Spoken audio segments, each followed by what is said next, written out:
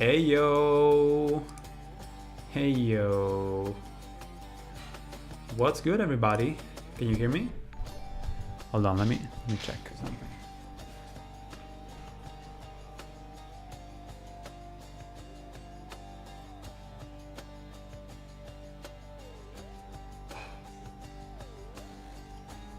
Okay, so I had a phone in the other room with the stream coming out of it, so it was like the echo. Should do a funny bit. Hold on.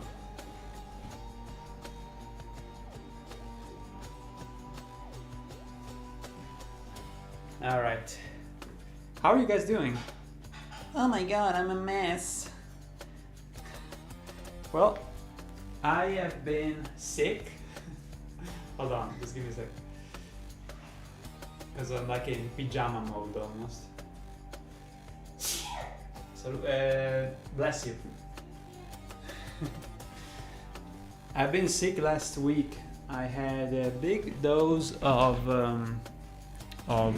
cold, and I was really in a fucking ball. Like my head was inside of an aquarium. I don't know. We say that in Italy. It's like you have the aquarium globe in your head, you know. A lot of not coughing too much, but less sneezing, and yeah, I didn't want to put you through that, honestly. But yeah, I am well. We're finally back after 2 weeks, I think. Yes, 2 weeks. 2 weeks ago we actually played Dark Souls 3, right? How are you guys? I am married. Boom. Shit happens, you know. Good things happen, and yeah, so there's that. Okay, let me check if, because I'm a little bit of a situation here, because I got so much stuff on my desktop that I don't want to accidentally show you basically 60% of the parody. Oh shit, X-Black, ciao.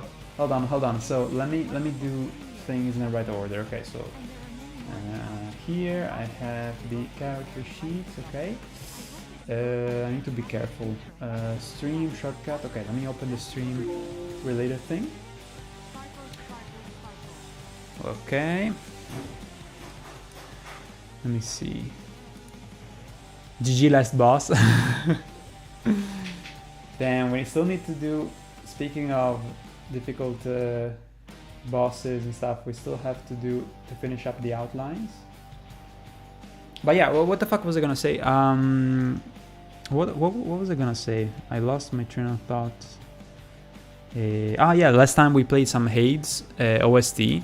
So instead of like continuing from that, I just reset the OST because it's so good, you know. So we can listen to it again, and then we can change to maybe the soundtrack for Age of Empires, because it's actually so good. I didn't know it was that good. But anyway, so yeah, I got on my screen here, if I fuck up showing you the wrong screen, there's basically, I would say 60% of the parody in terms of screenshots. I'm coloring the parody, as you guys know. It's been like that for more than a month, and I'm going really fast, and yeah, I basically color scenes from the parody in different places, and then I export a finished screenshot, and so I have at least 50 screenshots on my desktop right now. So if I accidentally show you, you will see probably 60% of the parody, but it's gonna be small little thumbnails, so it's not a big deal. But I need to be careful, you know. So when I switch animation standard, yes, there you go. Everything should be fine. Okay, let's see how many, before I respond, I check all the messages. Let me see how many patrons, as always, I lost. So that I can, you know. Oh, wait, is this? Okay, I thought I had the stream open with the audio doubled. No, okay, it's all good. How is the volume? But yeah, we need to finish up the outlines in between today and tomorrow. And we're gonna do that, and then we will color next week. So I can wait. Oh shit, super chat. That's nice. Yo, Rango, thank you, dude. Wait, I'll get to that in a minute. Hold on, let me check. Because I'm... what the fuck was gonna do? Okay, let me close this one. Hades, okay. What was I gonna... Ah, check the Patreon. Okay, let me check. Also the dashboard here. Let's see if there's anything... Oh, shit. Any notifications? Let me write down the number of Patreons. Let's see. And again, thank you guys for sticking with me through this long period, you know, making this new parody. It's been very challenging. Many things also happen in my life, new things, you know, and stuff. Oh my god, I didn't... What? We restored some? That's crazy. What? Okay, so do we have a 260? I thought we went down even more. But some of them, they came back, you know, maybe some... Well, okay, the first of the year was always kind of fucked up because of the credit cards issues. But yeah, 260. I honestly, I can only be happy of that, you know, because I'm always kind of pessimistic. And yeah, guys, what can I say about the new parody? Yeah, I am... Let me stop the music, because I always stop the music when I need to say something real, yo. Well, I mean, technically I try to always be real. But yeah, it's crazy, you know. I really put a lot of effort into this one, because aside from the animations, but there's a lot of difficult, I don't know, some areas of Elden Ring that are more obscure, they're very complicated. And also the story, the pacing, the jokes, like it's gonna be so much easier to make the parody for the DLC, because so much stuff kind of writes itself. But for this one, I'm super happy with how I made it, because there's a lot of stuff that is not the obvious kind of stuff that you would see in any other videos, you know, but it's still really funny, you know. So there's so much stuff in it. There's so many kind of things that span from meta of the game, that there's so much stuff in it, you know. But it was kind of hard to put together, to kind of like... I made so many tweaks. I think this is the one that I made most tweaks ever. And of course, you know, I had also many things happening in my life, you know, and stuff like that. So did this last, well, I would say it seems like it will be a year soon. Well, not exactly, that I've been on this, but next month will probably be ready, I would say. Oh shit, I need to put the charger of the laptop. Hold on. Bibi, can you pass me? Oh, thank you. But yeah, it's been challenging. It's been challenging, complicated, and difficult to gel together everything in a way that I was satisfied. But now I can say that I am really satisfied. I can say that I have no things and I'm like, oh, maybe I should change a thing, you know. No, now I'm really satisfied. Hold on, let me put the... Where the... Wait, I'm missing the thingy to attach. It's in the other room. I think it's on the speaker. Hold on. Sorry for the mess. Just be patient with me. Yeah, I honestly have no, like, oh, I maybe should change that or this. I'm super happy with it. But it took a lot of time to think about it, you know.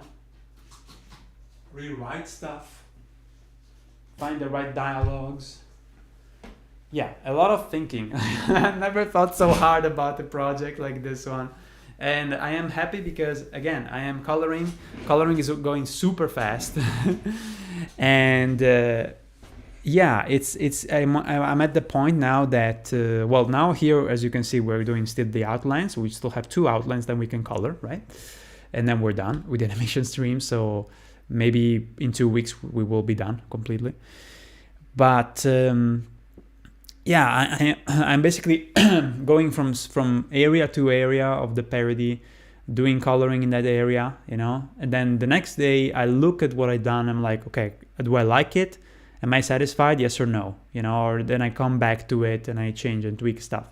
Then I move to, I don't know, Alpha or fucking, I don't know, well, Volcano Manor is also in the parody and stuff like that. And catacomb stuff, and I'm like, okay, do I like it? I'm like, yes, you know, and then I get kind of excited because I'm like, okay, wow, I decided the colors, you know, I struggled to get them right, but now I finally got them right, you know, so I see the progress.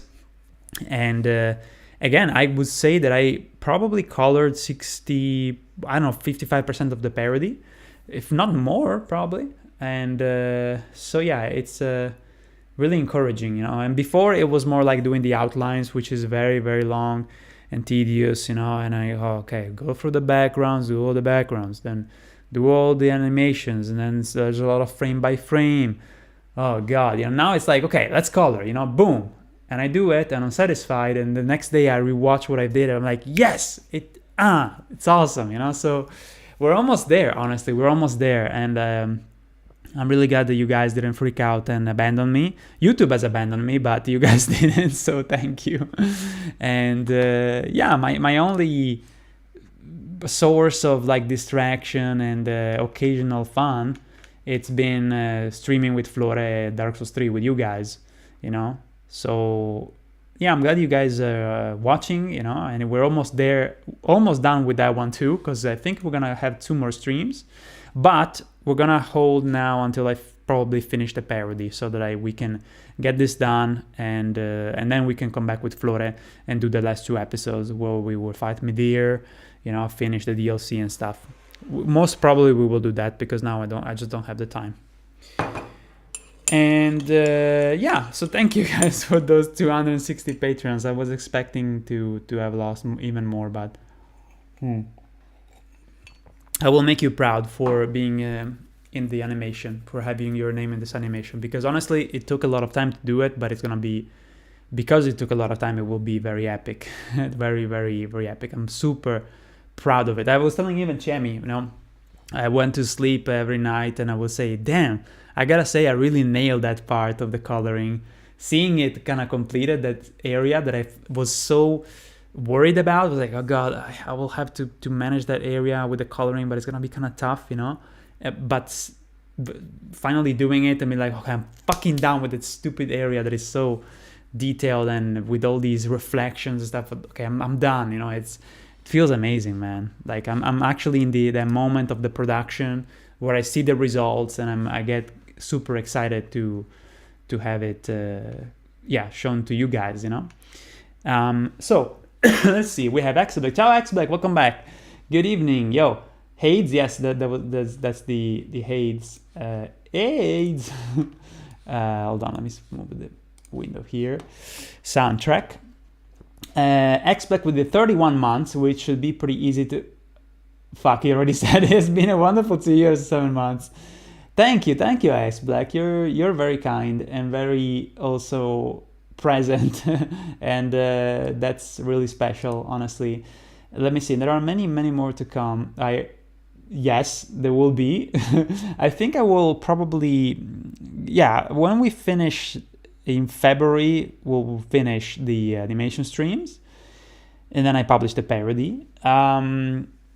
We will continue with Flore, with the DS3 run, and I think about some games that I could play just as a one-off kind of thing, you know, maybe a game that I can stream. It's something that I would like to do, because I will not have animation streams, right? There's also the possibility of streaming Bloodborne with Flore. That would be cool. I would love that. But I'm kind of like flirting with the idea of maybe using the emulator now that it's so good, right? But yeah, thank you, X-Black, for the support. It's pretty huge, honestly. Thank you, man. All the best to you both for your married life together. I hope that you both have a fantastic future ahead of you, and that Elden doesn't overtake you too quickly. Look, for the DLC this year, I am committed to also do the DLC. I'm just hoping that people will join more to support me, because otherwise it's gonna take way more time to make it happen, because I'll probably have to take some commissions, and I don't want to do that. But I hope, you know, that people will see the new parody, enough people will decide to support, so that I can make the new parody, the DLC parody, as fast as possible. Because for that one, again, I have so many ideas. Like it's almost like I laid down all the jokes. It's crazy. Like I've never done something like that. But it's because the DLC has stuff that is so ridiculous that it's almost easy to write a parody of it, you know.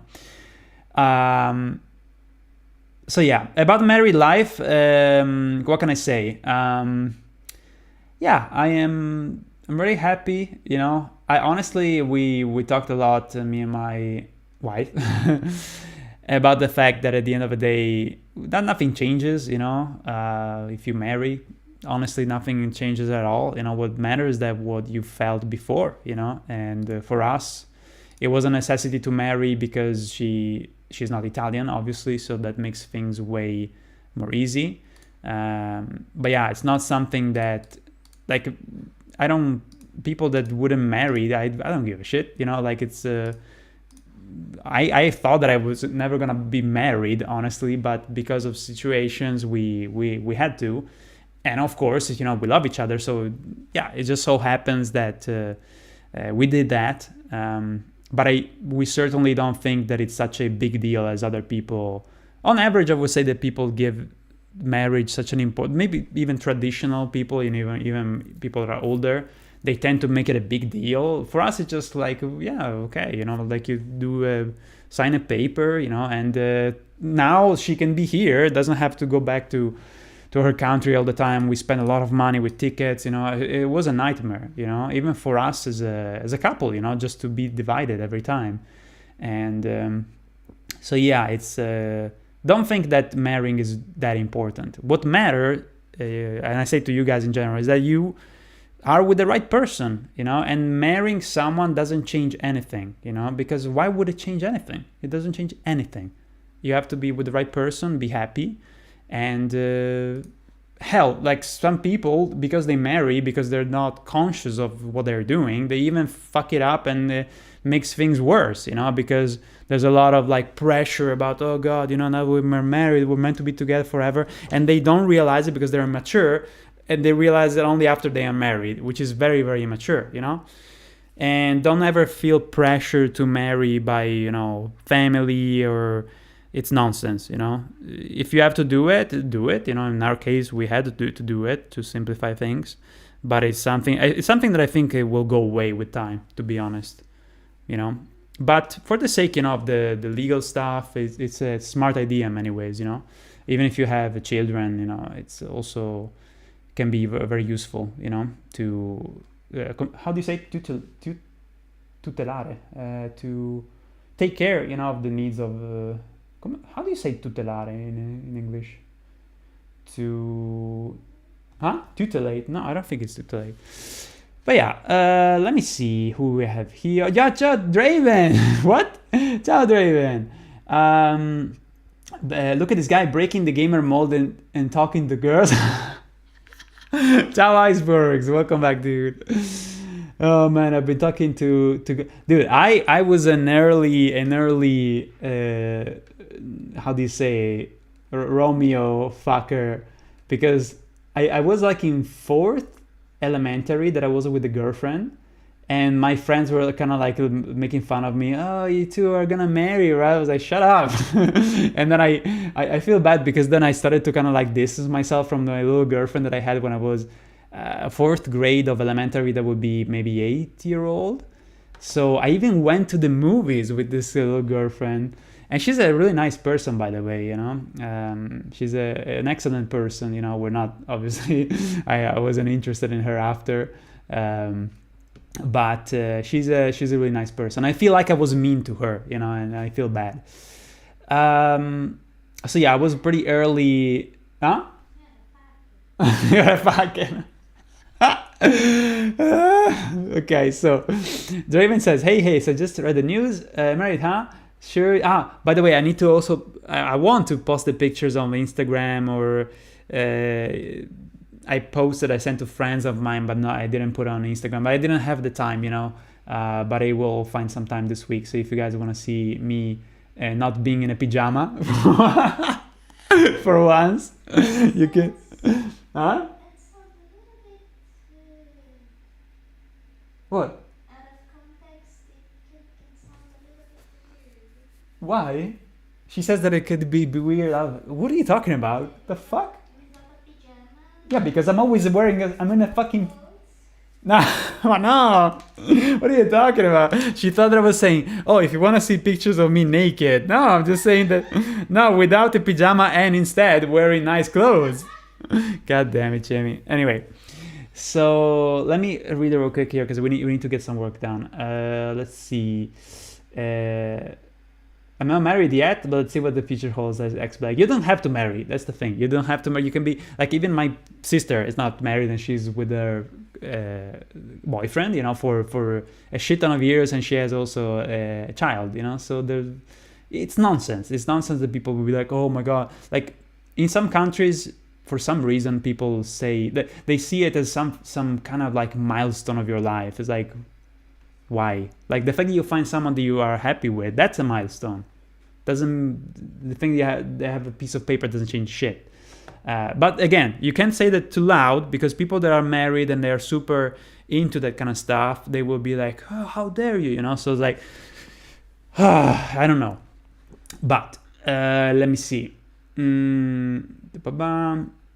Meryl, kidding aside, my best wishes and congratulations to you. But thank you, Draven. I appreciate you. Thank you. Can stick around because I'm too busy. Oh shit. But I wanted to drop in to say and congrats. Much love. Thank you, Draven. I hope you saw this. Even though I'm reading the chat of probably 10 minutes ago. The parody about Elden Ring will be approximately releasing at the end of February. Given the pace that I'm going at, I think it should be like that. There's always the possibility that some of my voice actors, or maybe I get a little bit kind of like entangled in finding the right voice actors, because I'm very precise about them, you know. Sometimes I'm like frustratingly trying to find the right one, and I need to wait for them to send me demos. It's kind of complicated. But in theory, given the pace of the coloring, yeah, it should be at the end of February. Fingers crossed, guys. And again, I can't wait to work on the next one. Let me see.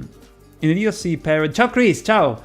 Welcome back, dude. In the DLC parody, will we have as a final boss Chermy concept of that? Nice. Okay, so Yoshi, ciao, what's up? Ron. Chris, ciao. Ashaz, hey y'all. Blaze, hello. Kid Cloud. One Boss. Jano, welcome back, dude. Hello all, congratulations Shaz to you and Mrs. Jasmine. Alex, Otaku, you want to overcome the Elden Ring and become an Elden pimp? Yes. Ridiculous. Greetings from Japan, says Otaku. That's awesome, from Japan. Let me see. Words of wisdom for real, nice. One Boss, what's up? Hey, my friends, and greetings from Bavaria, right? Greetings from France, greetings from Hungary. Everybody is saying where they are from. That's awesome. Ciao, Redoran. Ciao. Julia. Oh. I don't want to... I was just thinking that every time there's like singing and songs during streams, it always like makes me kind of like confused. Let's see. Well, not always. Depends what kind of...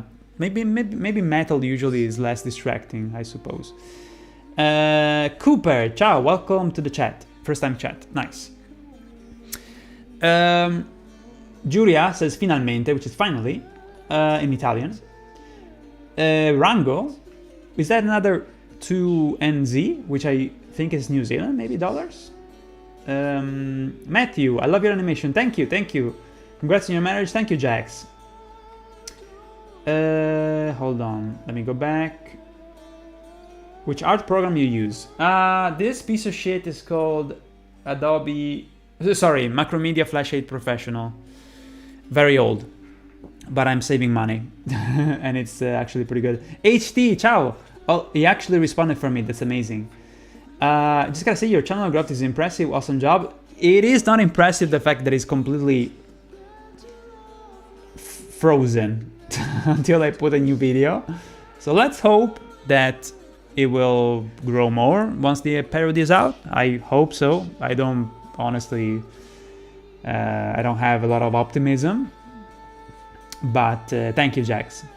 Yo, I saw your post about getting married. Congrats, man. Thank you. Night of the Onion. Welcome back, dude. Thank you. Animation, drawing, coloring is hard. Don't think we would abandon you. You're doing great on your animation. Jax, you're so sweet. Thank you so much, dude. And we have Gabriel. Oi, como vai, Gabriel, irmão? Cara, right? I did it. Hey Ashes, how you doing? Pretty good, man. I was sick, but now I am back. Yes, we need Bloodborne. No, fuck. God damn it, dude. That depends if people start to actually support me like in mass. Then maybe we can talk about that. Hey man, I like your Elden Ring series. I hope some big company takes notice on you and do an actual Elden Ring animated series. Double D, I say that a lot, you know, but I don't like the idea of working for a company, because then you will never see my style again. Or what I do, my jokes and stuff. Maybe for some people it will be a relief, but no, I wouldn't be happy. I am not someone that works well with a company, and I also feel like people they wish me sometimes that, but they don't realize that it's for who I am. Maybe I feel like a lot of people tend to say that because it's like, oh, it feels important working for a company and stuff, you know. Big name, big company, but the thing is that, you know, I would say that it's a slippery slope to think that would be like the best scenario. The best scenario will actually be to have your company. I mean, I have a company obviously because I pay taxes. The best scenario will be if I have some people working with me doing the stuff that I decide to do, you know. So I don't have any wish to be in a company. It can be also pretty miserable in many ways. But it depends, you know, if you're made as a mentality to work with a company more than working or more than being your own boss, right? I'm more of the type of guy that likes to be his own boss and maybe have some people have been helping him out compared to working for a company. I would suffer a lot working for a company, but not that you say that in a positive way, you know, so thank you.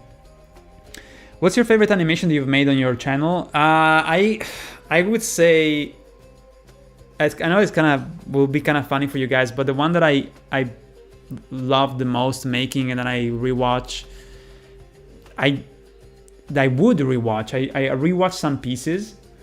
Is the Final Fantasy VII Remake parody. I love that so much, and I had the most fun making it.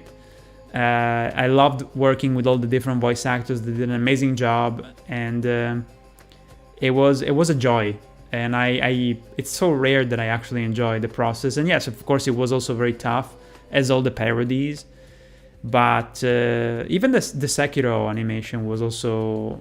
I remember that the pandemic started, so I had more time to kind of like take my time on it, because I was like, you know, the fucking world is stopping, so why am I grinding like an insane person and losing sleep? You know, let's take it a little bit more slow, you know.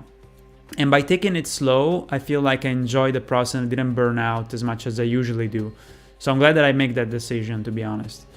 So yeah, in terms of the most fun, I would say Final Fantasy VII Remake parody, second Sekiro, and then the others, you know. Some of them I was pretty miserable. So yeah. You might get this question often, but how complete the animation is on a 0 to 10? Now I would say 75, maybe more, I would say.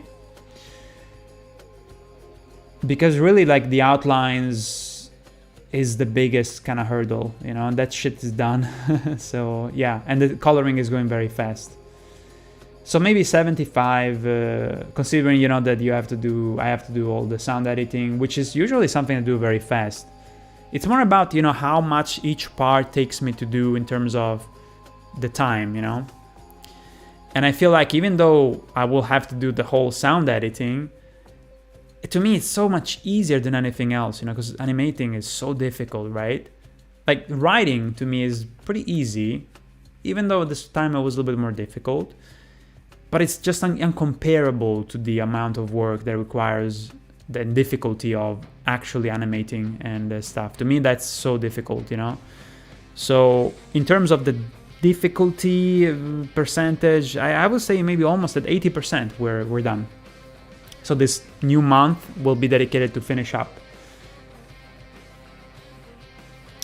In Germany, they marry for tax reasons. I heard about the taxes thing. About what was it, the thing? You get tax breaks. I need to look it up, but yeah, too busy now. My favorite cartoon or animation of yours was That Thoughts, but all your content is great. Thank you, Jax. Oh my god, That Thoughts. The memories, dude. Those are not demonetized, by the way, at all, those parodies, because it's too much Daft Punk music. Can't wait to see your next animation. Samai, thank you, dude, thank you. I hope you guys will have so much fun with it, you know? What are some ideas you have for the DLC animation when you get to it? Ooh, what are some ideas for the DLC? What can I say that doesn't spoil you?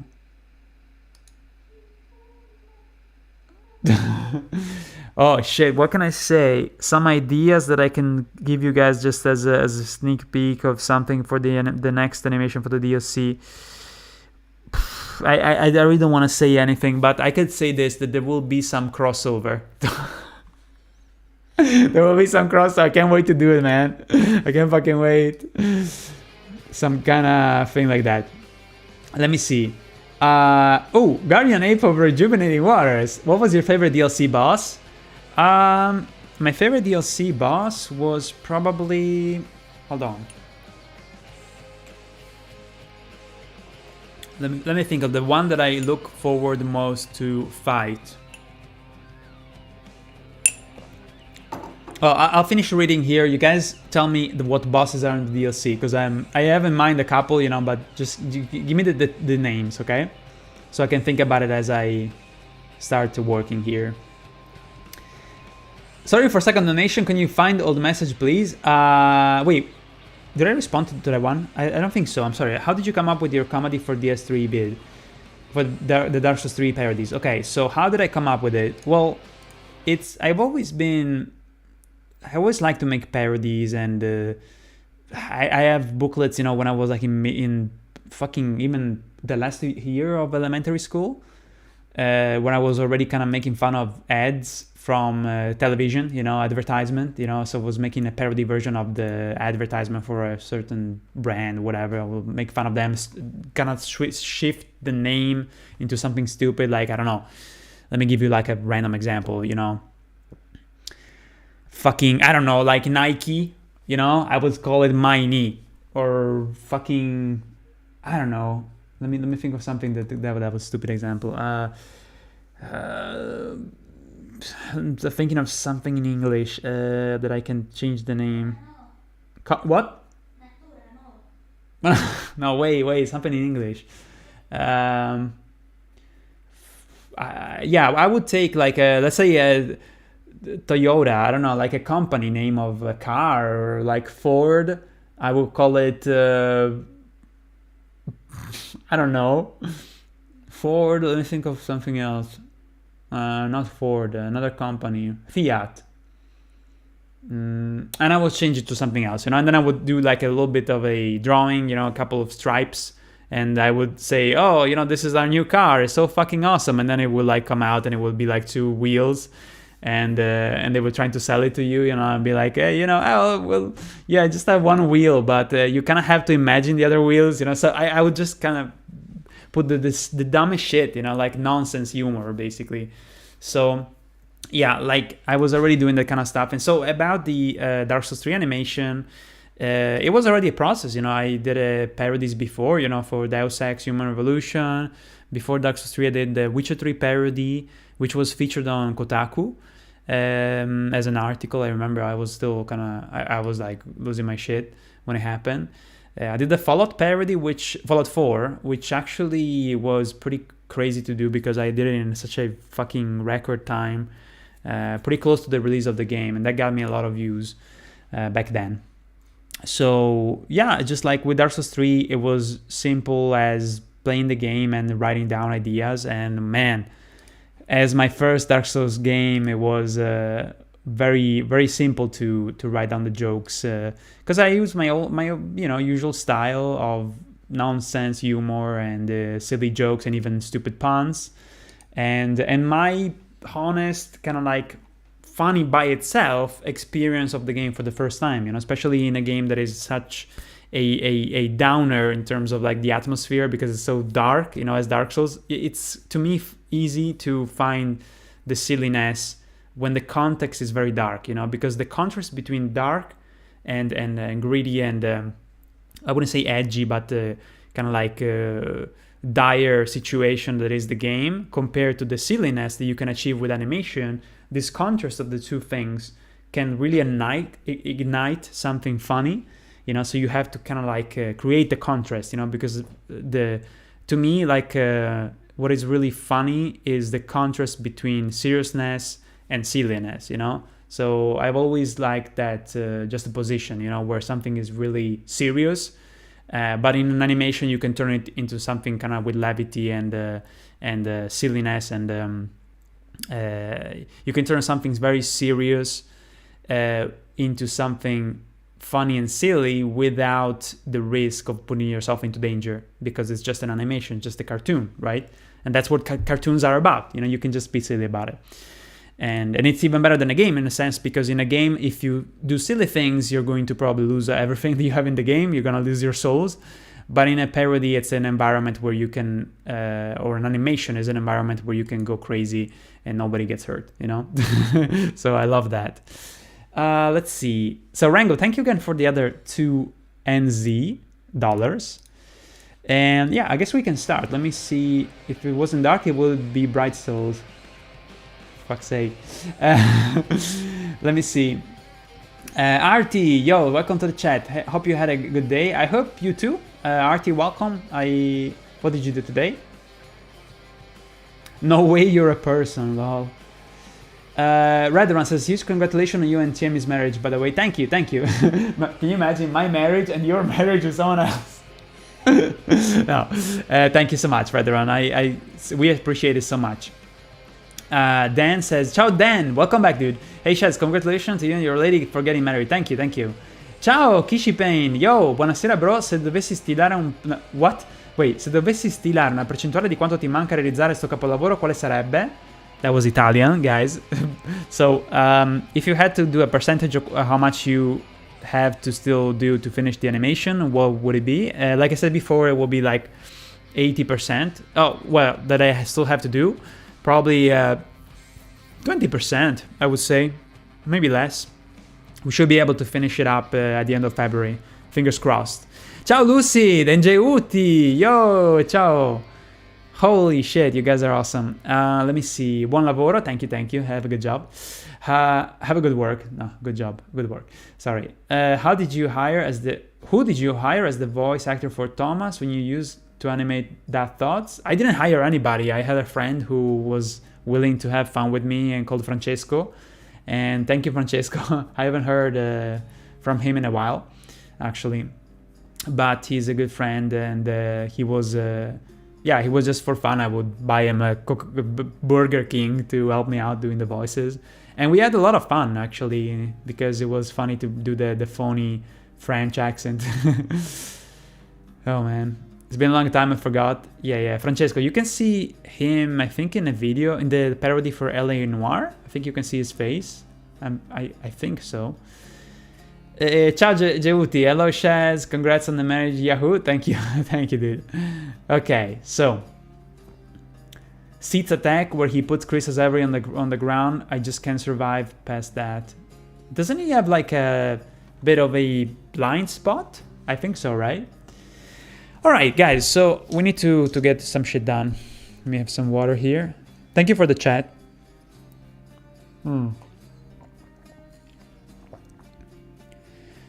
Alright. Damn, the soundtrack is so good. So, first of all, we're going to go back to the lion scene, because we have to finish up the background real quick. Now we can switch to the rune arc thingy. And then tomorrow we will probably outline the character and the lion.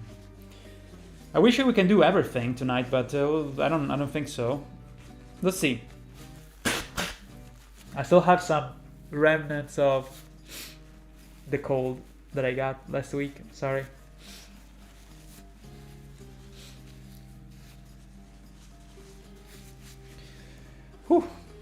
All right.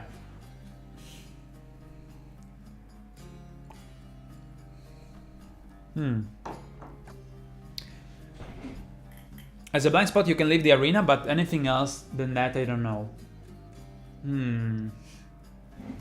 Son of America. Marika State. Okay, so Kishin, how is your progress with your animations? I saw that you did a summer special Dragon Ball. So, do you do mainly Dragon Ball? Or do you do also other stuff? He's from Italy too, by the way. He's a bigger channel than mine. It's amazing. Okay, so I think that the angle there is good. Okay, so let's do the background. Let's finish up the background. So documentation, where is the locations? There you go. Okay, looking at the background here. But yeah, guys, a lot of people have had colds and viruses. Like, maybe this is the COVID light, I was thinking, because so many people like got. I mean, it happens every year, but this time, like I met so many people that had got the cold this year. Like, nobody's saved. It's crazy.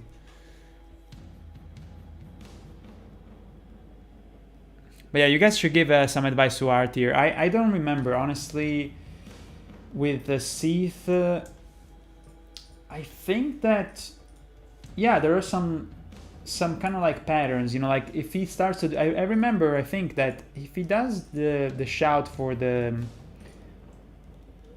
the crystals, you know, that attack you, as soon as you hear the sound, you should probably move to a certain place, because he always does it in a way so that that you still have some kind of like blind spot. So, for instance, like, hold on, let me check. Is it good? Oh, so they go behind. Interesting. Okay, so we have to have the wood go behind. Like, for instance, you know, like this is Seath, right? From above, and you're here attacking him.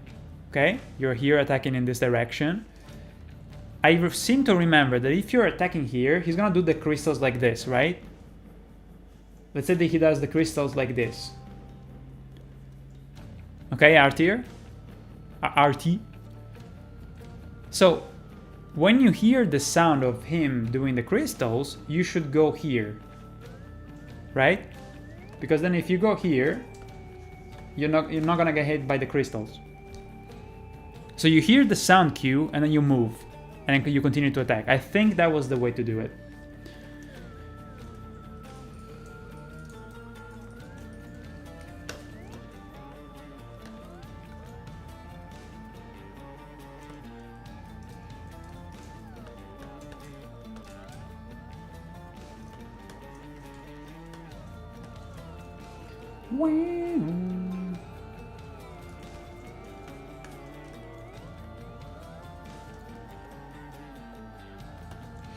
But yeah, of course, you know, forgot to mention that one of the things that, aside from the difficulty of this new project, which got me a little bit unprepared, I must say, and I don't think it's gonna be the same for the DLC. The DLC is gonna be way more straightforward to make, even if the stakes are higher, because I want to kind of wrap all the themes that I built even in Dark Elden Ring.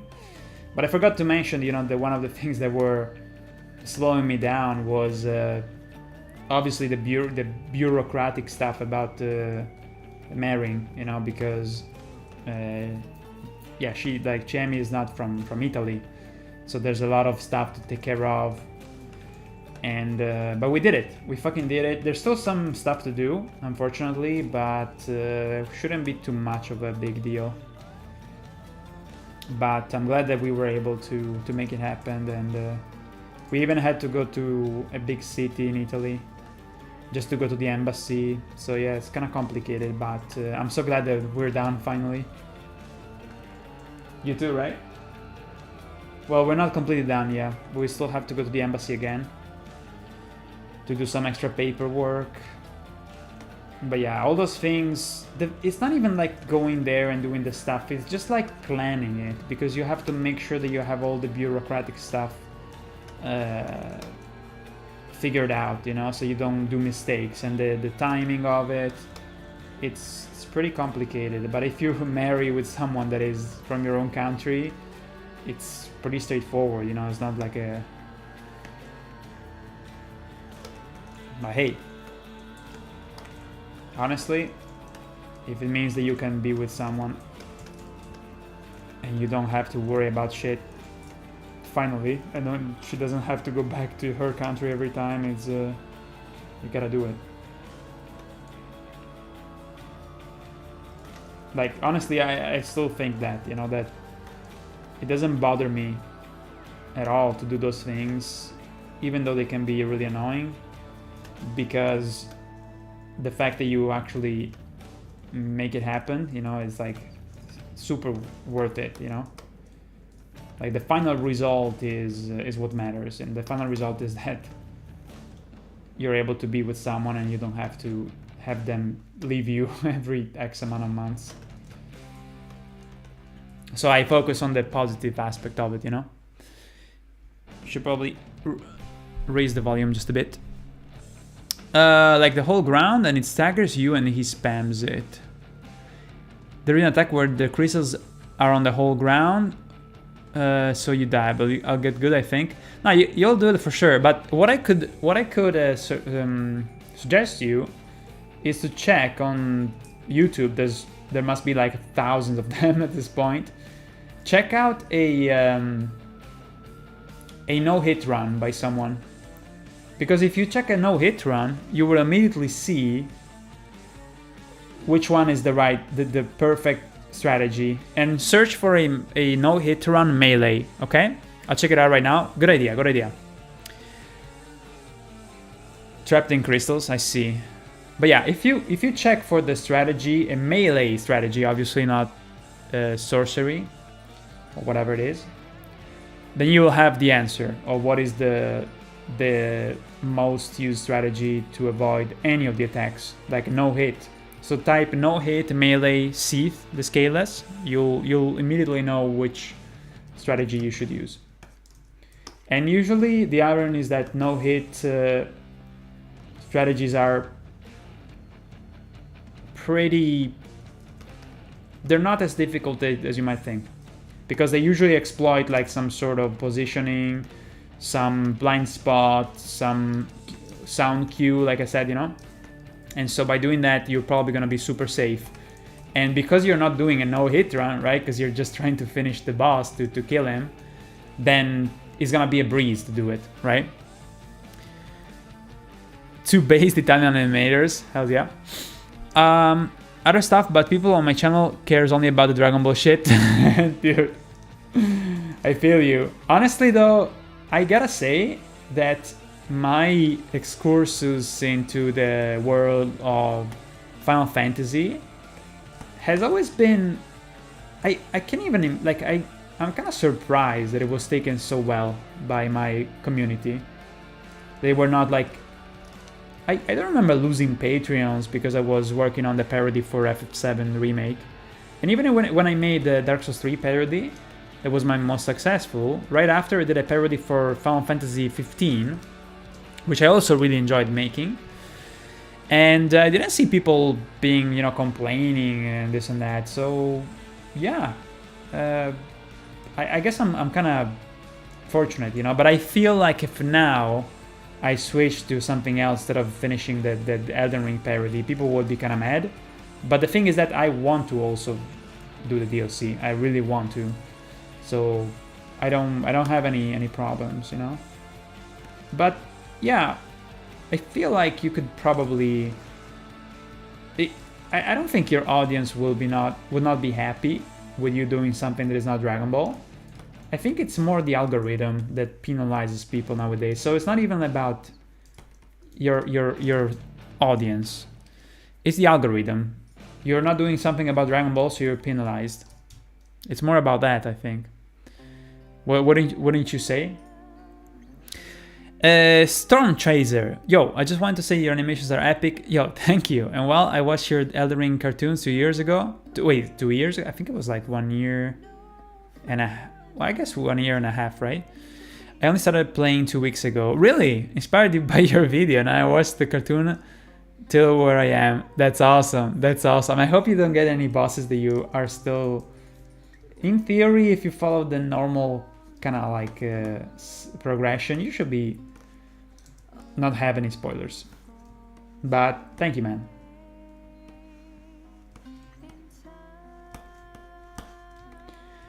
And all the little details and little Easter eggs are even funnier now that I get them. A part of the motivation to defeat a new storyline boss is to then further watch your cartoon as this on that boss. That's awesome, dude. I heard that a lot with my Dark Souls 3 parody, and it was it's a big deal. You know, it makes me happy. That's awesome. The fight that puts you in the jail? Wait, that fight is actually not skippable. And even like in no-hit runs, they still take the damage. There's a category though where they get hit. Sorry, no. There's a category where they use an out-of-bounds glitch, I think, to avoid... to basically kind of like get into the crystal cave. Yeah, avoiding avoiding getting attacked by Sith and triggering the going to the jail.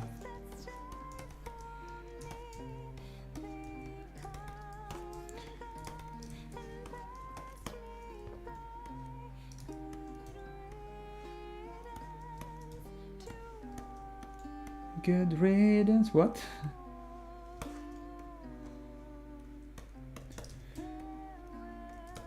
Yeah, I'm actually kind of curious, guys. Is there any game that you would like me to play when we are done with the Dark Souls 3 blind run with Flore that you would like for me to play on a stream? I don't know. Maybe you guys want me to play something. Because I will have a little bit more time, you know, so we don't have to do animation streams just yet. So I'm curious if there's something that you guys are curious, you know, to see me play. Or like usually I tend to kind of decide myself, but I want to know, because you never know if there's something that I also want to play and you guys really want me to play as well.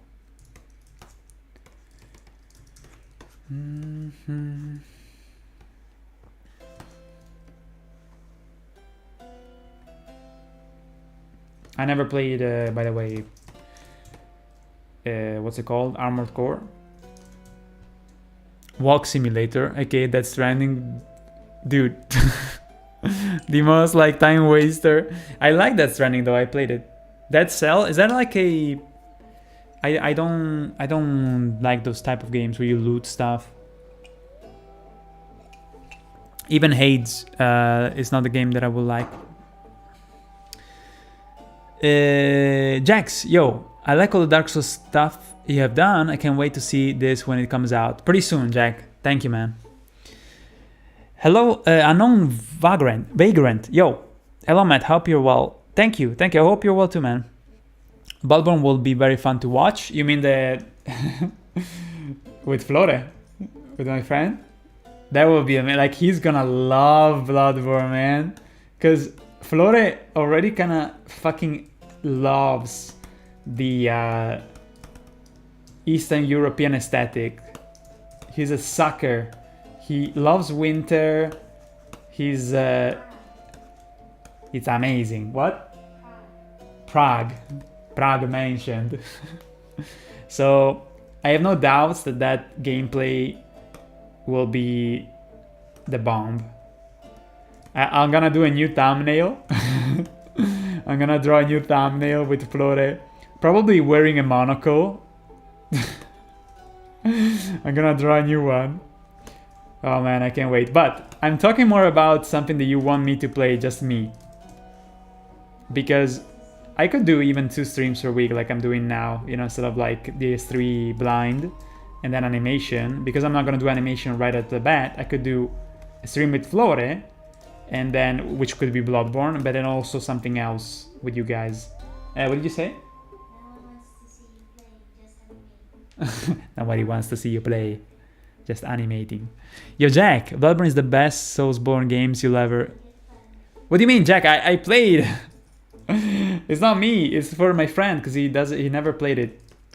I played Bloodborne. Unless you meant to phrase that in a different way, but I played Bloodborne 3 times, and I know a lot of the game. Yeah, I pretty much know all the secrets, you know, and stuff. I eviscerated the game pretty well. I guess the only things that I don't do much about it are that I don't know much about Bloodborne are related to the Chalice Dungeon, because I don't really care too much about the procedural stuff, you know. But yeah, I think that you guys were talking about Dead Cells. Who was talking about Dead Cells? Artie. Is that like a... what was the name? Light something? Roguelite, something like that, yeah. But he's also hates a roguelite? I think so, right? Yeah, it's not for me. 9 Souls. But what is 9 Souls based on pairing? Like it's like a Hollow Knight style game, like Metroidvania, but with pairing? I feel like it will be more a thing that I play on my own. Trying Baldur's Gate 3. Baldur's Gate, it's pretty amazing, but I am not a huge fan of medieval fantasy. It would have to be probably something that I am really, really into. Honestly, I'm thinking about Armored Core. What's it called? Armored Core 6, Fires of Rubicon. Just to kind of like see what it's all about, because everybody's saying that it's pretty awesome, but I never played Armored Core. I'm not like a huge fan of, you know, like I like mechs, but I'm not huge into mech gameplay. In many games I find it kind of underwhelming, you know, but maybe that game is great. Yo, Super Blue, welcome back, dude. $5, thank you. Hey friend, hope you're feeling better. Just want to show you some love. Oh, it's so sweet. Thank you for the support, dude, and all the support, as you know. Oh man.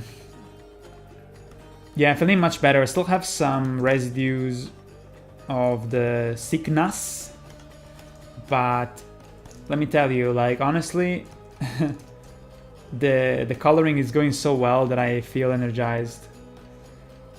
So yeah, hopefully everything is ready for finishing up in February, because I'm going really fast with the coloring, as I was saying earlier. It's been really, really gratifying to wrap up all this fucking animation work, you know. So yeah, I feel very energized now, seeing all of this coming together, man. It's awesome. I thought I was gonna probably come to this point that I was burnt out, but yeah, I was ready for being kind of miserable a little bit. But between the fact that I decided on many aspects of the parody, even Easter eggs that I was unsure of, and being confident with the story, with the storyline that I created, it has energized me quite a lot, you know. So yeah, I'm sure that I will probably yell at some of the voice actors because they're gonna be late. There's always someone, but it's also kind of my fault in the sense that how can I say, like, if some of the voice actors will be a little bit late, I could have, you know, organized myself better earlier. But the problem is that I'm too busy now coloring. I can't fucking switch my brain into voice acting mode, even though I still have some people that I need to cast, to be honest. But usually I'm very, very fast at finding people for the voice acting. I am very fast. Like, I dedicate 2 days of just like relentless throwing emails left and right, checking demos. I go pretty crazy.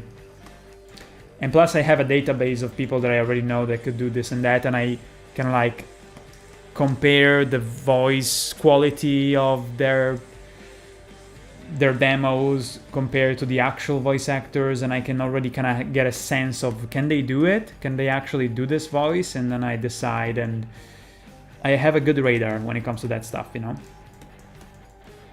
But yeah, it would be better if I took myself way beforehand to decide, okay, this guy could do that guy, right?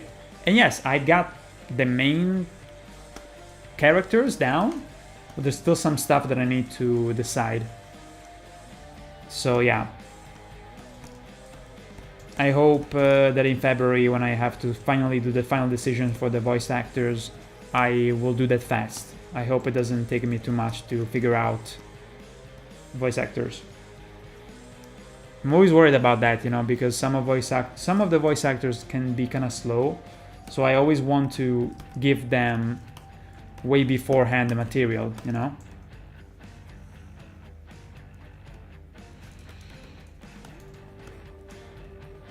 Sometimes it's not even enough like giving them the material 2 weeks earlier, you know? But honestly, among my voice actors, there's only a small percentage of them that are that slow, you know? I remember the Dead Space reference you put in the Doom 2016 parody you made. Yo, Jack, which Dead Space reference? Because I did a Dead Space reference in a Final Fantasy 15 parody. I remember that one, but not in Doom. Which one was it? What's your least favorite animation you've made? Oh god. My least favorite? Oh god, maybe I did a parody for Mass Effect called Nerd Effect, and it's fine for the silliness, stupidity of it, that I thought it was good at the time because I was younger. But if I had to, like, it's not really, it's kind of, some people will even think it's mean because it's making fun of a guy who's has no life and plays Mass Effect all day. So I don't know. What was the parody about even? I don't even remember. It was called Nerd Effect.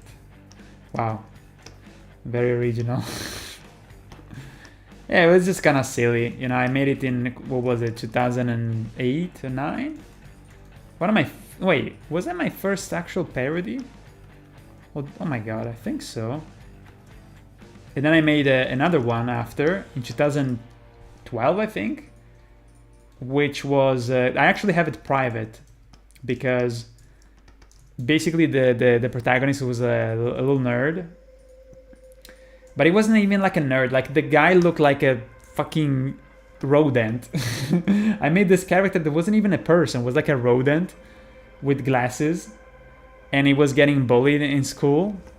And then, so, because he is like a power fantasy, you know, he wishes that he can be helped by Commander Shepard to get rid of his bullies.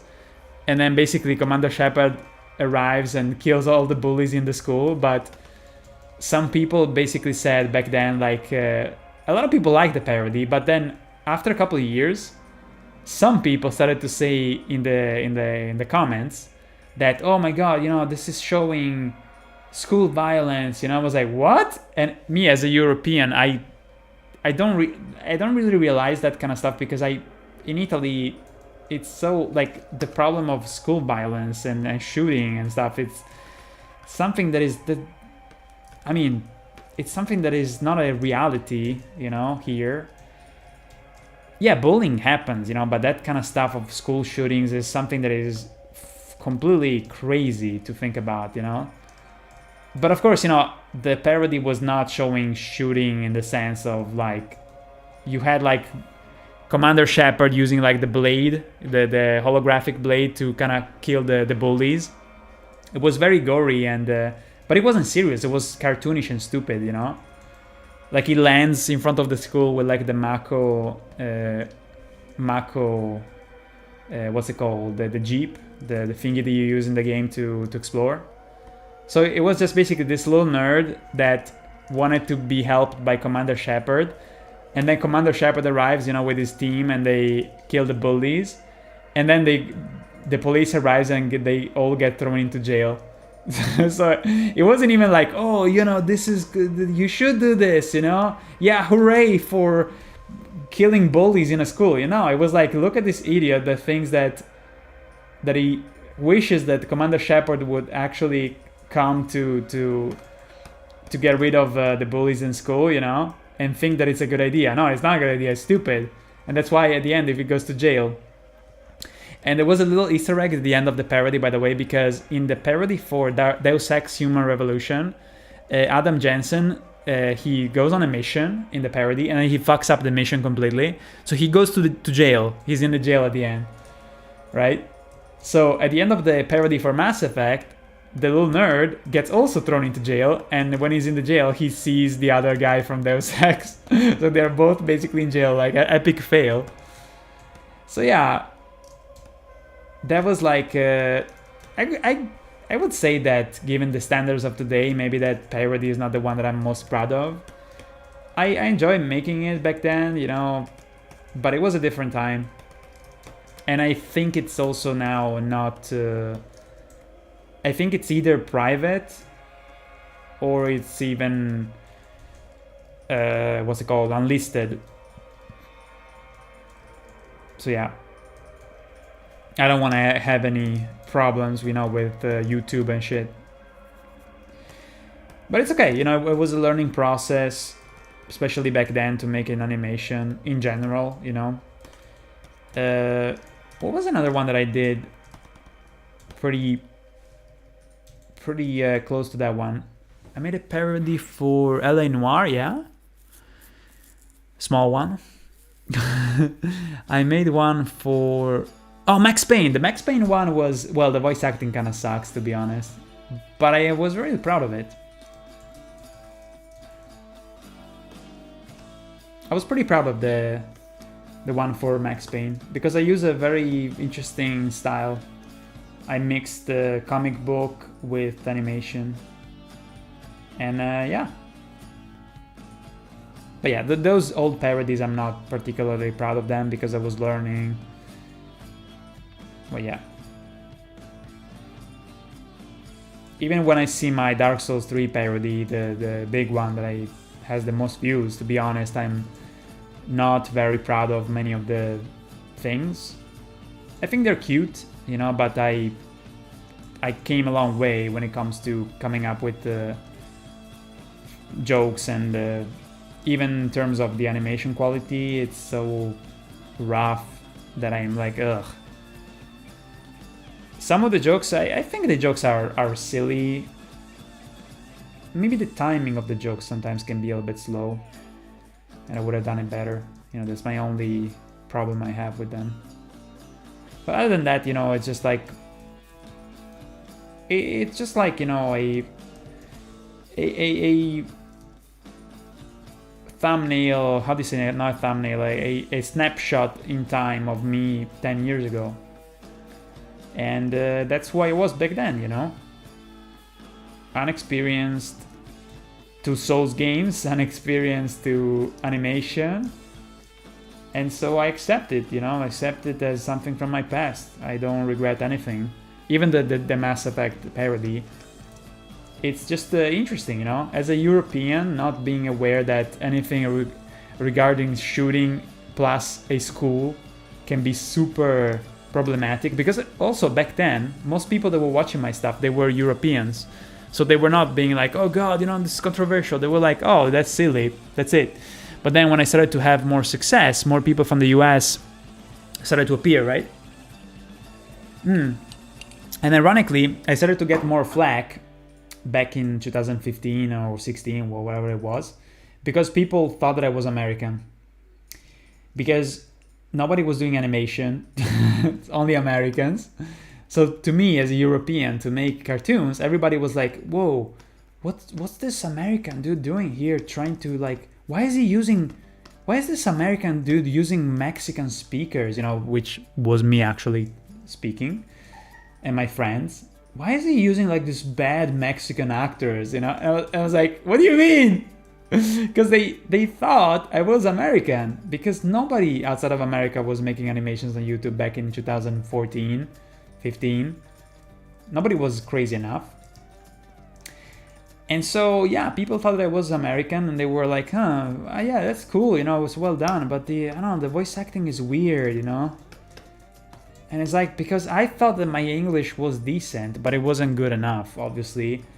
But as someone that doesn't speak natively English, you think you're good, because I was obviously 10 times better than any of my friends here in Italy. But when you confront yourself with actual native speakers, of course you're gonna find it weird that something doesn't add up. So I don't even blame them. I mean, yeah, some people were pretty mean to me, but I don't give a shit. I mean, I used to give a lot of shit, because imagine dedicating so much of your time, you know, on the animations, and then people say, oh yeah, this was really well animated, you know, but it's just like, I don't know, like the voice acting is weird, so it's not funny, you know, so just distracting. Like, oh, you're so good, but then you waste everything on like shitty voice acting. Is like, dude. And the irony is that nowadays a lot of people, they do animations with bad voice acting on purpose, and the whole shtick is the fact that the voice acting is bad on purpose. The fucking irony. So yeah, it was kind of tough to manage, you know, because I wouldn't get mad, you know, but it would hurt, you know, to see people shitting on your work after you worked on it for 3 months. But again, you know, you learn in life, because now I work on these motherfuckers for 6 months, even double, or even like 9 months sometimes. And when people criticize me, now that I'm more of a mature, I don't care, you know, I even listen to the criticisms. I think it's really useful, you know.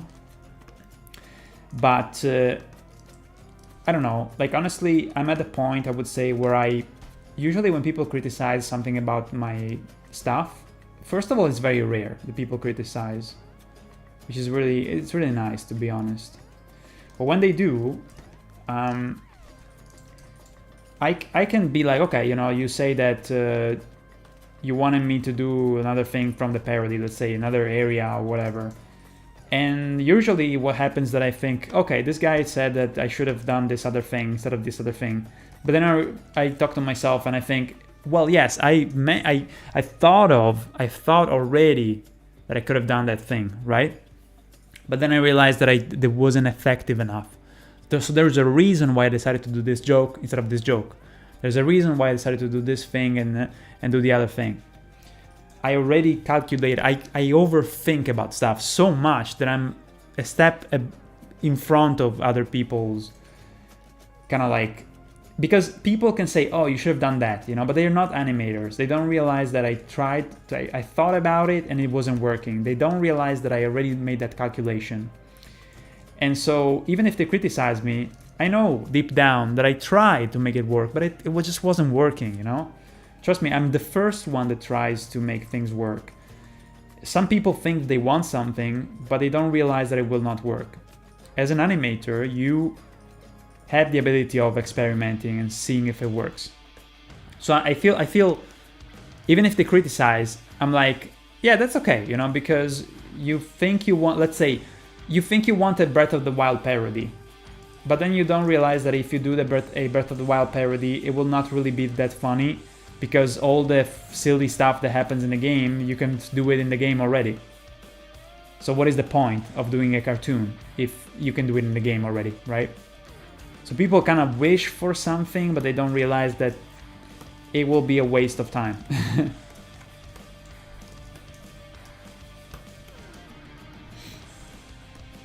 Like someone told me, I remember in the parody for Final Fantasy VII Remake, which is one of my most beloved from myself, like I told you earlier, but even like from the comments, you know, it's one of the one that did the best. But there was someone that was like slamming it, like, this is one of your worst parodies, I'm so disappointed. And then you, like, that part where they were in like, so basically in Final Fantasy VII Remake, there's a scene where you go to like a pub called the Honey Bee, and in the original, you know, that part was very controversial because there was a lot of like, how can I say, cross-dressing and some, you know, homosexuality stuff that it's kind of, you know, it's out of touch for today, you know. So this guy basically said, you know, even the only part that was funny in the game, you know, the honeybee, you didn't even cover it, you know. And I actually covered that part in the sense that I showed one of the characters, what's it called, Andrea something. He basically shows up in the parody for a moment and says, "Don't be afraid, Cloud," which is really funny. I love that part. But this guy was like, "Oh, you know, like this whole parody was like, I didn't laugh once, you know." It's like one of my even now that I made the parody and I rewatch it and I laugh like an idiot. Even Chemi saw me because I had to rewatch a piece for a thing that I wanted to check of an Easter egg. And I was laughing like an idiot, and she also loves it, you know. So anyway, I was rewatching the parody, and so this comment was basically saying that, yeah, no, it wasn't funny at all. And then the only funny part of the whole game, you didn't even cover it, which was again the bar, you know, the honey bee inn. And what is ridiculous to me is that if in the game there's a parody of a cross-dressing thing, there's like the game itself takes the whole scene where you go to this pub that is all about, you know, beauty, and it's very what's the word when someone is very with the word with the V, what's it called? Not vanity. No, it's like someone like kind of like gay, you know, in the positive sense. Obviously, I'm not a fucking moron. But flamboyant. Yeah. Okay. So something is very flamboyant, you know, and the game embraces that in a way that it's actually very respectful, but also playful, you know. So the game itself makes that scene silly in a silly way, right? Because there's Cloud and he's like cross-dressing as a girl, and so there's like this guy and Rodea, you know, there's a whole scene there, and it's pretty funny, you know, how they depict it. So this guy wanted me to basically do the same thing as the game. So why would I make a parody of that scene if the thing in the game is already a parody? It's a waste of my time to make a parody of a parody. Like, if there's a parody in the fucking game, why would I make another parody of a parody? It doesn't make any sense, right? You have to make a parody of something that is like, that doesn't have a parody. You know what I mean? So it's completely pointless, you know. He basically said, hey, you didn't make fun of the scene that was already funny in the game. I didn't make fun of that parody because it was already funny in the game. It's completely pointless to do it 2 times. It's almost like saying, oh, you know, the creators of Final Fantasy Remake, they fucked up. They made the scene, but it wasn't funny, so let me show them how you make something funny. No, it was funny on its own, so that's why I didn't cover that part. I just did a little bit of a nod to it because I drawn the character that says, "Don't be afraid, Cloud." You know. Yeah, animation is easy. No, I'm just saying, you know, that some people don't understand why someone uses animation in a project. The reason why you use animation is that you can make things happen that wouldn't happen in the game otherwise. If you can make it happen in the game, why would I do that? You know? Why would I waste my time to make it into an animated version of it? It's already there, you know? So that's the reason why in my parodies for the Souls games, usually the things that happen are very over the top and don't make any sense, and they go the extra mile being absurd, right? The reason why I do it is because I have the power of animation. I can make things appear out of nowhere that you can't do in the game, right? So what is the point of rethreading the same stuff that you can also yourself with your gamepad you can do on your own at home? You know what I mean? It's a waste of your time. It's a waste of my time. So if you have the power of animation, I know it sounds corny, but if you have the power of animation, you gotta use it wisely to make it, to use it in a way that you can enhance the experience. You can even like come to a similar conclusion, you know, like, oh, you fight the tree sentinel and the tree sentinel fucking smashes your face, right? You can come to the same conclusion. But to go to that conclusion where you get smashed, you should make it entertaining. You should make it shouldn't be like, oh, let me do a parody, okay? So in this parody, the tree sentinel kills you. It's like, motherfucker, we know that happens already, you know? So like, what is the point? You can just play the game that happens in front of you. So in order to make it worthwhile watching, you should tell what brought to that conclusion, you know? What brought to that conclusion? And the conclusion, you know, the arriving that means that you pissed off the tree sentinel for a specific reason, you know? And you can tell a bit of a little story and then that's it, right? But other than that, it's like, yeah, you might as well just play the game on your own and get smashed by the tree sentinel and be like, oh, look, I got smashed. So, I don't know, it's weird, you know, animation is weird, but to me it's kind of clear, you know, why I use animation, why I should use it, you know, because I can go to the absurd, you know. So to conclude, this guy, it was basically the only negative comment, like thousands of comments, and he was like so disappointed, you know. And of course, you know, like the negative comments always resonate more. It's the negative bias, right?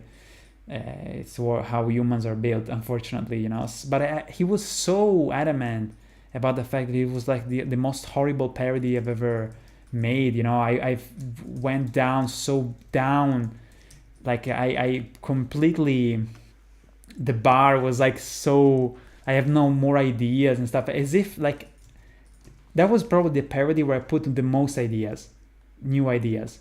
So the conclusion is that he probably didn't like the fact that I made a Final Fantasy parody. So because it was probably a young dude, you know, probably fucking 12 or young, you know, he didn't get the thing he wanted, and so he tried to kind of like come up with reasons to demolish it. And so I was like, yeah, I mean, some people act like that, and that's okay, you know. Just need to understand what's important in life and how to react to things that doesn't go exactly how he wants to, you know. He probably was like obsessed with my Dark Souls stuff, so he saw Final Fantasy and it cannot compute, just like, this is trash, you know, so this is your worst thing ever, don't do this again, you know, you're a failure. I was like, dude, chill.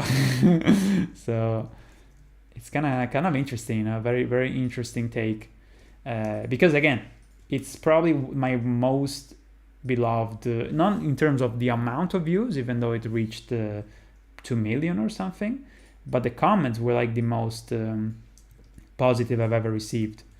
And I would say that a lot of the positiveness came from the fact that I really did a good job with Cloud, doing the voice for Cloud. I went on so many iterations to get it just right. As a fucking Italian doesn't know shit about pronouncing, I really worked a lot on it. And the voice actors, I hired a shit ton of voice actors for that parody. And again, for a mostly American audience, hearing good voice acting is half of the job. It's crazy how for some people from the US, especially because that's my main audience, if you nail the voice acting, you basically nailed 90% of the reason why people laugh.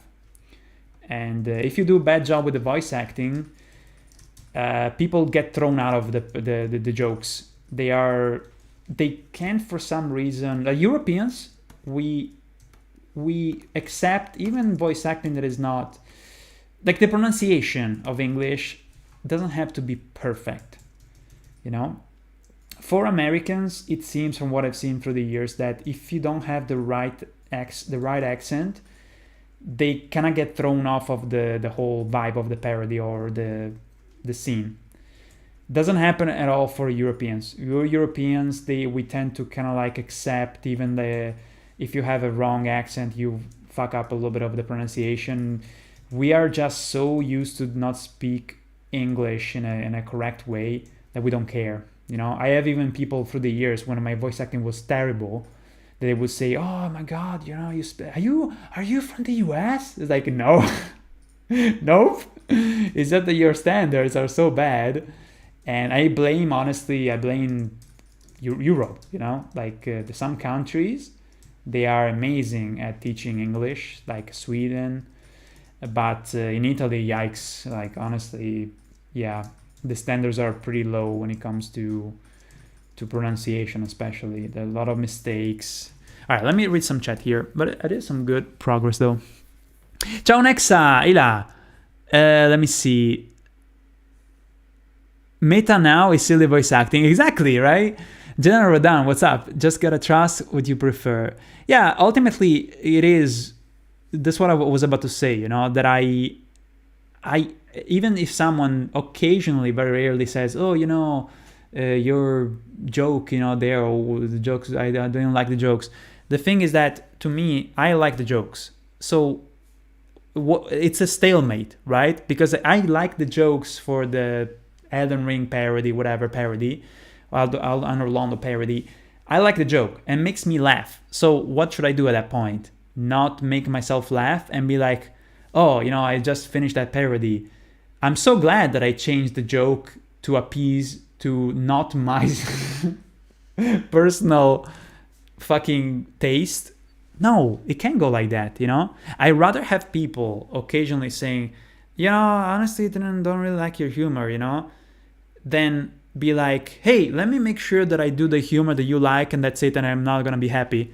No, I wanna do the thing that I like. Otherwise, I'm gonna be soulless, you know? I'm gonna lose my fucking sanity, you know? So what is the point at that point? You know, what is the point? You can not like my personal humor, but that's okay. You know, people that don't like my humor, they can just kind of like go somewhere else. There's so much choice nowadays. I mean, animation, not so much, I guess, but there is a lot of choice, you know? So it's all good, you know? Let me see. Nine Souls can be described as a Sekiro Deflect and Hollow Knight platforming. And also exploration, maybe, because to me, the platforming in Hollow Knight is not the best thing. It's the exploration, to be honest. And the bosses. I really like the bosses. Anyway, but also has a very unique aesthetic, combines both cyberpunk themes. Hold on, let me put back the music. Of aesthetics with Taoism, which is a religion in China. I noticed that. I definitely noticed that in some of the reviews and previews. Parody characters have to learn from reacting YouTubers and Twitch streams. Parody creators have to learn from reacting YouTubers and Twitch streams. You should react in videos in which they react to X and Y, Y reacts to Z, and Z reacts to A.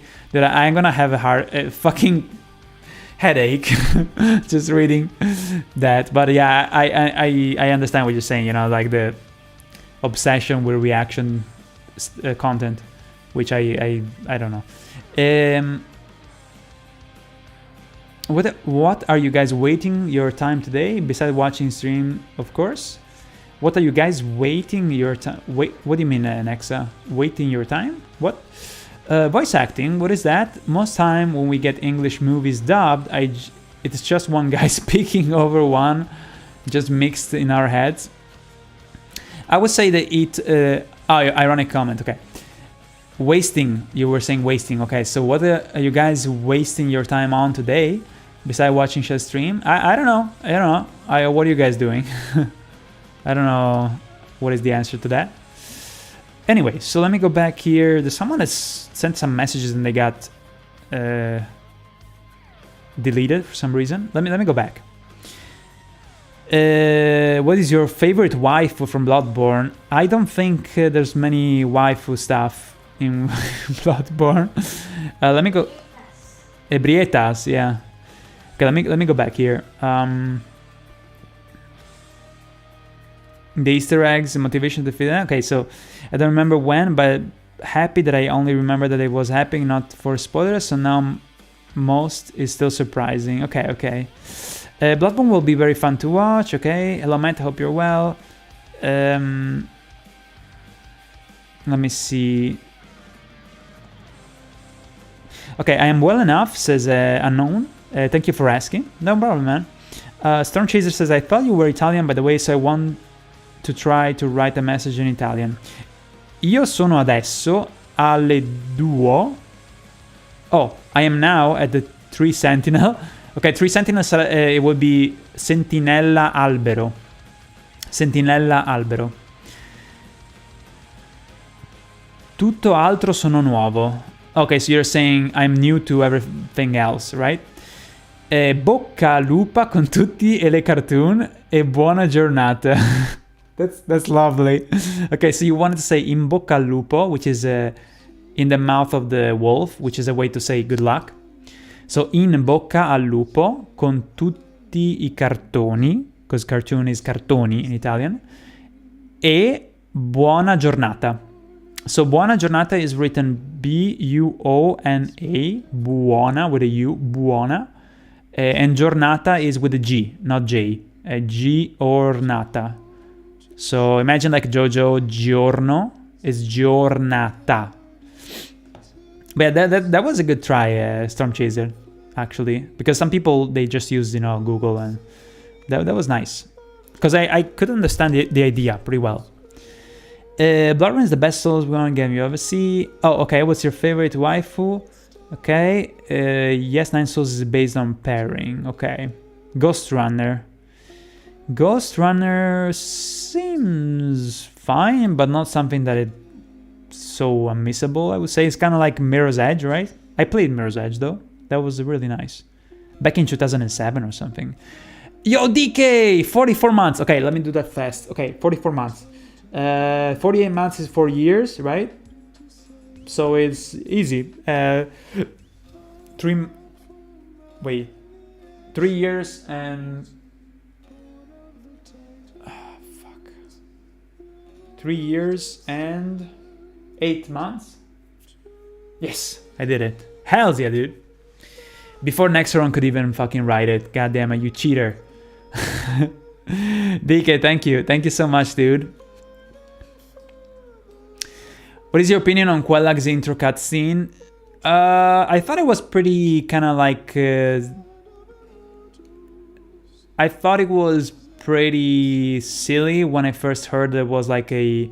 Oh, there's a, booba spider. It was spoiled to me, honestly, because some of my friends, they were kind of memeing about the fact there was like a booba spider woman. So it wasn't a surprise to me.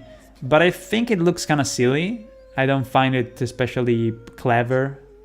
It reminds me a bit of Berserk with one of the apostles that is like a woman that is like have a snake. So it's not too outlandish. I wasn't like wowed by the design. I know it's boo blah blah blah, whatever. I get it.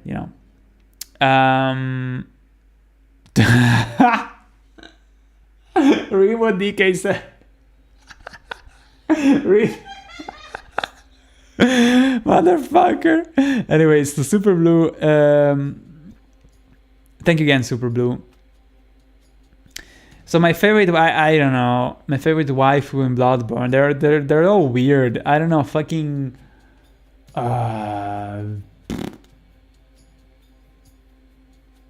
Jesus Christ, in Bloodborne, who wants to be in that world? Nobody. Stop. The slug. Let me see. Been sick as well, so I'm glad that we're both energized today. Nice, Super Blue. Super Blue, Super Glue. I remember that space reference you put in. Okay, so I don't remember what reference was that. What would it take to be a voice actor with you one day? Gianluca, ciao. For one of my parodies, just send me a demo. If you have a demo for a specific character I didn't cover for Elden Ring specifically, just send me a demo on my shazman88@gmail.com. You can see it in my about section, the email. I can text voice act all day long. If you need me, just let me know. Text? What do we mean by text voice act? Alright, so one last question. What's the most funniest cartoon that you've made in your opinion? Oh, like I said, well, to me, the most fun, like that I find the most funny, maybe Sekirot, but also Final Fantasy VII Remake. I think Final Fantasy VII Remake because it has so many little jokes. It's non-stop. It's like breathtaking silliness, and I love the interactions between the characters. So I would say my most fun, even to watch, would be FF7 Remake. Not that I think the others are not funny, of course. I love them too, but that one is like completely unhinged, and I love it. Okay, so Knight says, I gotta go. Have a great night, Shaz, and keep up the great work. Thank you, man. Thank you so much. Have a good one. Okay, I'll see you maybe tomorrow. So Jack says, either way, all of your animations or cartoons never fail to make me laugh. I'm really glad. I'm really glad.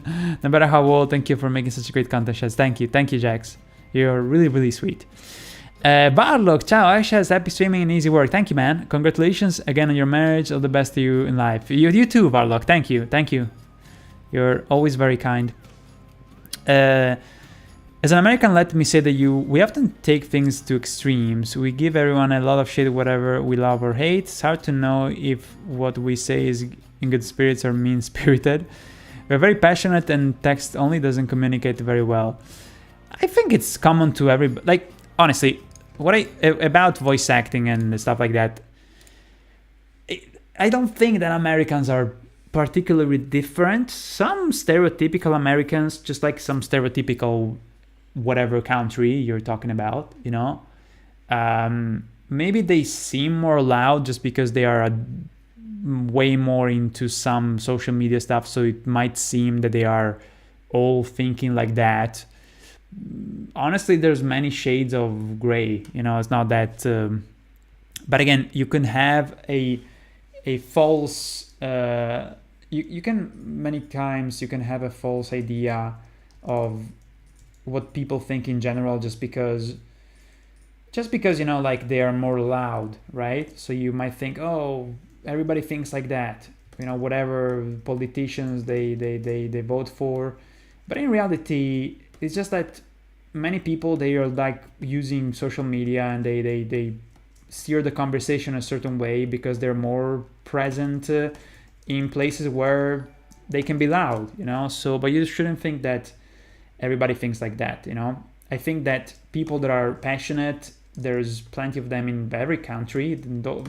Honestly, everybody's mostly the same, but it seems that Americans are acting a certain way because you see more of them online, I would say, because there's, again, you make content on YouTube, and majority of people will have a majority of American viewers because there's more of a pool of people there watching. But yeah, everybody is like opinionated and passionate. I am too, I'm not American, so yeah, I don't know. I think it's valid for everybody, to be honest, and you have to go context wise. There's always a reason behind some kind of thing that happens even online. So like I said, when I was making my parodies, most people were not that were from other countries that are not America. They were not doing animation. So when all the content is the majority of the content comes from America, you would expect someone speaking in fluent American English. But I was an outlier, so I don't blame people for being kind of like confused, because if they're used to something all the time and you're an outlier, it's difficult to have the flexibility to accept that, oh, look, this guy has a weird accent that I never heard.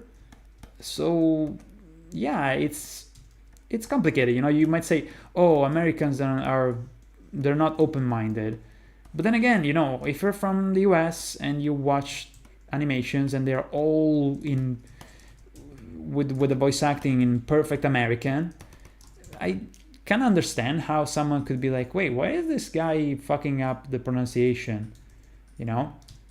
Yes, you might think, well, then Americans are a little bit kind of like narrow-minded, but it's, again, I don't blame people too much for being weirded out back then about my voice acting, because if you watch content online and 95% of the time someone speaks perfectly in English and then you watch someone else and it's very different, and you know, it's not as perfect as it was in the other cases, it's not their fault, you know.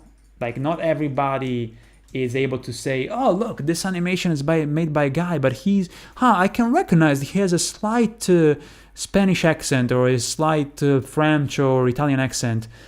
Not everybody travels, you know, have the luxury of traveling a lot. I was lucky enough to travel a lot, you know, but it's not something that most people do. So I don't blame people for being back then, you know, oh, what is this Fallout, Mexican Fallout? Yeah, it hurt in a moment because I was like, oh my God, you know, I put so much effort into this, you know, and I put so much effort even in the pronunciation, but it wasn't good enough, right? So I could have chosen to just ignore the criticism and be like, oh, you fucking Americans, you're motherfuckers, you know, you're just so, you know, centered, what's called? Not centered, self-centered, blah, blah, blah. But even though it was tough to read those comments of people saying, what is this Mexican Fallout? First of all, now it's funny to me. It's very funny. But I decided to swallow my pride and be like, you know what? Maybe I do have to learn to speak English better. And I did. I improved and improved and improved. I talked to people who know English well, that are native speakers. I've been around them, and I did my homework. And that's the way that you should approach life usually, even though you get mad because you're like, how dare you shit on my... Because, you know, the comments that are very mean, you just don't want to... The only way to survive, mentally speaking, is to reject them, right? To be like, oh, you motherfucker, you don't understand shit, you suck. And it can be nice to do that for a moment, you know, because it helps you to not feel ashamed, you know, because... sometimes, you know, when you do something badly and people ridicule you, it's like a mechanism of survival, you know, to not feel the shame that you fucked up and take responsibility. You kind of want to say, oh, you don't know shit about me, you know, you're wrong. So, but as you grow older, you realize that you can basically take the criticism, even though it's a criticism that is like very harsh, and be like, look, this guy who wrote this, he's probably young, you know, he's not able to be centered and balanced in his response. They want to say something that is very outrageous. So you're like, okay, this guy is probably young. I understand. I was young too. I was writing stupid shit on forums. And I will acknowledge the fact that he's being controversial. You know, he's using big words to say, oh, you suck, whatever. I will extract from what he's saying what is actually useful for me and do better in the future. You know, so you have to kind of do the mental exercise that a lot of people can't do that, you know. So being able to not lose your shit and take what is the good criticism and do better in the future is the best way to react to it, you know. So I usually don't respond to people that are very harsh, because I'm like, why would I even give them my time of day, you know, because they're being rude. So as you guys know very well, don't feed the trolls, right? So I don't usually respond if people are being rude, but I do take out of what they say the useful part, you know, and try to do better next time when sometimes people criticize, you know.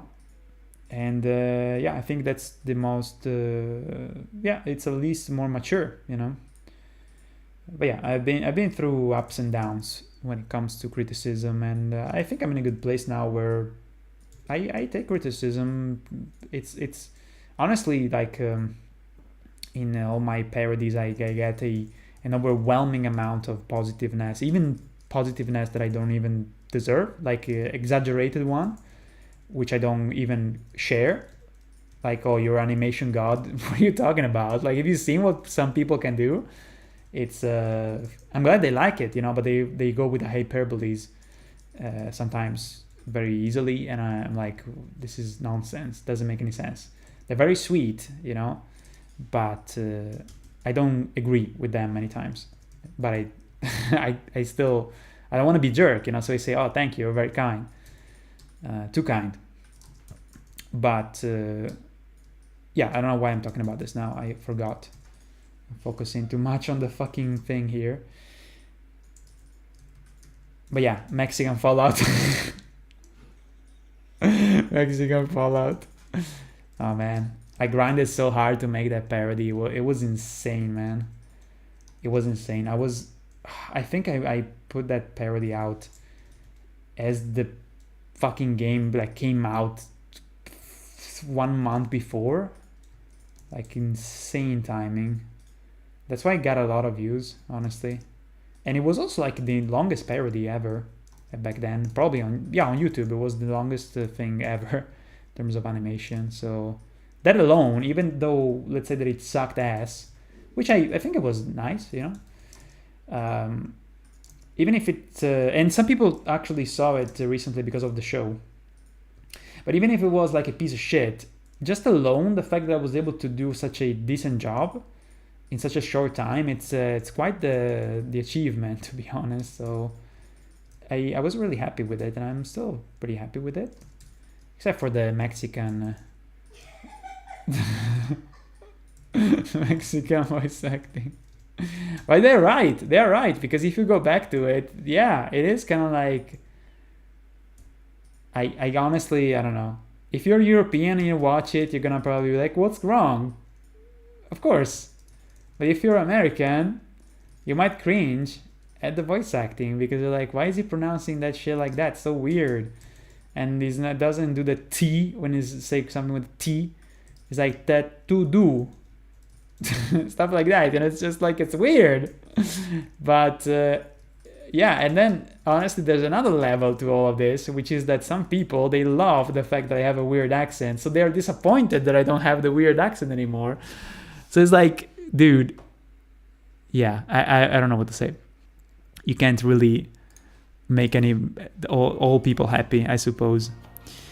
Shaz, can I ask another question? But please, you're making me so happy that I can talk about the random shit, Jax. Honestly, English are like every other big language. They exist at least 1,000 different accents. Yeah, there's still like some major,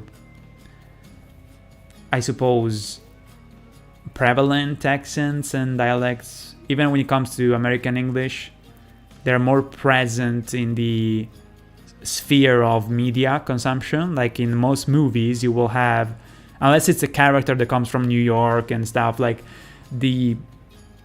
I don't know, for instance, like the typical accent that is used in anime, it's usually not like a very specific accent from, I don't know, New York, right? Usually they have like a mix of all the accents together, mainly probably Los Angeles, Californian accent in anime, I would say, in anime that is dubbed in English. John the Grey Wolf Hunter, hi Matthew, hi John. My op is supporting me, is he legit or fake? What is op? What is op? I don't know what that means. Dun dun dun dun dun dun dun dun dun. Why do so many retracted messages? You're right, Matt. Since we only speak English and rarely one other language, we're very sensitive to English accent when relating to humor. Exactly. Yeah, that's what I learned with time.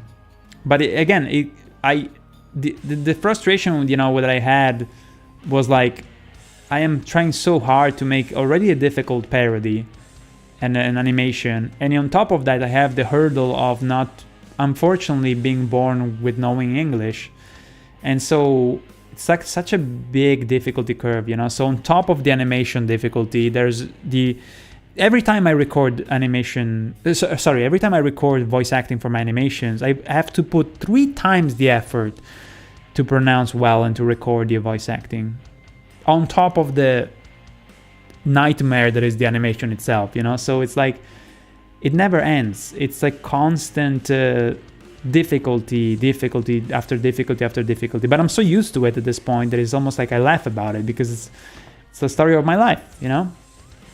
But that's why I'm kind of precise with English and stuff. I'm a pain in the ass, even with my wife. Sometimes she says something she messes up like some particle of a sentence, and I tend to correct her, because otherwise my stupid ass brain is going to assimilate it in the wrong way, and then I do a mistake in my job. So I'm like that, you know. I tend to mimic people around me, so I have to be careful to not absorb mistakes, because I already have a lot of stuff on the plate to deal with the animation.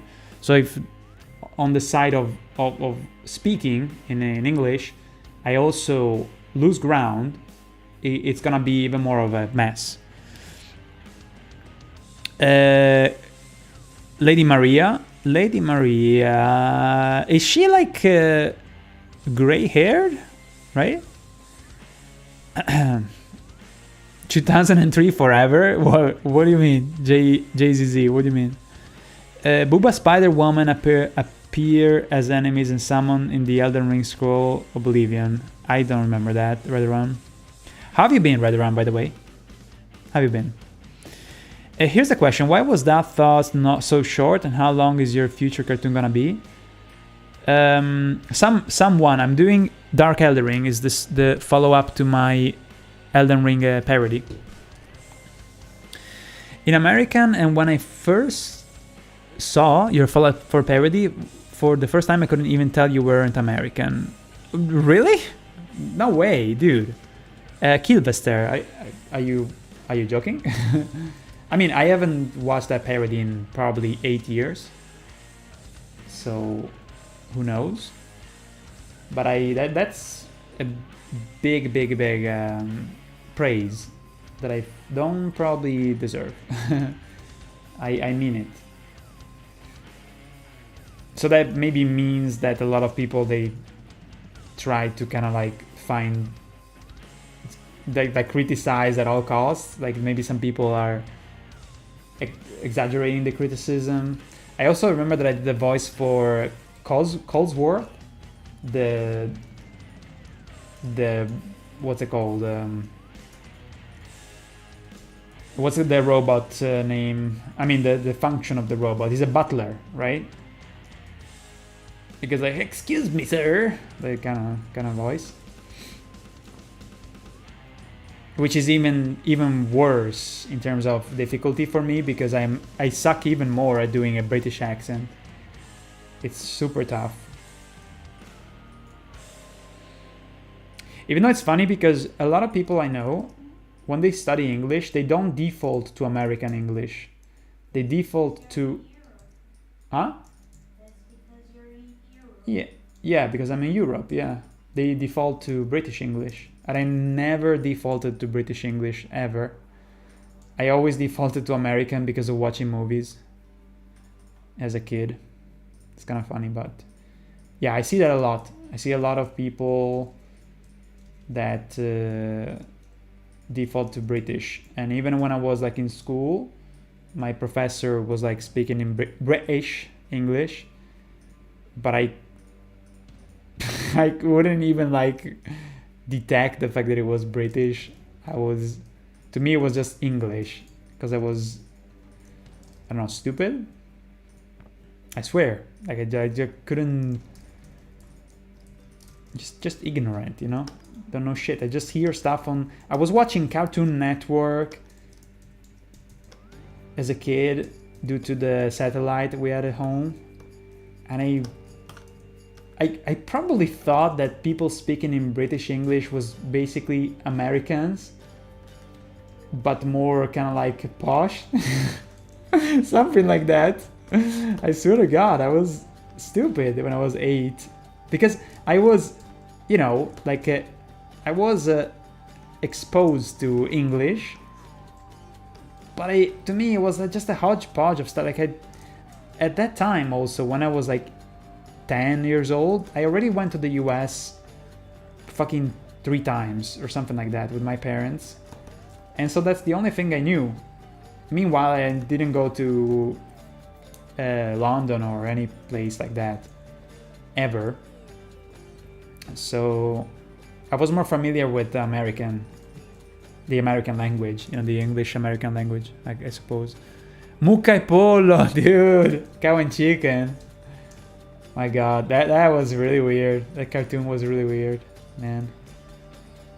Mucca e pollo.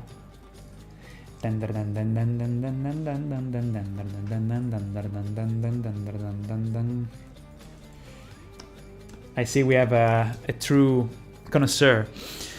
Well, it should have been Brazilian Fallout. Marigo's not wet nurse. Wow, she's so beautiful. She's so transparent. She's so beautiful. So, what was the question? Huh? She's wet. Oh, come on now. Come on. Guys, who did I marry? Who did I marry? A monster. I married a I know you like, god damn it. I married a what's it called? A great one. Damn it. Was Marigo's wet nurse? I mean Marigo. Was Marigo? No, wait. I guess the question would be: was the wet nurse a great one? No. What do you mean? Had to be.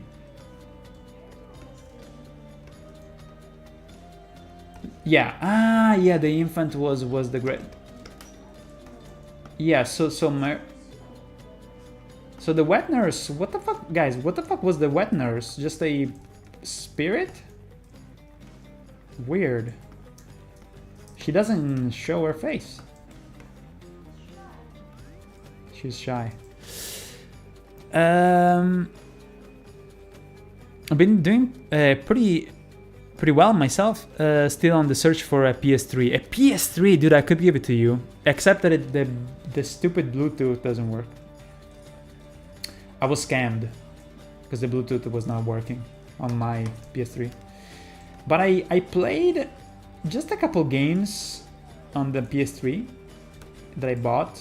I still remember I paid $80 for this PS3 that I still have. I only played Shadow of the Colossus Remaster and Ico. I played Metal Gear Solid 4, Guns of the Patriots, and then I played just that alone was worth it, honestly. And then I played also the Metal Gear collection, which included stuff like Peace Walker, Snake Eater, which I never played back then, so it was amazing to play it finally. It was worth it, even though I played just a bunch of games getting the PS3. But what do you want to play with the PS3? Okay, so we're gonna do this wall, and then the pieces on the ground, and we can switch to the character. Ciao Alex! Yo dude, we talked a lot today. But yeah, things are going pretty well, man. Coloring is going really well outside of the animation streams. And I'm not sick anymore, and I'm married. And well, you could say that I'm more sick now that I'm married. Because yeah, it's pretty sick. Sick. Love sick. No, please.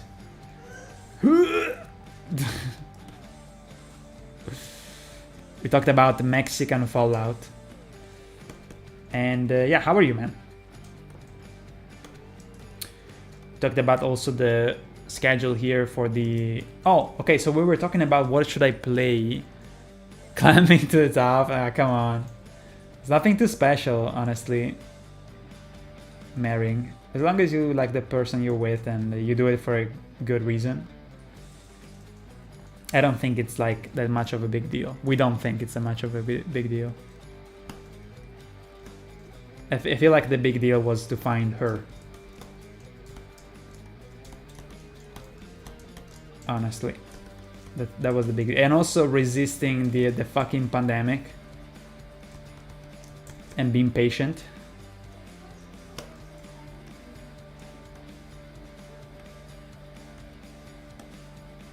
It wasn't what? It wasn't too hard to find you because you showed up to me. Well, but the effort of, you know, interacting between one another and caring about each other and then pursuing that despite the pandemic, I think it's pretty sick, right? We went through a lot. We did though. Think about it. Think about the past. How much time and patience and fucking God. But again, it doesn't feel like too much effort, even though it was really a mess, because it was worth it. When something is worth it and you're happy, you don't really think too much about the problems and what it took to get there, because you're so happy that you're like, yeah, it's like almost like, yeah, of course, you know, that we went through a lot, but you know, shit happens.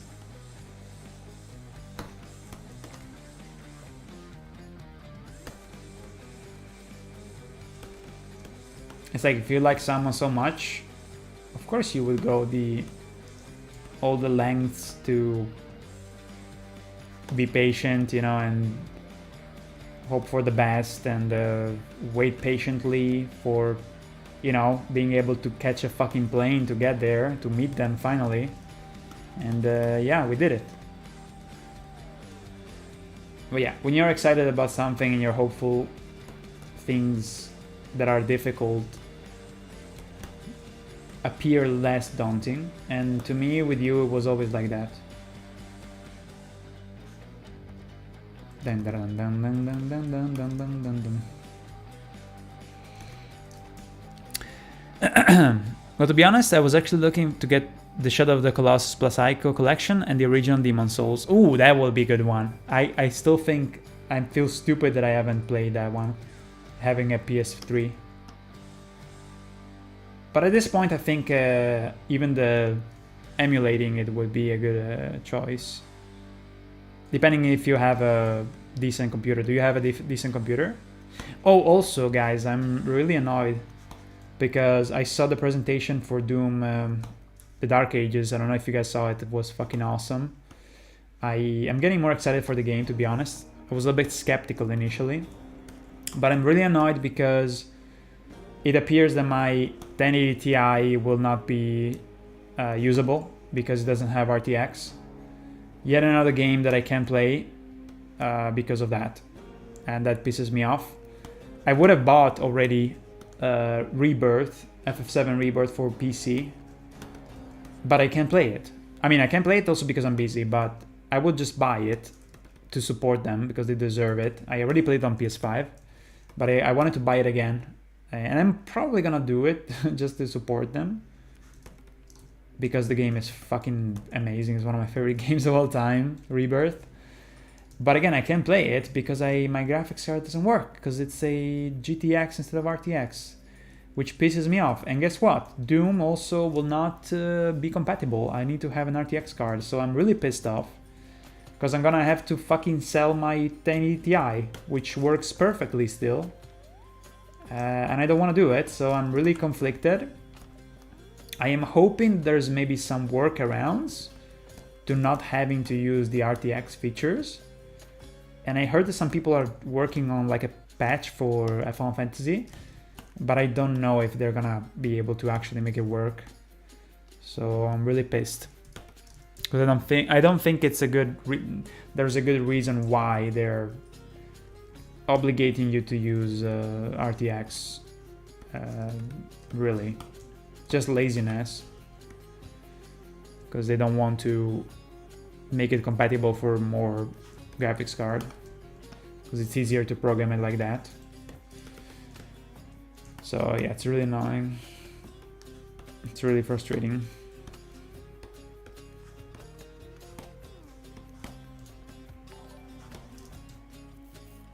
Yeah, dude, thank you. I don't want to fucking waste money on a graphics card, you know? Especially because they're so fucking expensive. They're stupid. Stupidly expensive. Even like a, what's it called? Like a 37? Was it like the 40?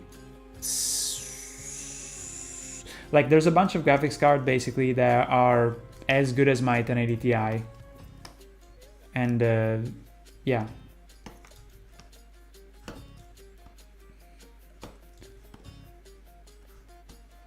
I believe that the 4060 RTX is as the performance is the same as my card that I have now.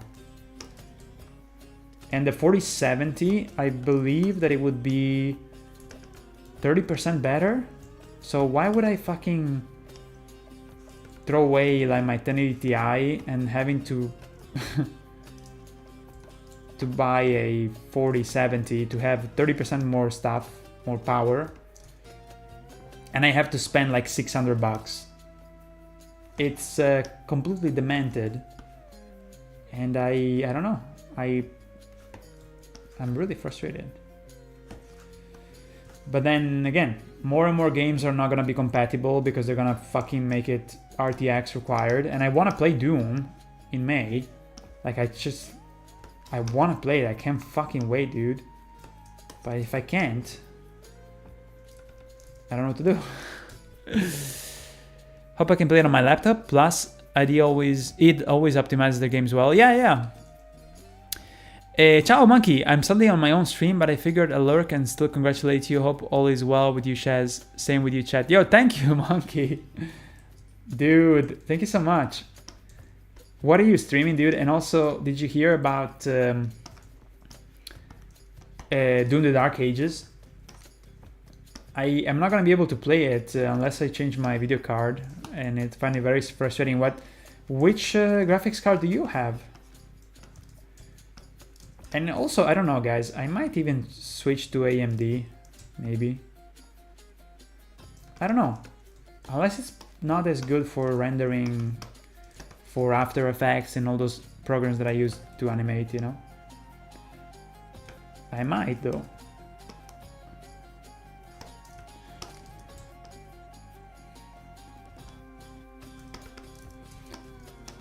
Okay, almost done with the wall here, and then we just need to do the stuff on the floor, on the ground. Oh wait, here I need to finish up the stonework, like that.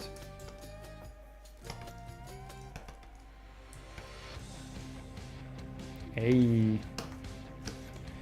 Like even Indiana Jones, I was kind of interested in trying it out during the holiday break, but can't play it because I don't have RTX. What the fuck?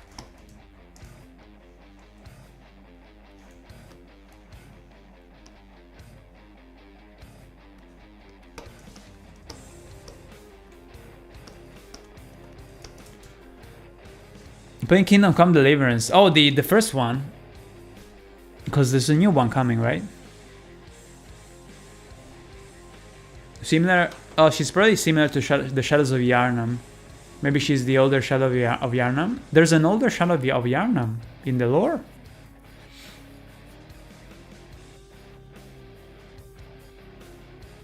My PC really isn't the greatest.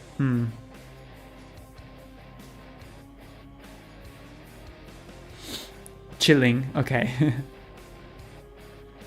It's about 1 week away already. I was actually surprised by the fact that Doom Dark Ages is gonna come out so soon. I'm so excited, man.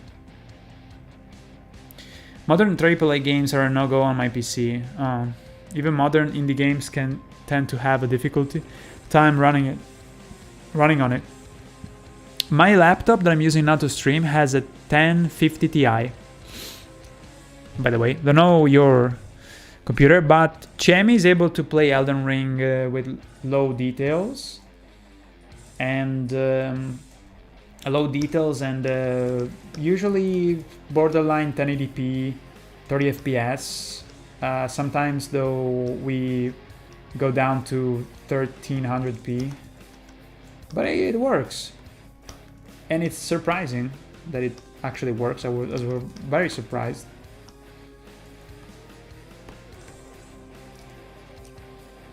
Huh? In Liurnia it's stuttering a lot.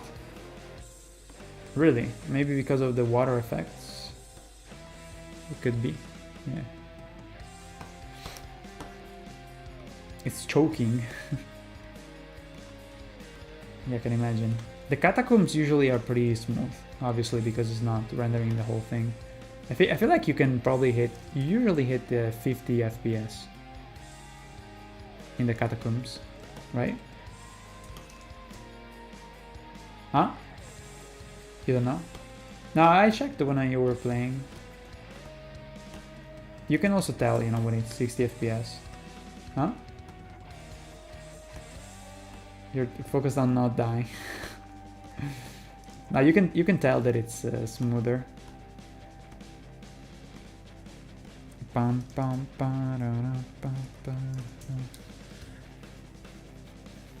Damn. So, Monkey, I don't know if you're still here, but Kingdom Come Deliverance was pretty heavy, right? Heavy in terms of the... Because it's Crytek engine, right? CryEngine, I think it's called. I have a GeForce 4050 on my laptop. Ooh, just like Flore. Flore also has a 4050, and Doom was running amazingly well on his laptop. In November 2024, I was able to save up for a new thing, like this bust again. LNA is a little weaker than on PC. What new thing like this but again? What is this but? Did you mean to write something else? But I was able to play most of the new games. I don't know what you mean, Warlock. Dan, I'll see you tomorrow if you can be here. Thank you, man. KCD1 definitely was rough. Even now can be a bit tough, but you should be able to run one fine. 2 so far has been heavily improved. Really? Here is the best performance they've hit. So it's still CryEngine, right? Before it was on a 1050, almost 6 years. New parts of Doom were played on it. So you played Doom Eternal with the 1050? I didn't test Doom Eternal on my laptop.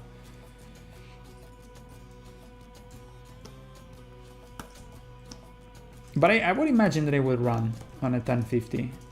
Problem is that, again, I'm not gonna be able to run shit on both of my 1080 and my 1050 on the laptop. That's another thing, right? Like, I'm not gonna be able to also play a lot of stuff on my laptop due to the fact that it's not RTX.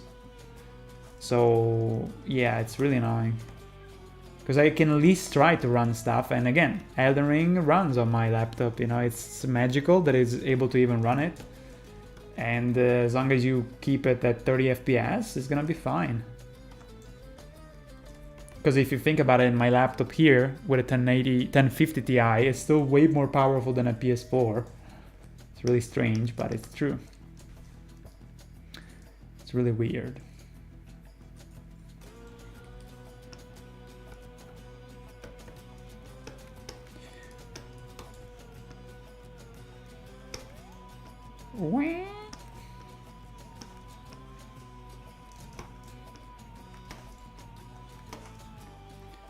It's amazing how not powerful the PS4 was. Yes, it's believed that current gen of Crytek, which I'm right, if I'm right, should be amazing because Hunt runs amazing on the new Crytek engine. So is it Hunt like a hunting game, which is like open world or something like that?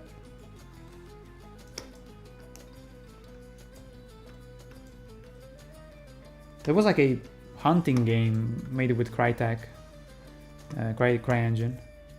It was like super gorgeous.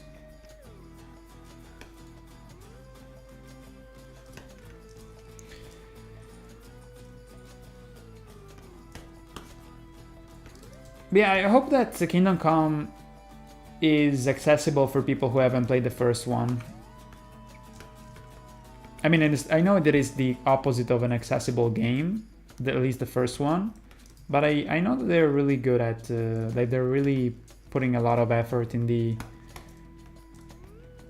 simulation of the game, you know, and it's, they're like I think it was called Warhorse, the company. They are really, you can see that, you can tell they are very passionate, you know, so I hope they, I wish them the best, you know, they deserve, they would deserve so much more success than any Ubisoft or any shit like that. Which is so funny to me, like I was watching some stuff about Assassin's Creed because I haven't played a single Assassin's Creed in years. And there's people that like hate the new one, even though to me, having not played Assassin's Creed in ages, and I will probably not play it, continue to not play it. But I see like some previews of the new one, and there's people like in the comments always like shitting on it. And then there's, it's just weird to me, like there's so many people shitting on it, which is, yeah, like it's deserved, but it's like, why that I didn't see all this criticizing years ago when the games were even worse. Like they were cranking out every year a new Assassin's Creed. They were like there was zero fucking evolution. It was just cranking one after the other, soulless. And now that they seem to be, I mean, I don't trust Ubisoft, of course, but the games at least feel like, you know, because they dedicate more time on them, they put more time on them, into them, at least now it seems they're less, like, less soulless, but people are shitting on them constantly. And what is funny to me is that even if people are criticizing, and I criticism is always a good idea, you know, it's always good to criticize if it's deserved, but people still buy those games. So I feel like there's this thing, just like Call of Duty, where people who are addicted to those games, they are fucking normies. They are like buying those games like as a reflex, like it's almost like someone hits you on the knee and your knee moves, you know. It's a they don't even like, it's such a famous franchise, both Assassin's Creed and also Call of Duty, that even people who criticize the game, they still buy it, and I don't understand why.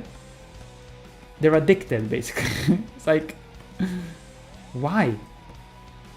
I haven't bought a fucking Assassin's Creed in like 15 years, and yeah, I don't know, like if someone wants to buy a new Assassin's Creed, if you're criticizing and then you give them money, then don't criticize. But again, what I'm saying is that I saw like just out of curiosity, you know, because I don't engage with Assassin's Creed anymore, I don't care. But I saw like a preview of the new one. And I'm like, okay, you can tell that there's actual care. So I was kind of surprised to see that it's not just another copy and paste thing. And to be honest, I'm tired of the formula. But if you think about it, even like what's called Odyssey was pretty well received. So yeah, I don't know, people, it's just frustrating, you know, because there's people that are shitting on Assassin's Creed just because it's fun to do that. And there's people that don't even say anything, they just buy it. It's like people that go to fast food, you know, they just kind of like can't help themselves. And I'm like, why there's no... people do stuff for no rhyme or reason. They just kind of like, oh, Assassin's Creed, I need to buy it. It's like, why? If you enjoy it for real, then okay. You know, but I just don't understand why some people have the urge of just buying it just because. But then again, I don't understand at all the FOMO mentality. To me, I find more, in a weird way, I find more satisfying to ignore something that is very popular. Especially because many times stuff that is popular tend to be very superficial and not actually good. Huh? Okay. I'm a hipster. Well, you know, by being a hipster, I save a lot of money and I eat good. Okay, I think this fucking wall is done. God damn it. Can't even see it too much. I'm putting too much effort in it. Wait, I should do this wall here.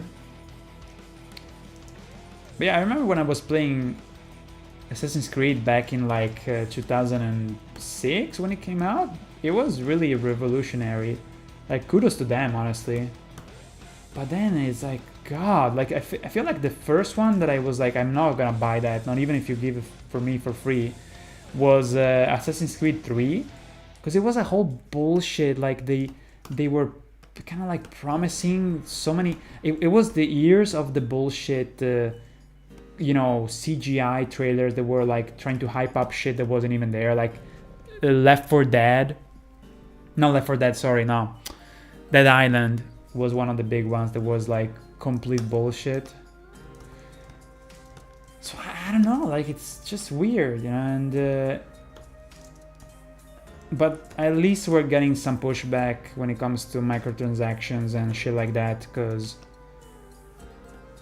yeah, even from Ubisoft, not that I would buy their games, let's be clear, but after, you know, all the criticism about PlayStation and the game service shit, at least they kind of like decided to curate their games more and give them more time in the oven. Apparently that's what happened with the new one. And they shifted a little bit of the mentality, but of course not because they actually care about players, it's because players got angry and they were not buying the whatever NFTs or other shit that they would put in the games. People had enough of it, and of course I had enough of that kind of shit of like, let's just put on a shitty game every year, copy and paste, just changing a bit of the setting. I got tired of that shit 15 years ago with already Brotherhood was... I was not excited for it because it was like, this is just the second Assassin's Creed, just with a slightly different location. But I know some people that are absolutely just addicted to those games, and no matter what kind of shit they get fed up, they would eat it. I just don't get it. Maybe it's like the marketing that makes them lose their fucking brain. I don't know. But if they like them, then I guess who am I to... I don't know. I just that those games are not for me anymore. I just I don't know.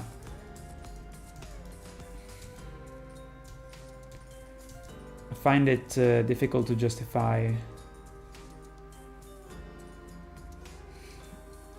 I heard that Odyssey, I saw a little bit of it, I actually played it at a friend's house because he had a PS4. At this point, honestly, it's been so many years since I played an Assassin's Creed that I would probably enjoy it. Ironically, I would enjoy it because it's been, to me, it would be like a throwback to 2007, which was like 35 billion of years ago. So yeah, I just don't understand how people can buy the same thing and play it for so many years without getting tired. That's what I don't get. That's what I meant to say basically. Hunt is a PvE, PvP, but I still like it. Okay. Thank you, Monkey. A lot of people who hate the new... Oh yeah, the thing about also the new Assassin's Creed is about the fact that there's a black samurai. I don't care about that shit. I think it's... it can be kind of like stupid when the marketing seems to like, oh, we need to appeal to the urban audience. That is pathetic. Yes, I would agree that that's stupid. Because they are as subtle as a fucking elephant in a crystal store. That is pretty stupid. And I seem to remember that one of the controversies was that they wanted to make it kind of hip and urban, whatever is the stupid word they use to say African American nowadays, which is really stupid. But yeah, I can understand how that can, like, it's one of those things that are just stupid to me, because if you ask like someone that is, I don't know, African American, and you say, hey, are you like annoyed by the depiction of this and that, they will say, no, I don't give a shit. And the people that are like super up in arms are just like the hipsters, you know? I don't even think it's about left or right. It's just like people that are stupid. That are like, why? Yeah, exactly. Like, it's just people flexing about social justice. Oh my god, you're doing this thing that is not accurate because it's like, it's a game, you know? Like, if you want to get some liberties, I can understand, you know, if they cynically want to appeal to a certain audience, or they force, you know, diversity just because they get a token from investors. If they do, you know, the good dog, you know, do the fucking diversity thing. But I think it's more important to kind of think about if the quality of the game is good, you know? Like, for instance, you know, like in the new, what is that shit game called? Dragon Age something, which I don't even understand why people like that game. It's just so just so by the fucking numbers and boring, generic as fuck. So in that game there's a lot of like weird writing that seems to like pat on the back the diverse kind of, like, it's basically engineered to be patting on the back people that, I don't know, people that are extreme about diversity, and they want to have inclusivity at all costs, you know. So the dialogue is trash because it like sounds artificial, as if they were like, okay, let's make a Dragon Age game, but let's try to put an agenda about this message. And it's so cynical. So that I don't like, because like I don't give a shit what you're from, you know, in terms of political ideas. Whatever idea you're trying to portray, if you make it so obvious that it's written by people who are like trying to like put forward an agenda, it just sounds not like a game anymore. It sounds like a weird experiment. So the game goes to shit completely, you know, because it doesn't have any fucking honesty to it, you know. It just feels like someone told you, okay, we need to do this game, and I'm like, okay, I have good ideas, you know, like, oh, interesting, okay, let's scrap all of that and just make the game about inclusivity. And you're like, wait a minute, no, I'm trying to make a game about this guy who has this experience. It's like, no, but you know, the higher ups, they don't like that. You need to make it about the fact that, you know, you have to be inclusive. It's like the fucking game, it talks about dragons and people getting killed, and we need to survive. Yeah, but you know, you should make some changes, you know, make it about the fact that this guy is, I don't know, is like stuff that doesn't have anything to do with the game, like she's a trans. Right, so okay. Like the whole game, it gets derailed into something that doesn't have anything to do with like the main plot, and everything suffers because of it, you know. So it sucks, you know, because we should support, you know, it's just like should be automatic, you know, that it's diversity is normal, but the way that they do it feels so hand-fisted. And of course this triggers the dumb people, you know. There's dumb people on one side and dumb people on the other side, and the only thing that makes sense is to kind of objectively look at the intention of the work of art that they're trying to put together and see if it's trying to achieve what it's trying to achieve because it's genuinely their vision, or if it because it's fucking orchestrated behind the scenes. So yeah, in a way, I don't know, to me it's so clear when something is like trying to appease, you know, the investors and people that need to put stuff that is like diverse on purpose. And I don't even engage with those games. I don't give a shit. I don't even see them on my radar, you know. And one of them is Dragon Age, for example, you know. It's just like there's not even conflict between characters. Everybody's so polite. What kind of fucking game is that? It's so neutered, you know, of anything. It's so stupid, you know, because nowadays everything is about either huge controversy or trying to kind of neuter everything so there's no controversy at all. It's just two extremes that are both stupid. It's like, what are we doing? It's so dumb. And yeah, I think that people who are excessively like inclusive, you know, and they derail the whole product or the whole art to send a message is stupid. And people who are extreme about, oh, you know, those motherfucking whatever is the ethnicity or this and that, they're also stupid as fuck. So what are we doing? It's everybody's looking stupid as fuck, and I'm kind of left thinking what is going on, you know. So what I do is that I enjoy the stuff that is not don't go in those directions, you know. And most of the games that I play, they don't have any weirdness, to be honest. They don't have any weird agendas, or they just want to tell a story and they do that. That's it. There's nothing else. And so about Assassin's Creed, I heard some controversy about it. And yeah, I'm not surprised, honestly, because Ubisoft is pretty... it's weird, right? Because they're very talented in many ways. And I'm happy that they're taking more time to make their games compared to years ago where they would shit out.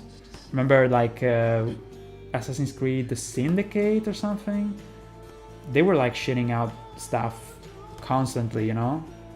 So they have really talented people. But, I don't know. Again, people from each side, they overblown everything all the time. Because they're like social media junkies. And I think it's stupid. And a waste of time. As a fan of Assassin's Creed, I was a fan back in 2000. I was a fan too in 2007, 2008. Then I stopped. As a fan of AC,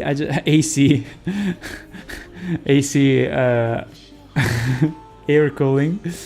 I just feel after Unity has been a roller coaster of good and bads. Unity was also pretty bad, right? Was the one that was all buggy, but it was kind of like impressive technically, aside from the bugs.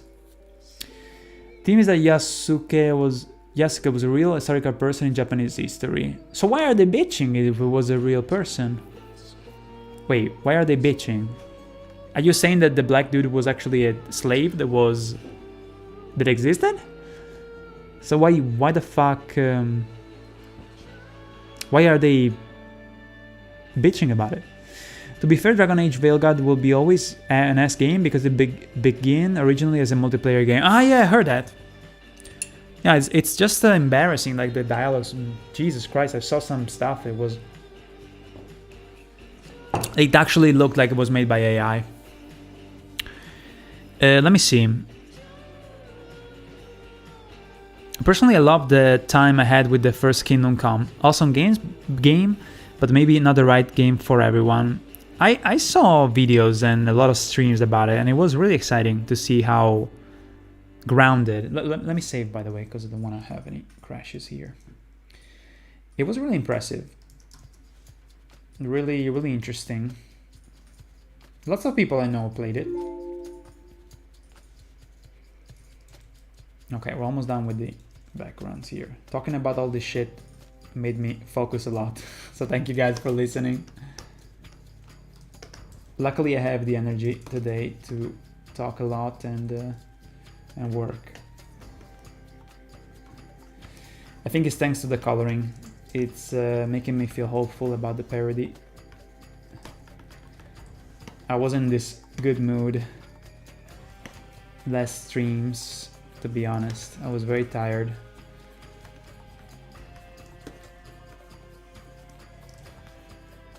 I feel more energized. And I was also sick. Been sick many times this winter already.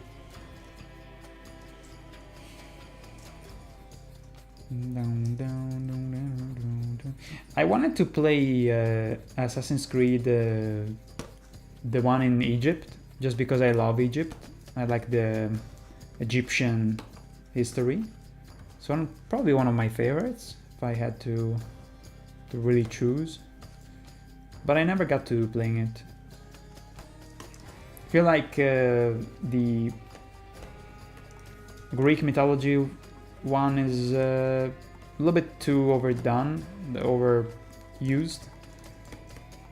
Forget about, you know, fucking Norse mythology, which is so boring at this point, too much. But yeah, Egyptian, I think it's really cool.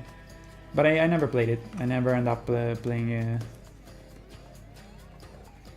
Assassin's Creed, whatever that was called.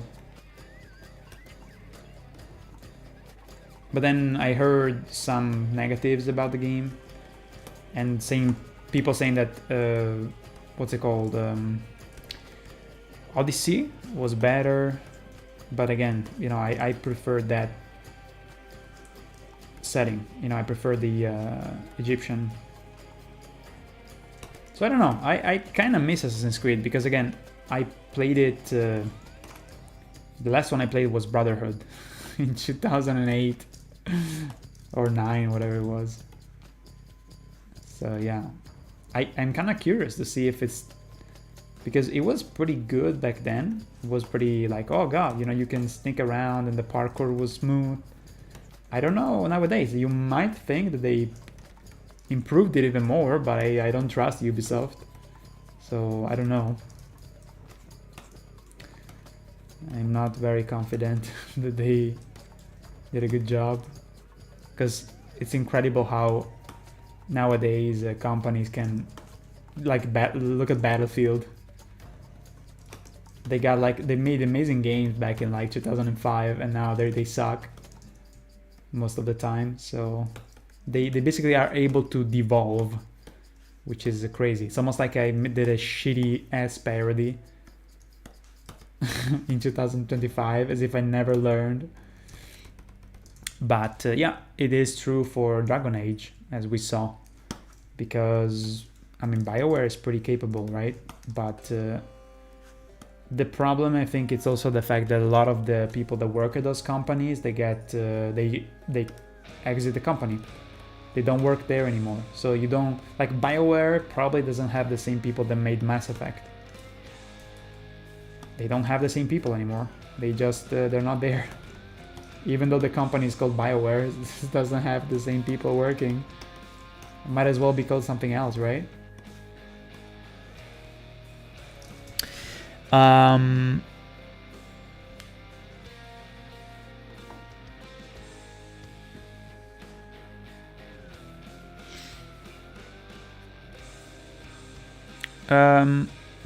Username says, how close would you say to finishing this? Should be able to finish at the end of February. So pretty close. Probably should have tested higher settings. I'm just used to always playing at minimum settings because I don't really pay attention to graphics. Really? And the habit remained from the times of a weak PC that most of the games did not work for me and I lowered the graphics to 0. Oh man, when I was younger, yeah, I also was struggling like that. Played in a small window at 20-25 FPS, oh man. I remember that I was playing at 20 FPS when I was playing Half-Life as a kid, because it was just too heavy. I took the third Witcher at the technical school. What? Oh, you bought, okay, the third Witcher when you were in technical school, and the third Dark Souls as well, with severe breaks and lags. Oh no, man. For me, only the first, second, and fourth parts will remain good. The third is Horror Brotherhood 2. Wait, the second was amazing. Fourth? What is the fourth one? The one with Ezio? That one, Revelation, I think I never played it because I was like, oh god, they're just copying the same shit. I immediately dropped them, but I haven't touched the rest and don't want to. Yeah, I get it, Barlock. Personally, regarding the inclusion of Yosuke in the new Assassin's Creed, I just think he couldn't have been done in a more interesting way. Well, the game is not out though, right? Like if instead of our protagonist, imagine if Yosuke was an agent of the Templars who infiltrated the shogunate and he hunts you down throughout the game. Huh. Okay. Yeah, Yosuke or Yasuke, I don't remember, was a slave who was aboard the Portuguese trading ship, of course. And that stopped in Japan, and he ended up becoming a retainer of the shogun. Really? So people bitching about the fact that it's not historically accurate are wrong? It was a figure of particular interest to the Japanese at the time because he was incredibly tall by Japanese standards, of course. Skin was darker than pretty much anyone in Japan had seen before. Of course. I didn't know it was an actual... I thought that the controversy was that it was not a character and it was just invented, and usually Assassin's Creed is historically accurate, but I doubt that Assassin's Creed is historically accurate. There's all kinds of shit happening, even magical stuff, so I don't know what people are talking about. Some say that having a real historical person restrict on what Assassin's Creed can have as a story. The counter-argument is that Assassin's Creed never cared about historical accuracy except architecture. Yes, I think so. I think people are just again, I don't like Ubisoft and blah blah blah. But to kind of nitpick the stuff that doesn't really matter too much feels stupid. I would nitpick the fact that the game is like a Ubisoft copy and pasted, uninspired thing, as they have been many times. That is the stuff that you should be annoyed by. Bad storytelling, bad writing, but Japanese people got offended. And Nonconformist, what's up? He mentioned in like one page and was just retainer. Wait, okay, so what do you mean by retainer? Am I missing the I don't know what retainer means. Yo game. What's up? He wasn't a samurai. Ah, I see. So someone who was managing stuff is a retainer? I don't know.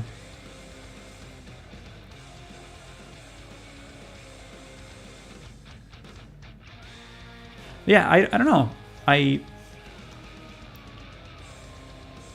don't see why Japanese people would be offended by they use the symbol.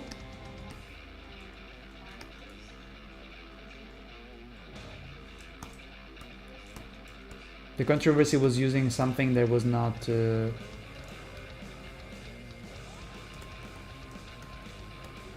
didn't credit it. But this doesn't have anything to do with the fact that there's an African American samurai.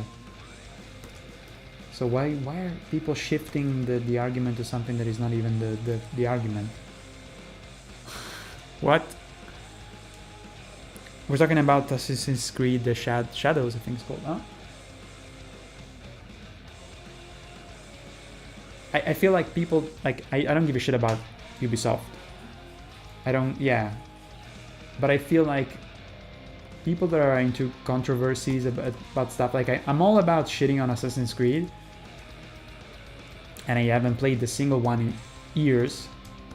But I feel like the specific controversies here of this new one is just a way for people to shit on it at all costs. Like it's a try hard. I'm not gonna buy it either way. I don't give a shit.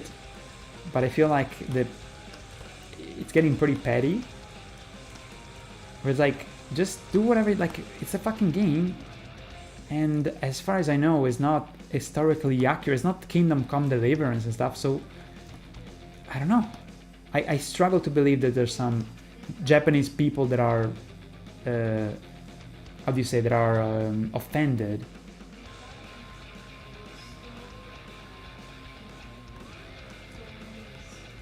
They stole a clan symbol, okay. Of a LARP group, those people that pretend to do like a... Okay, so that's... Okay, it's unfortunate, then credit them, and don't be an asshole, Ubisoft, and good. They apologize, okay. Oh god, okay. Yeah, there's just like stupidity, like there's people who are like simps for Assassin's Creed at all costs. There's, because they're like junkies, they just want to buy it every time. I don't understand, you know. Good for them if they're happy, but I'm not one of them. But there's people who are against it at all costs, even though they still buy it because they're stupid. I don't know. And there's people who they just want to create chaos, you know, as always. Because Ubisoft is popular, you know, and shit. To me, the reasons why Ubisoft sucks is not these kind of petty things. Is the fact that the games are made like with their asses. Made with their ass. And they're recycled. And the few times that they do something well, even though I'm not a big fan of the company, I think they should... Like, I don't understand why people tend to go against something even when they're doing a better job, you know? Like, it's because it's fashionable to go against the big company. But let's say, you know, Square Enix did amazing with the FF7 remake. So, yeah, at least in that community, when they do something amazing made with love, people don't say, oh, but they suck still, so we need to mock Square Enix, you know. No, they did an amazing job. Can you take case by case things and realize that yes, in some aspects Square Enix they lost their way, you know, and they made a lot of mobile games that are stupid, but those people that make those mobile games, they're not also the same people who made the love letter that is FF7 remake and FF7 rebirth. It's an amazing miracle that that game exists, that is so good and made with so much love. So yeah, people just like to say, oh, bad company, you know, so let's find any fucking thing to nitpick, you know. And I'm the first one to not like Ubisoft, but I feel like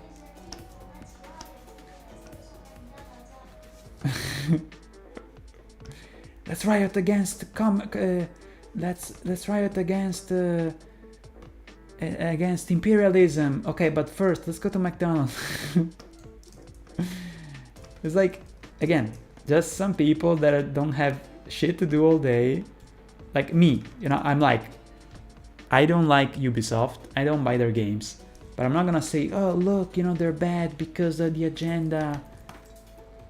I don't feel like there's anything, like, if I need to play a game that they make, there's plenty of games that do the same thing that they do. So like Sekiro or like Ghost of Tsushima or whatever. So I don't see why I should buy their game, you know, especially when it comes out. Just buy it later on, I guess.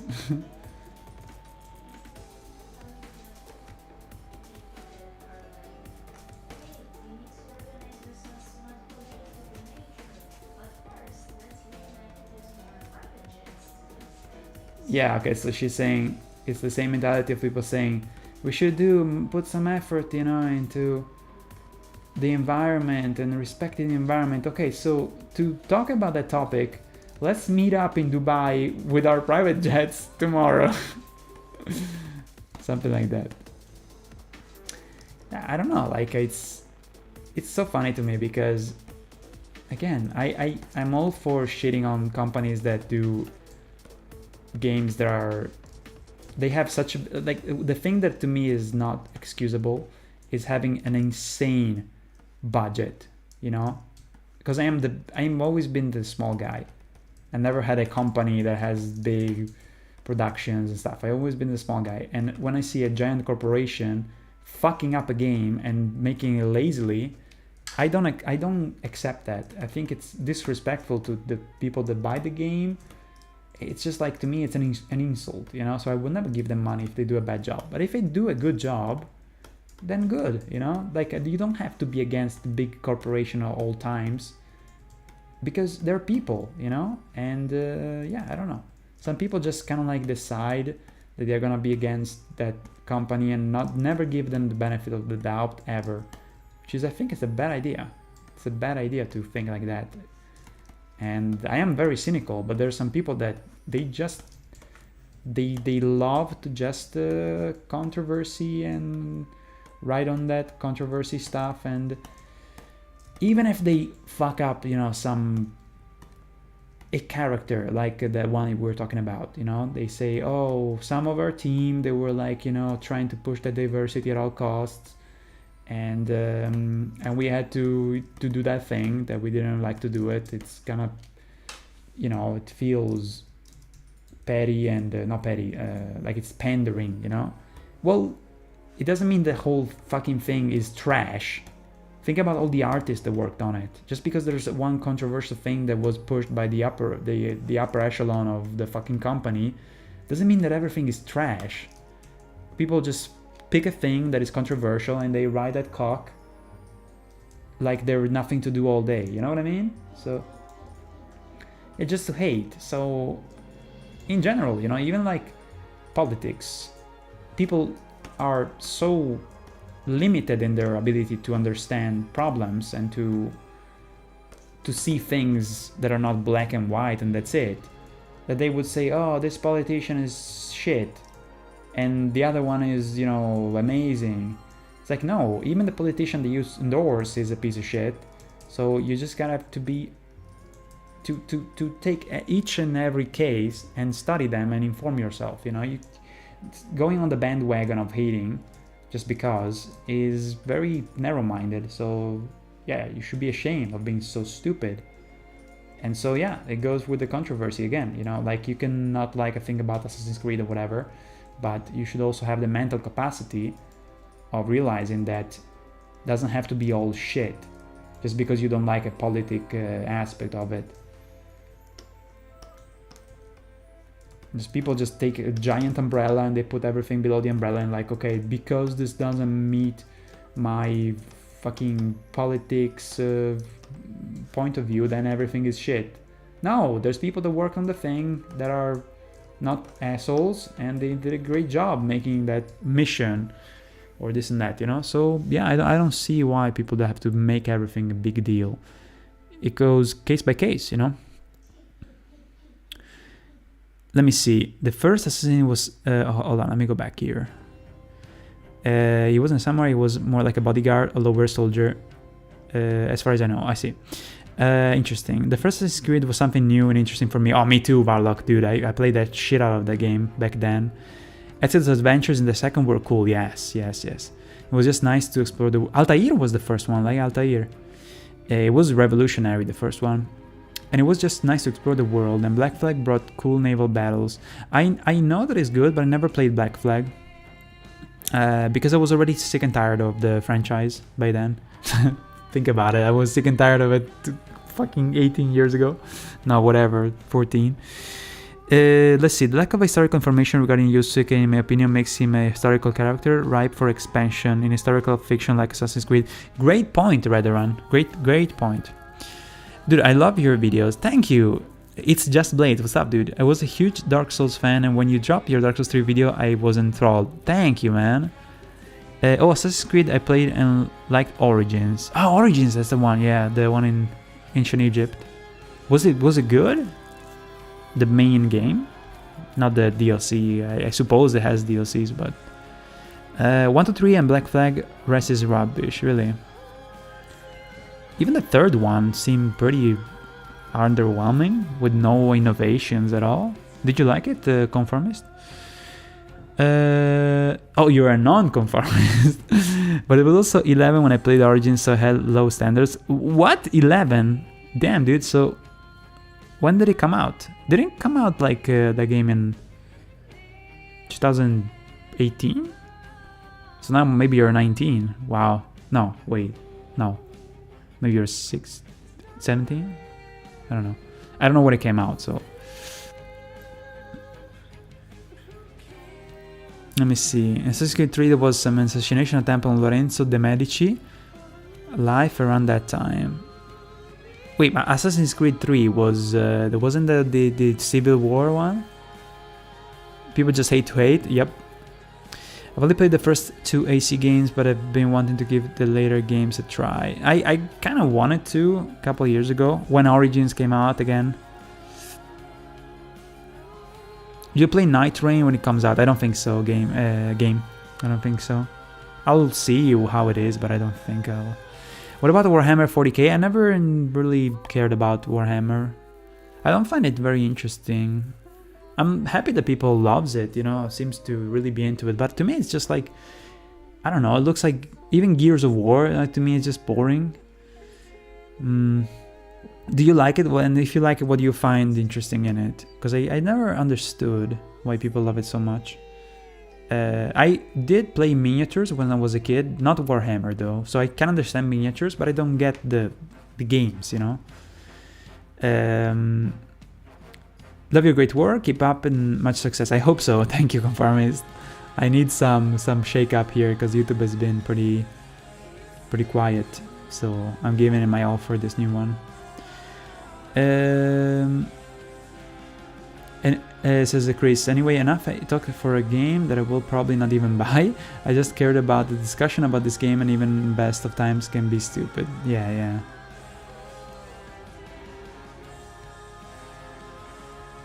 It came put in 2017.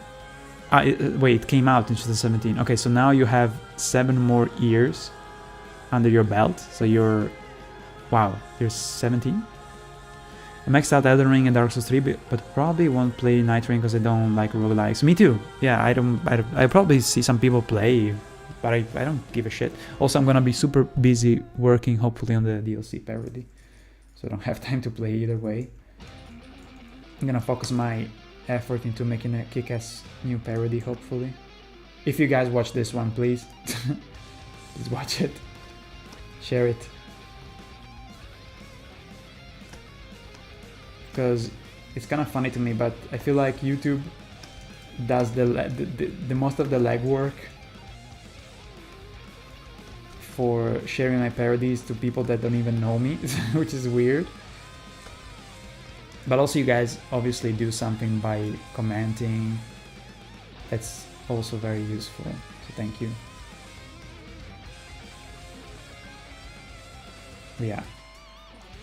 Helping people sharing, you know, it's also very important nowadays, because otherwise I'm fucked.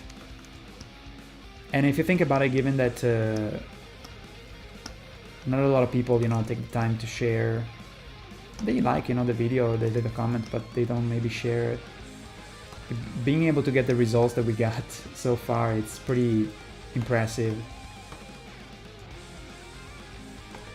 Like even Elden Ring, the first parody is like almost at 5 million views, so I'm grateful, you know, for even the random people that watched it and liked it and stuff. It's, in a way, it's very, very impressive.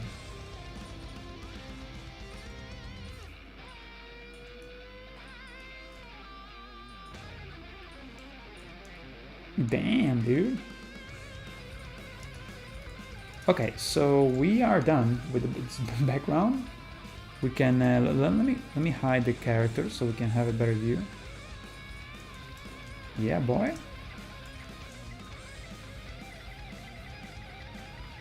Let me rescale just a bit.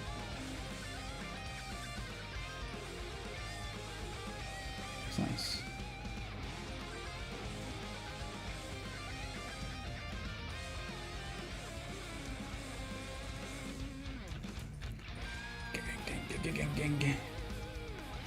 There's a big bush here. Big bush.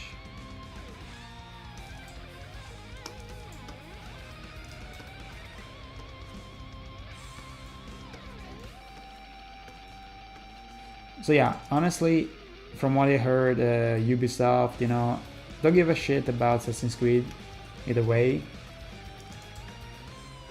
Honestly, I have fond memories of when I played the second one. It was really good at the time, even the first one. But the fact that they are taking their time to make the games and they're not like Call of Duty where they make one every year, so they change a bit of their way of doing stuff, it's something that should be praised, you know? So hating just because it feels just dumb. And so that is already like a positive thing, you know? There's a reason why, from what I heard, Odyssey and also some other of the new ones, Valhalla was pretty shit, even though it sold a lot, because I don't know why. It seems so fucking boring. I don't know why people like that. Maybe because Vikings are popular because of God of War, I don't fucking know. It's just weird to me, but anyway. Yeah, the game was pretty bad. Just like the missions are so boring. Because I've seen breakdowns, you know, of the game. It's just like, why people... What? So uninteresting. Repetitive and uninspired. But again, you know, the fact that they are now taking more time to make the game better, you know, and they don't force their employees to work, like, lose their fucking minds to put out the game at all costs with a deadline, and they take their time. It's nice to see that they're learning at least something, and I don't blame the artists. The artists are pretty good, you know, just the executives that are shit. And again, you know, people should vote with their fucking wallets, as always. Vote with your wallet. And yeah, what I really don't get, as I said, you know, is the people that are fomenting controversies and then they buy the game either way. If you criticize it so much, then don't fucking buy it. But they're just people that are like so chaotic and immature that they yell to other people about controversies and they buy the game. They shell out the money. They either way. Just they can't help themselves. Like, do you have a brain? No, I don't have a brain. I think I need to go to the toilet. It's gonna be a journey to the toilet. But yeah, we can move on to the... we did the background. I'm really happy with it. Now we can move on to the outline for the character. So let me make him transparent first, so that we can... Oh wait, what is the color here? Let me just put a random placeholder, just so that we don't see the background behind.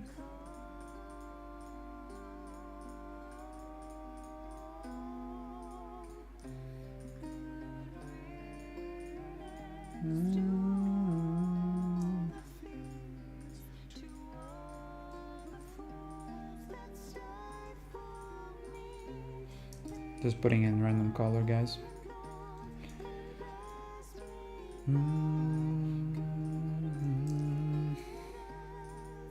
Okay, let's just block the view so we can get a better view of the background. Looks pretty nice, yo. It looks like Casa Sol. Ciao Guilty! Hey la! Welcome back, dude. How are you, man? What time is it? Just, okay, 1 a.m. It's not too bad. Let's see. I need to go to the toilet. Fuck! Alright, so we're gonna continue with the character here, okay? So we should be able to do his outline so that tomorrow we can do the cat, the big cat. So where is it? Okay, here we have it. Boom. We'll start with the body first. I need to go to the toilet. Fuck. Yeah, I know. Okay, first this. Alright, be right back. You just give me 3 minutes or something. The DLC for Elden Ring? Yeah, I love it too. Okay. Let me just write on the screen and be right back.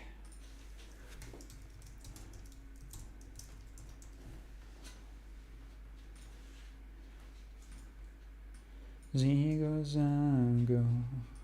Zago Zigo. Wait, what am I doing? No. Okay. Just give me 4 minutes. I want to check the comments there because there's some juicy stuff.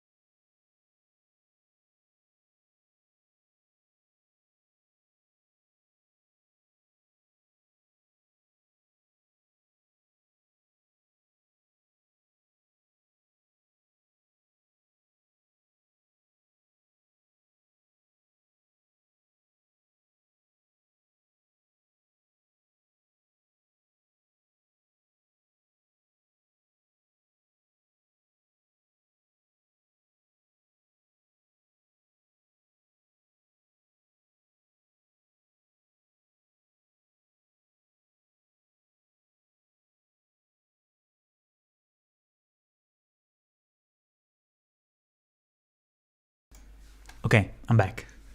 Let me see. I need something to eat. Just a small thing. Maybe like a single snacky. Hold on.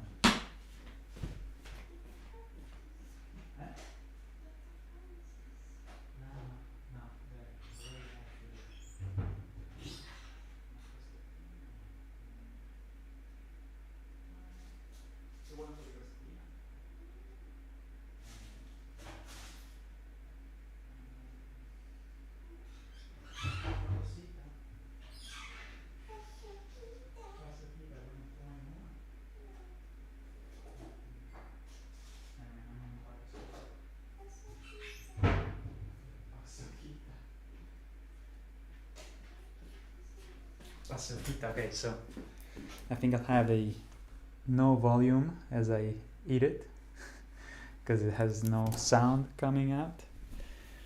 A paçoquita, which is a Brazilian snack. Alright, sorry for making you guys wait. Shinra, ciao, welcome back, dude. Thank you. I'll post something on Instagram this week, so you can see me wearing clothes that are not pajamas. How are you, man? Oh, the soundtrack is over. Damn, what a timing. Okay, so we could play the Age of Empires soundtrack. Let me see, Age of Empires. We'll go on for another hour, I would say, with the stream. Probably, maybe less. I don't know. Okay, so how many? Age of Empires 2 Definitive Edition, 3 hours of soundtrack could be. Okay, let's go. Main theme, yes. Yes, the one that has smells like crickets, tastes like chicken. Alright guys, let's get this shit done. Let's get this outline done, my boys. Thank you, Varlock. Look at this. Ooh, the main theme is so good. It sounds like The Witcher, for real. But even more like, cool. Paçoquita. It's like a nutty snack. Alright, let me remove this.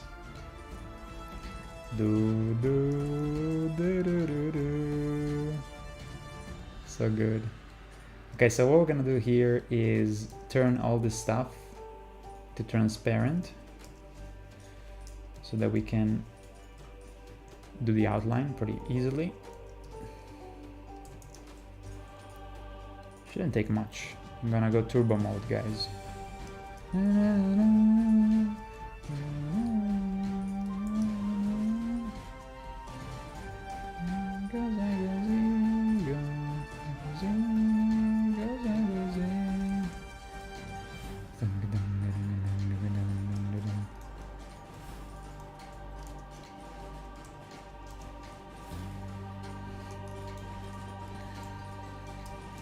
I don't have too many problems with my tablet today. My tablet is kind of like losing inputs sometimes, and it's annoying me.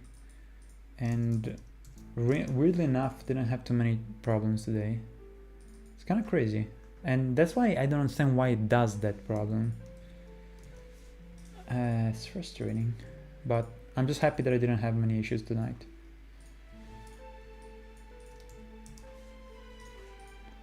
Ooh, that's leitmotiv. Da, da, da, da, da, da. Yeah, boy. Okay, almost done with turning into transparency.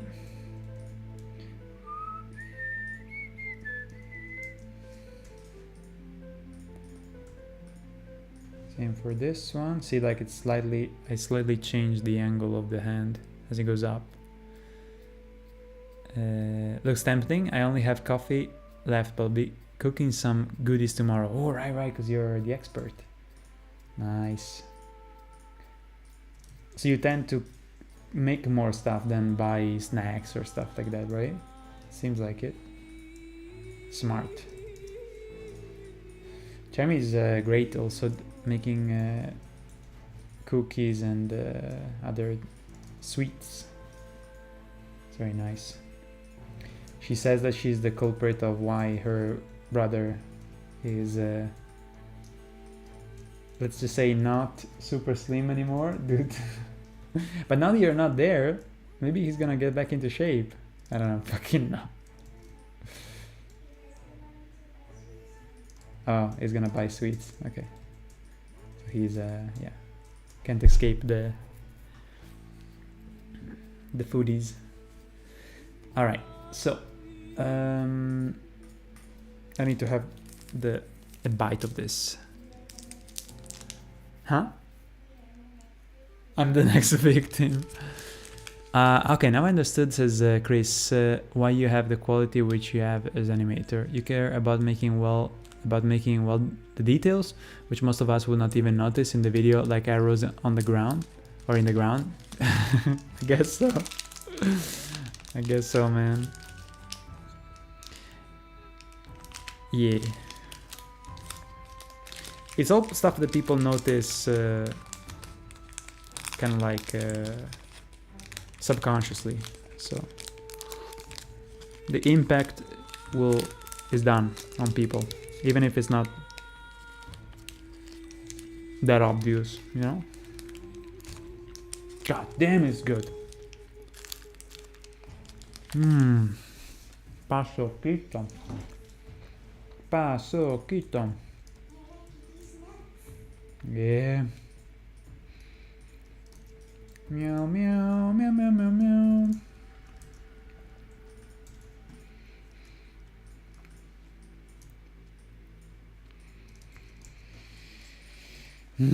So good. Damn.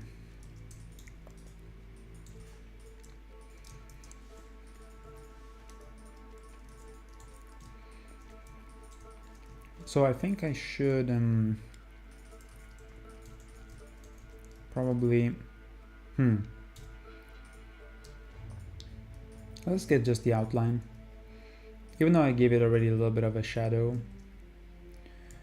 I think we should reimagine it from scratch as we do the outline. It's a good idea, actually. And then when it goes up like here, see, we need to make transparent other aspects. So the hand goes up and then it goes like this, the transition. Boom, baby. And then here, as it does the gesture.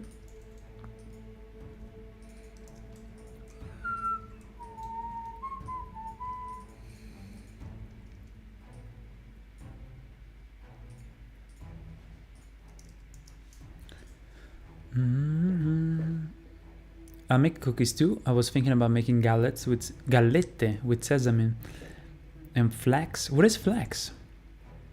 For myself, and for the rest I'll make bagels with curd mass.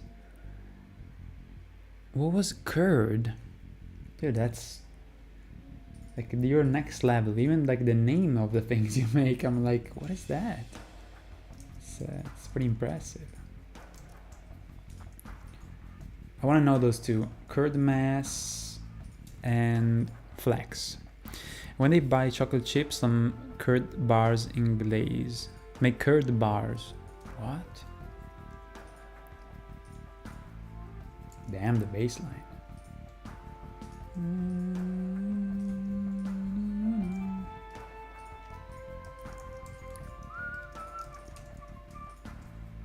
Pom-pom-pom. Pa-pa-pa-pum, pa-pum, pa-pa-pum. Pa-pa-pum, pa-pa-pa-pum, pum, pa-pa-pum. Pa-pa-pa-pum, pum, pa-pa-pum. Ra-pa-pa-pum, pa-pum, pum-pa-pum. Ra-pa-pum, pum, pa-pa-pum. Pa-pa-pa-pum, pum, pa-pa-pum.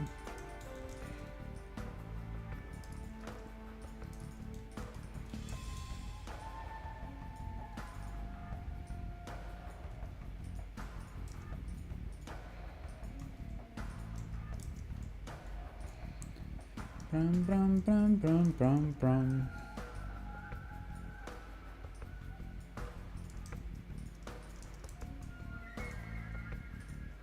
Dude, this soundtrack is so chill.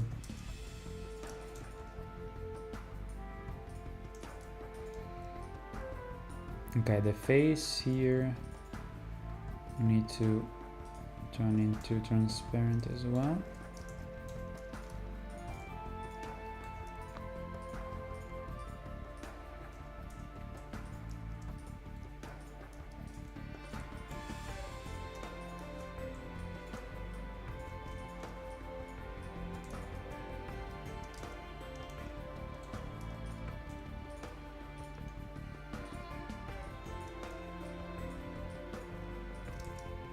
I think the sweat thing is should be always on the same layer.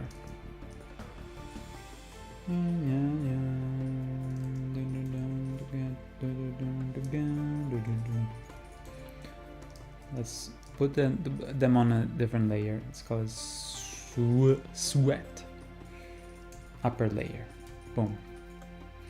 Okay, so transparent, transparent. Now this has to be transparent, 25%.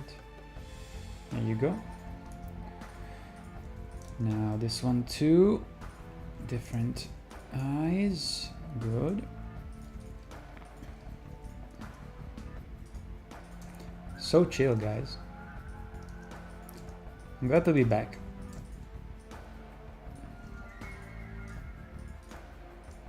Bang bang bang bang bang bang bang.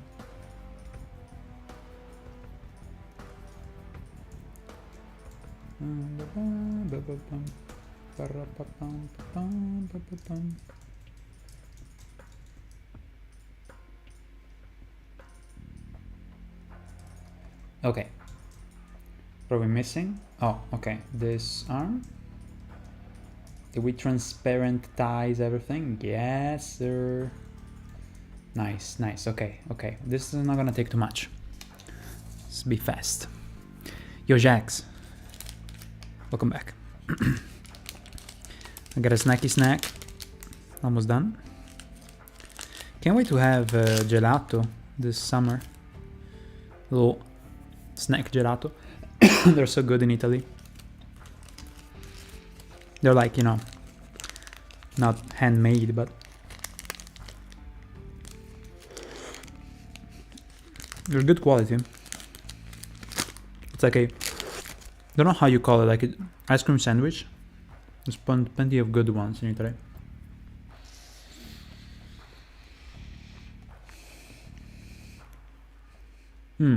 Okay, so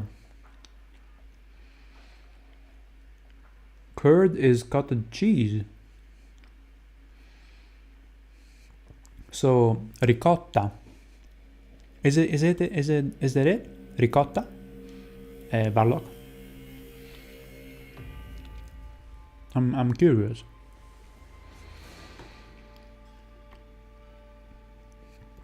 You mix it with sugar, vanilla, and a small amount of cornstarch.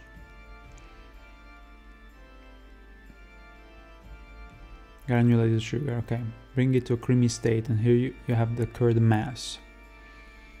Sugar, vanilla extract, I would assume. Small amount of cornstarch. Isn't that the one that is used to make more dense stuff? But what about the flax? What is flax? Oops. Alright guys, let's get this shit done real quick. So first of all, the body.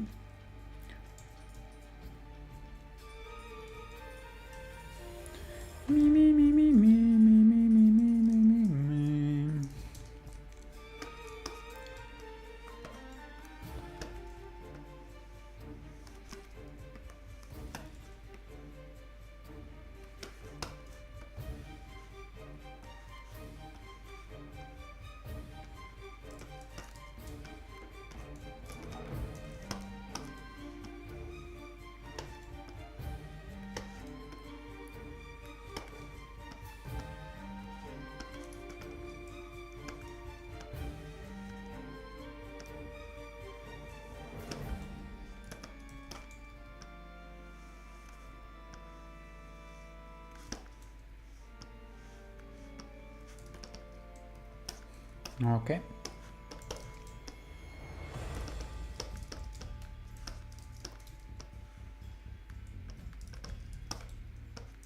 Nice.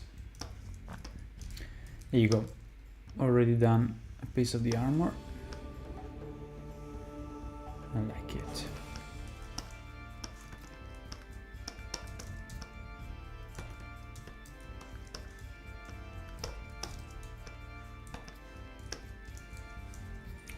Maybe this should be lower, though.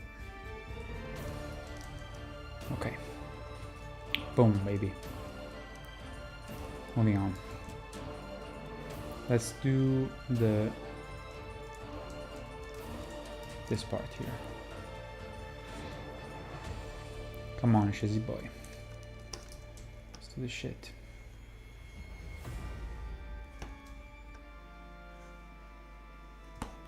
Come on, so that next week we can move to the coloring and finish this.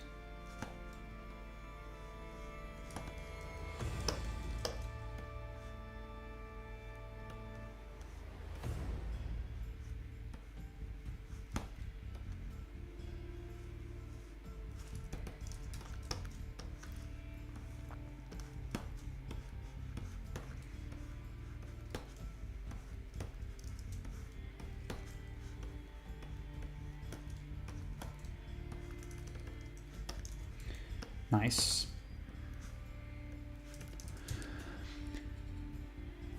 Seeds of lino. How do you say lino in English? Line? No. Not really. Ricotta is initially creamy, and cottage cheese is made from sour milk, and it becomes sour. Ew. Like kefir, but not whipped in lumps. Oh, okay. So the flax is the seeds of line or lino. I don't know how to say it. Isn't that like make it sweet even? Whoa. Create feta cheese. How do you make a good cookie with that? It's like maybe I'm missing something because I'm ignorant to some of the stuff they use to make cookies specifically. It seems like yikes. And I believe you that is probably like delicious. I kind of need maybe like an example of something that is made with that I am familiar with to understand fully, you know.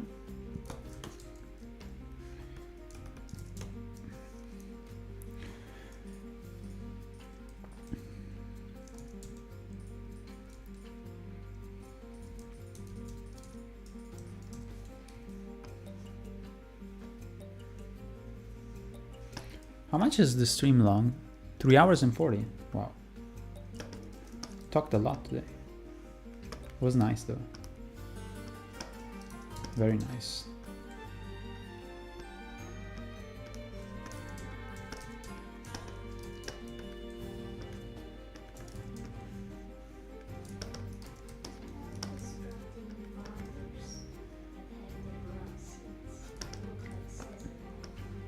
Protein bars that have seeds that look like... you can't usually have those because of Crohn's disease.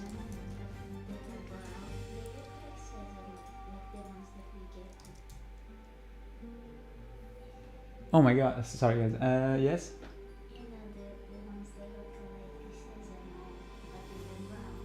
Sesame, but it looks brown. Yeah.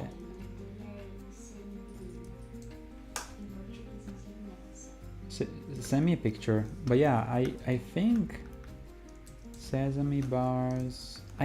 Muesli. Is it called muesli? Muesli? Muslin? Is it muesli? Like in Italian they say muesli. I don't know what that means. It's like one of those things that they put in bars that are for diet, you know? They have some fibers, and muesli is one of those things. Like, I think there's like a type of also cornflakes called Special K, I think, or something like that. That is that has those type of fibery things. Type muesli on Google, so you know what I'm talking about. Granola? I heard that. I mean, I know granola. Let's see. After heating, they're turned into cottage cheese, which can be used to create. Okay, read that. You can get ricotta after you collect the cottage cheese by boiling it again. Really? Then you get ricotta? Ah, okay. Kiss. There's nobody watching. Huh? No, come here. Veloce. Fast. Nobody's watching. No.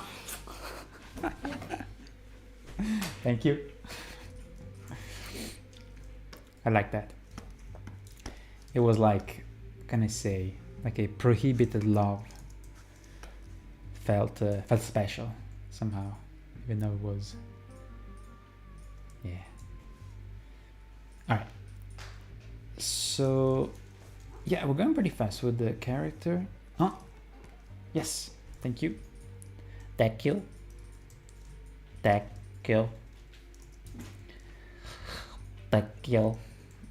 See, I'm doing very silly voices when I'm with my wife. Thank you.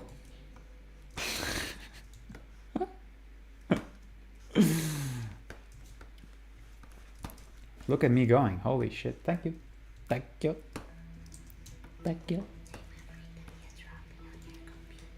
No. It's all good. No. Plus it can be obtained after creating ordinary hard varieties of cheese. Okay, I'm not too much of a fan of that. I don't like cheese, but I like some, like, cheese and mozzarella is cheese, yeah, but it doesn't at all feel like cheese. Oh man, now I want some frico so bad.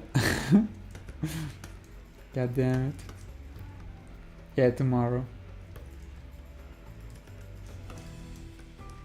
Frico is actually amazing.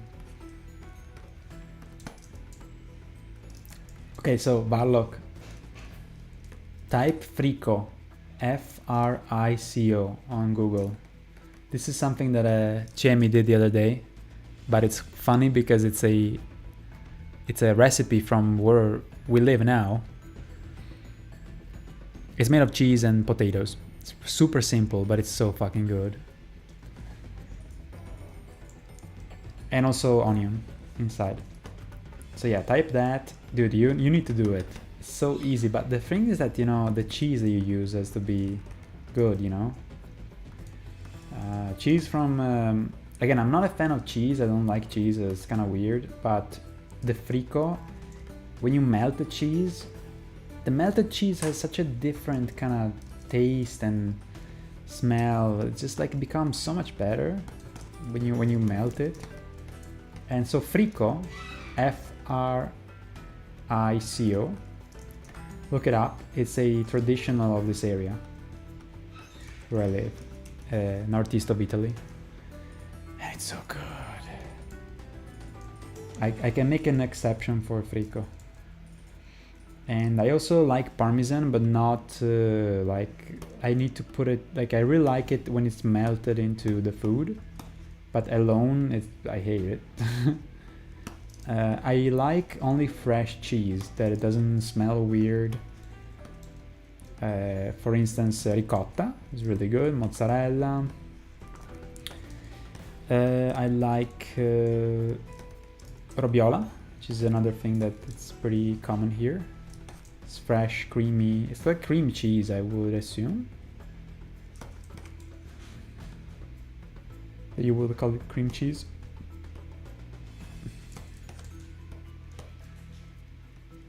It's so good. It tastes like milk.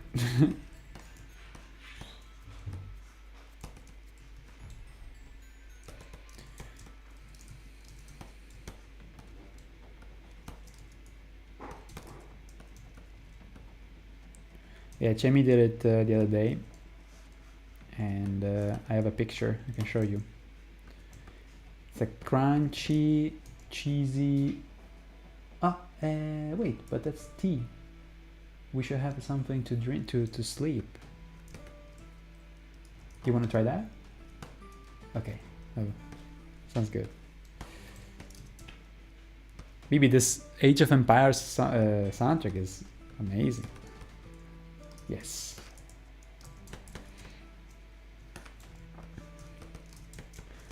Boom, boom.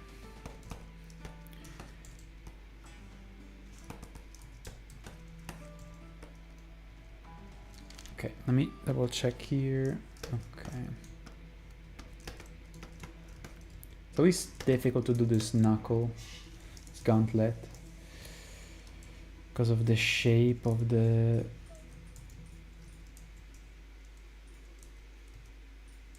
Just the shape of the goddamn armor that is weird. Also, I should save in a moment.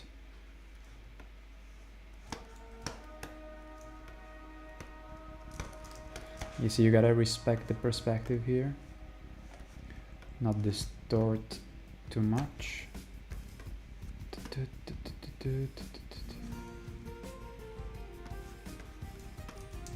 I just love the mix of medieval sound and also kind of like fusion bass. It's amazing.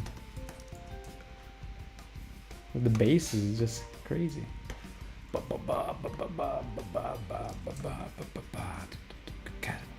The synthesizers, very 90s, of course, being Age of Empires.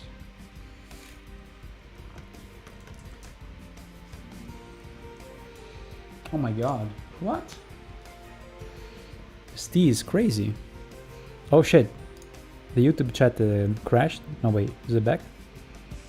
Oh my god. Barlock, did you check Frico? You start chewing your cup of tea. Okay, so Chemi just sending me over a tea that was given to us, a gift. Kusmi tea, green rose. It is a bit strong, like but it has potential. It seems like one of those teas that maybe is more perfume than tastes good. Maybe it will be good. I'm super curious.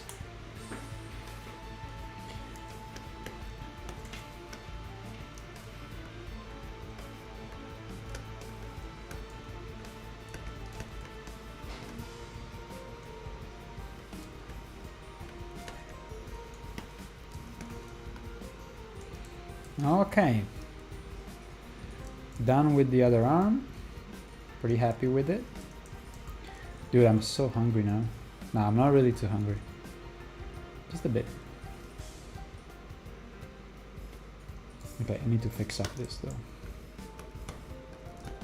Still good to go. Still good to go. Still good to go.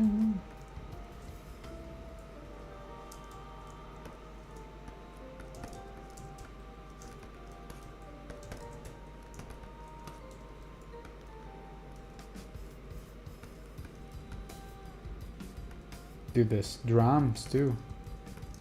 Amazing.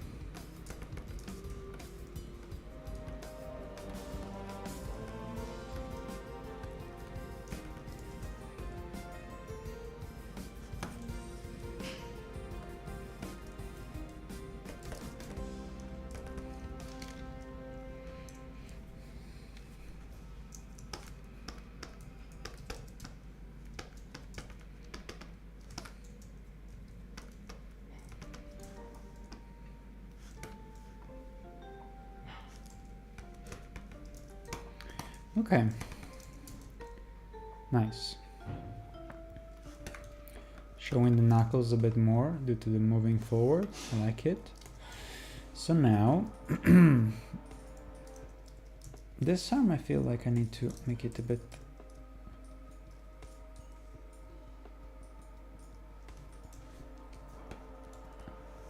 bigger. Okay, kind of like that.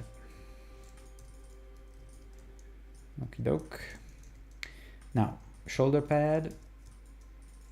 Blam, ba, ba, bla, bla, bla, bla, blam, blam, bla, bla, bla, ka, ba, boom, ba, boom, ka.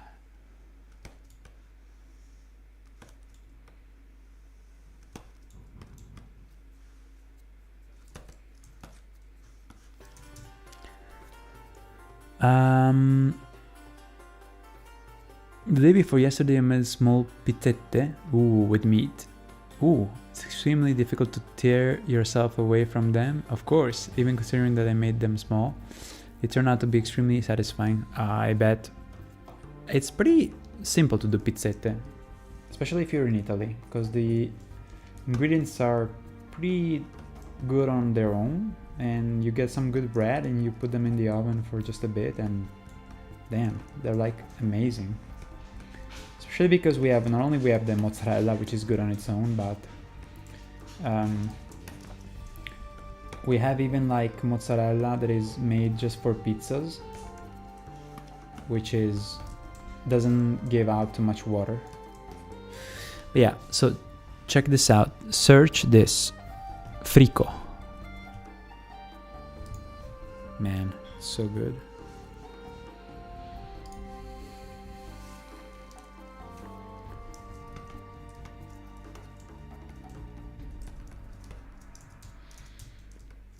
Yo, what's going on? talking about food. And listening to some jams. And making some good progress. I should save though.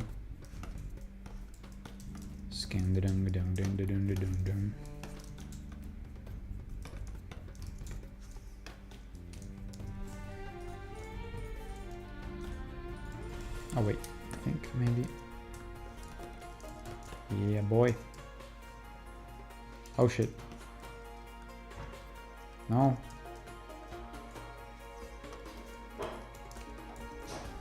Vike? That's the armor. Yeah.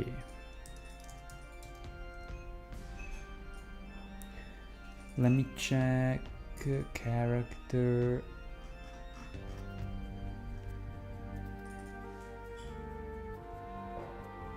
Our boy Vike.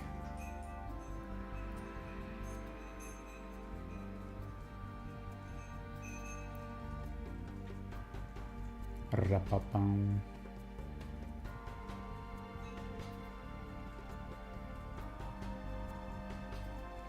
Hold on, I'm checking something. Okay.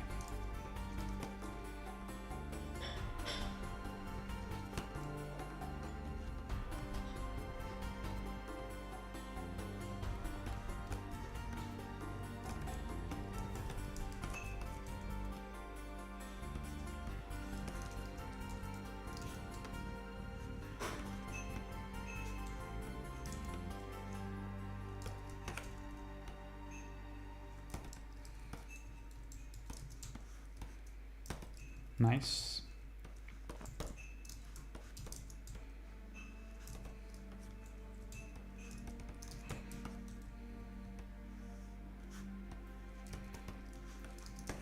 Let's close it there. Okay. Now, oh wait, I think we should put the thing in the back on the other piece, because this goes over. No, it's correct. It's correct. Yes, goes behind. Yes. And the other one goes over. Okay. Gudo. Man, we're going fast. Okay.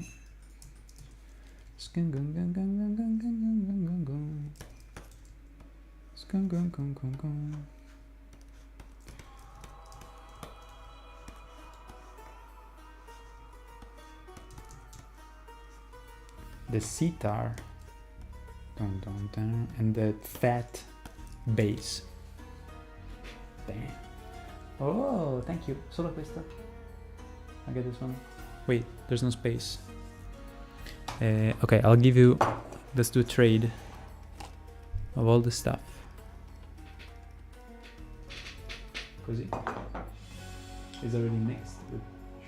Okay, thank you. Nice. Look at this.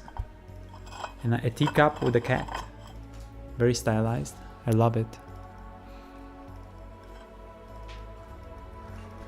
Ooh. Buono. Oh wait, I got them mixed up. I haven't done frico yet. Ooh, it looks very tasty. It's so good. You love cats? I also love cats. I think I know what I'll cook next time. Thanks for the tip, Shaz. Okay, so let me tell you just how to do it. But it could be difficult depending on where you are, you know. Hold on. Let me get a sip. How often do you stream? Usually 1 time per week at the very least, but sometimes I also stream 2 times because I do one day where we do play games and one day where we do animation streams. Usually tend to fall like gaming streams are Saturday night and animation streams are Sunday night. So now because I need to recoup many of the streams that I lost to the fact that I was sick, I stopped the gaming streams and I'm doing only animation. But yeah, I stream during the... Buono! So good, BB. I tend to do animation streams only, but before... but usually, again, you know, we do we do a gaming stream, and in this case, you know, lately I've been doing I don't know if you were here, but we are doing a Dark Souls 3 blind playthrough with my friend Flore, who never played Dark Souls ever, and so it's been so much fun. You can find all the VODs on my live tab on my channel, and even on Twitch. They're all uploaded there. We streamed, apparently we did 15 parts of the stream, and we are at the last DLC now. It's been fucking amazing and super fun. Yo, Selpi, ciao, hola, hola. Good to see you, man. So we're finishing up an outline so that tomorrow we can do the other outline and then we're done. And then we're gonna do a bunch of streams to color, which maybe I would say that in 2 streams we should be able to finish everything. Just really exciting. Scooby-Dooby.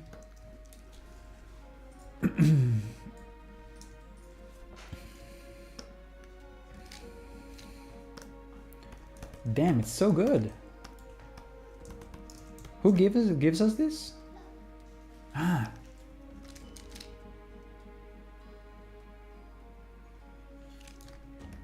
Grande, Flora.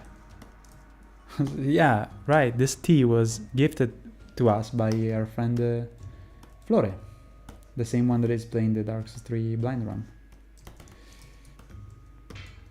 But yeah, Flore, guys, he loves Dark Souls now, so he will be so happy to play Bloodborne with us, and even Dark Souls 1, I would say. He's addicted. We got him addicted.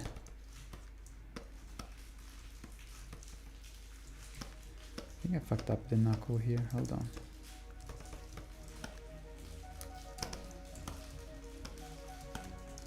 Okay.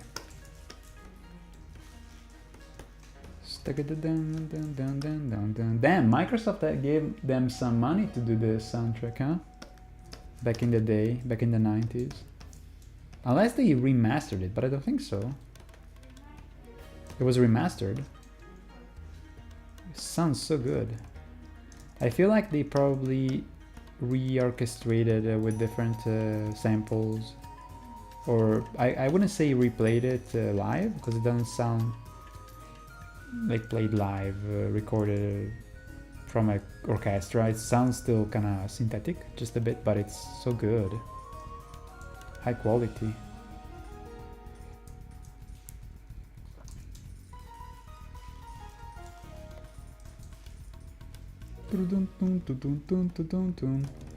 The original soundtrack from Age of Empires 2 must have been super MIDI.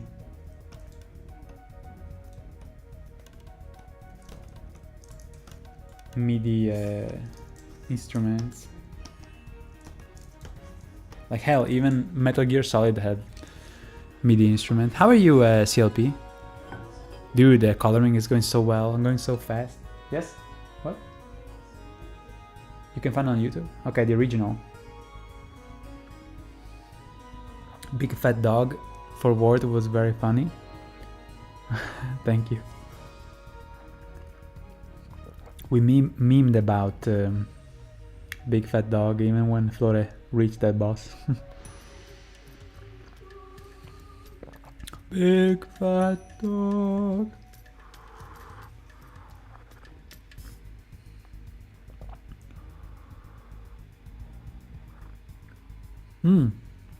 I'm good, new job, close to my home, the life is good now. Whoa, dude, that's awesome.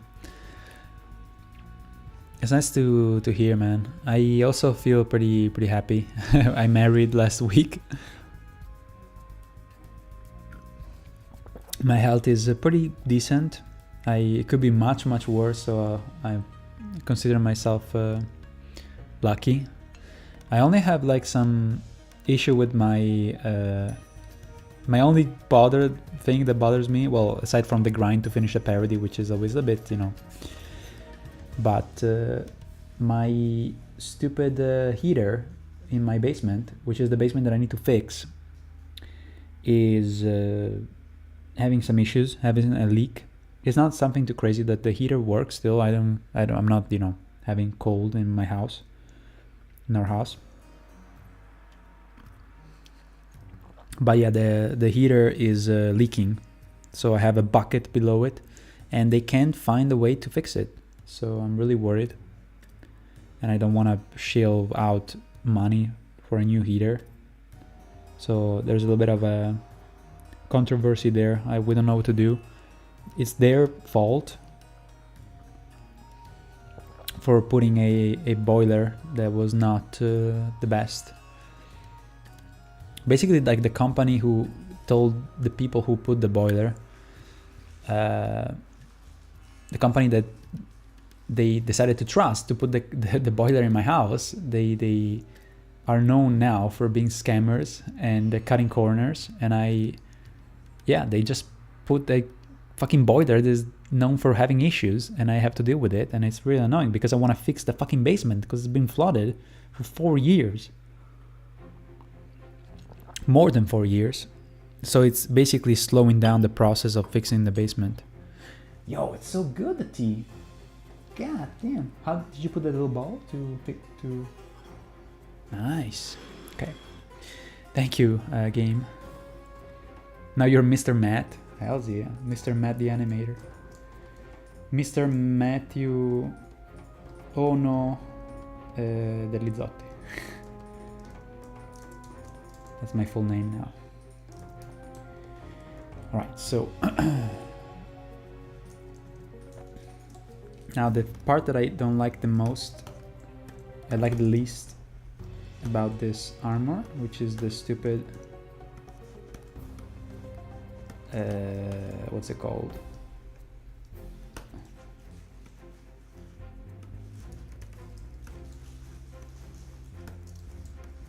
What are you eating? Cos'è? Crostatina? Can I have a little piece? I'm a junkie.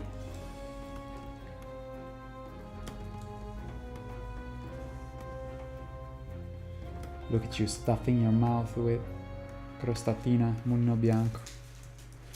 Okay, actually I'm managing to do it first try. Oh, wow.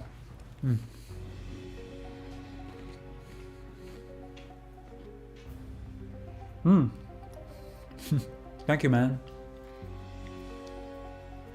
Honestly, we had to do it because otherwise she would have had to come back to her country again and again. It's not too much because we believe in marriage. It's like we're kind of like but that means that we can stay more together without any problems. And so that is if doing it, aside from with the significance, which we're not, like, whatever, you know, the fact that we like each other in the first place, that's what matters the most, because marrying is not that important technically, but what matters is that we can stay together, you know. She doesn't have to go back and stuff. Fuck the immigration system. Yo, fuck the immigration system. Yeah, that's right. Motherfucker's gonna get back home. Fuck that. Fuck the immigration system. Yeah. Fuck the immigration. Yeah. I love that. Sekiro, congratulations, no more maidenless. Right. Will people come scam us when my family got our house? Almost the door handles after like a year fell off. Whoa. Holy shit, dude. Wait a second. Okay, so the fucking handles. It's kind of crazy. Like my late grandmother, that she died when I finished the parody for Dark Souls. Was pretty sad.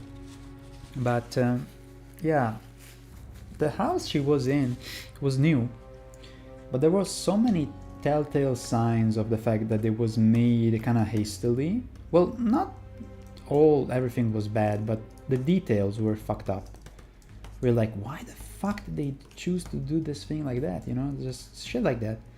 And one of the things was like for instance, some of the handles of the house were like in a position that was very kind of like annoying, where you can kind of actually clip your hands as you were closing the door or shit like that, you know, where they didn't really figure it through and through, you know.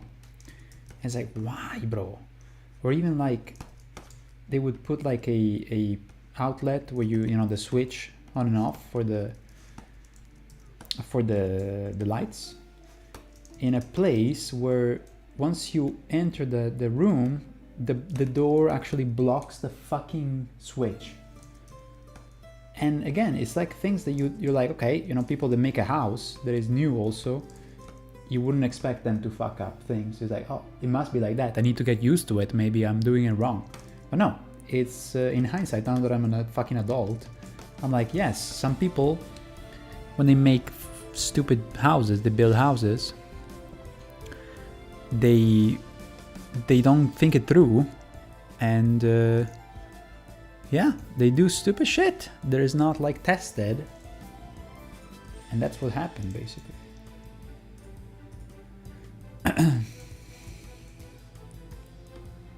They just did it with their asses instead of their brains.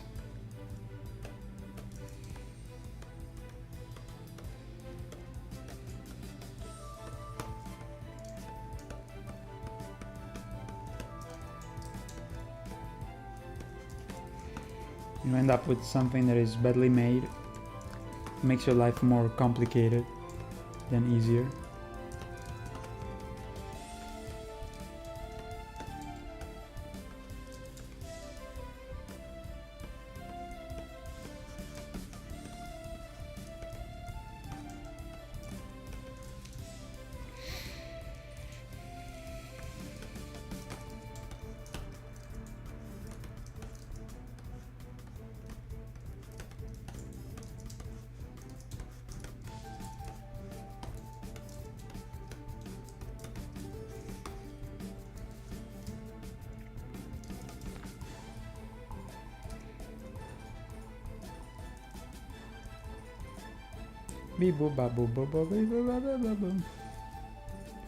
Okay, now let's do the... I need to save. Fuck. Come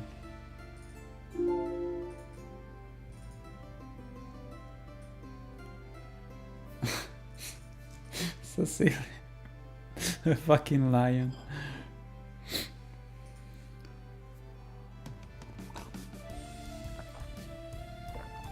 Yeah, fuck you, government. I'm married now, you motherfucker. Empty. What is MTF? Motherfucker. You motherfucker. Haha.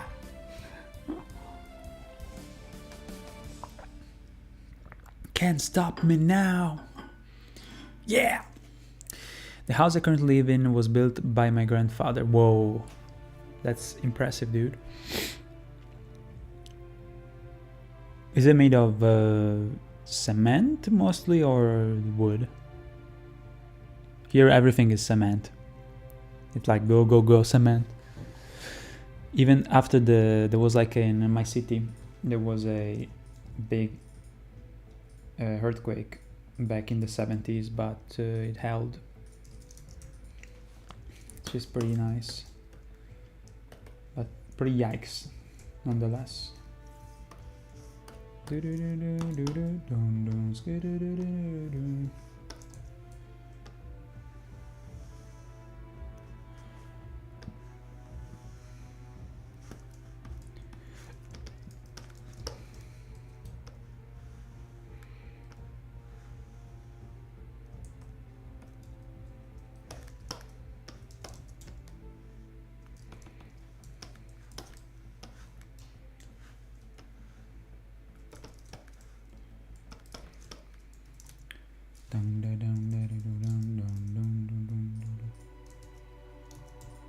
I feel like I wanna... Hold on. I wanna angle this a bit better. No.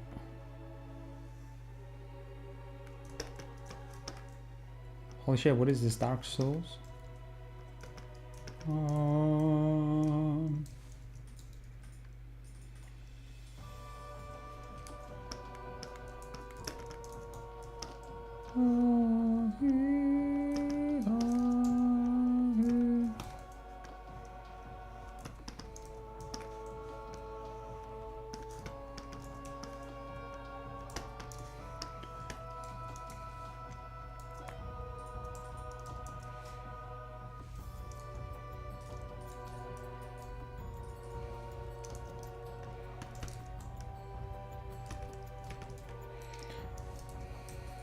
Okay.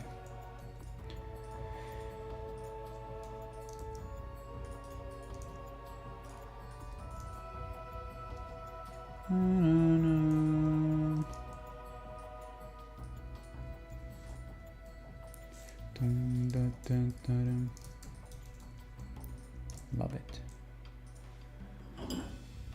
Yo, Beans! Thank you, dude! I'll have some pictures on Instagram. Shazman 88? No, I'm Matthew Shazman, maybe. I remember. I need to fucking find the time.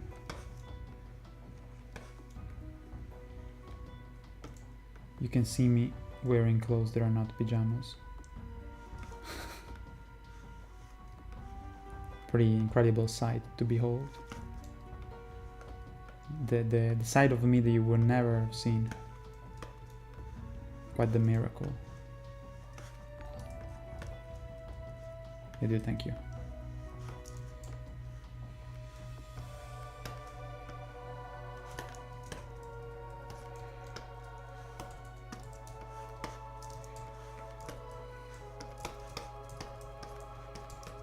Hold on, let me do this a bit less chunky. A bit too chunky.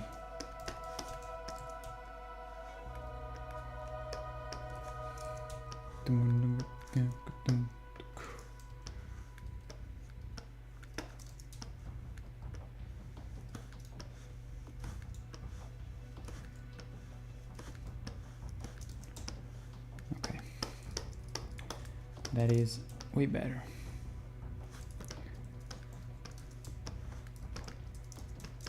Okay.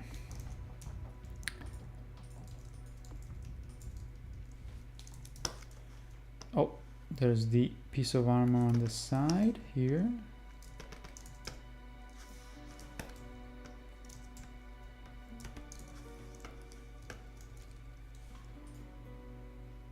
Let's make this transparent a bit more so that it doesn't distract us. And here we go. There's this piece here.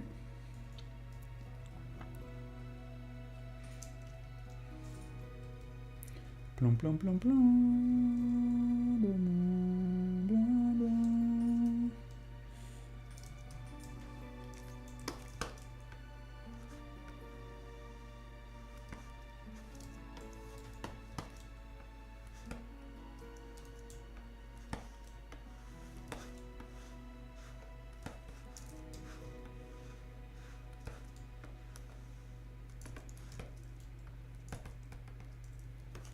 Your boy.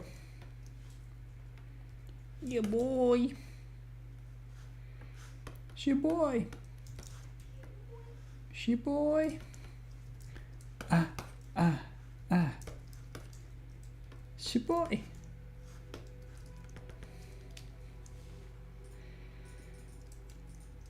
Take that. Dirt off your shoulder, you gotta take that. Dirt off your shoulder. Take that. Dirt off your shoulder, you gotta take that. She boy. Crazy right now.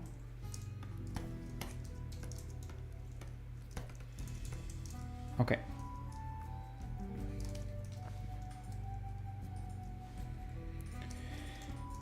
Alrighty, the face, and then we are missing just a couple arms, and we're almost done. Unbelievable. The speed.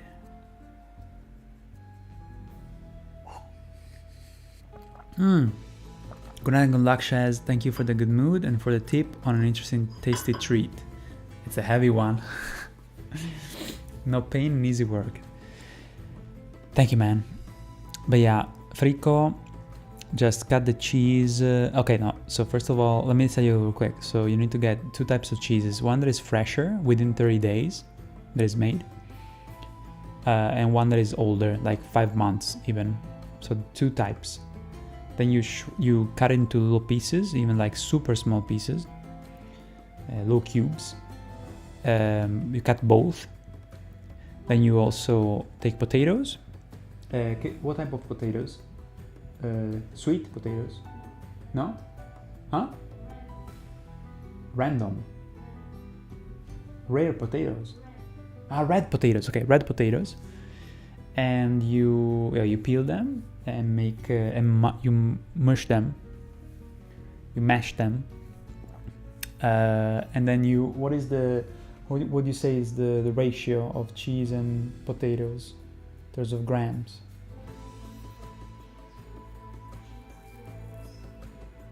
So, so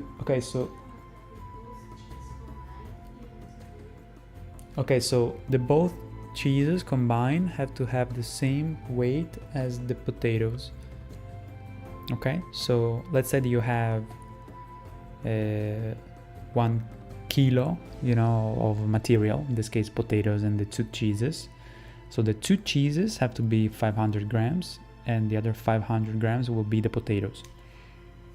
Okay, and then you put some oil in a pan with some white onion.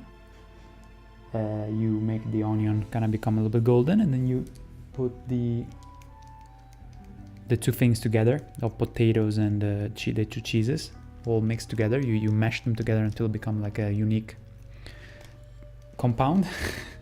And you put them put a portion in the pan, and what do? You make it into a disc, right? You make it into a disc, and then you just disperse it in the pan, and you cook it. And then once the side is, you check the side by lifting it up a bit to see if it's cooked, get golden. It basically the ketchup. What the fuck are you talking about, dude? No.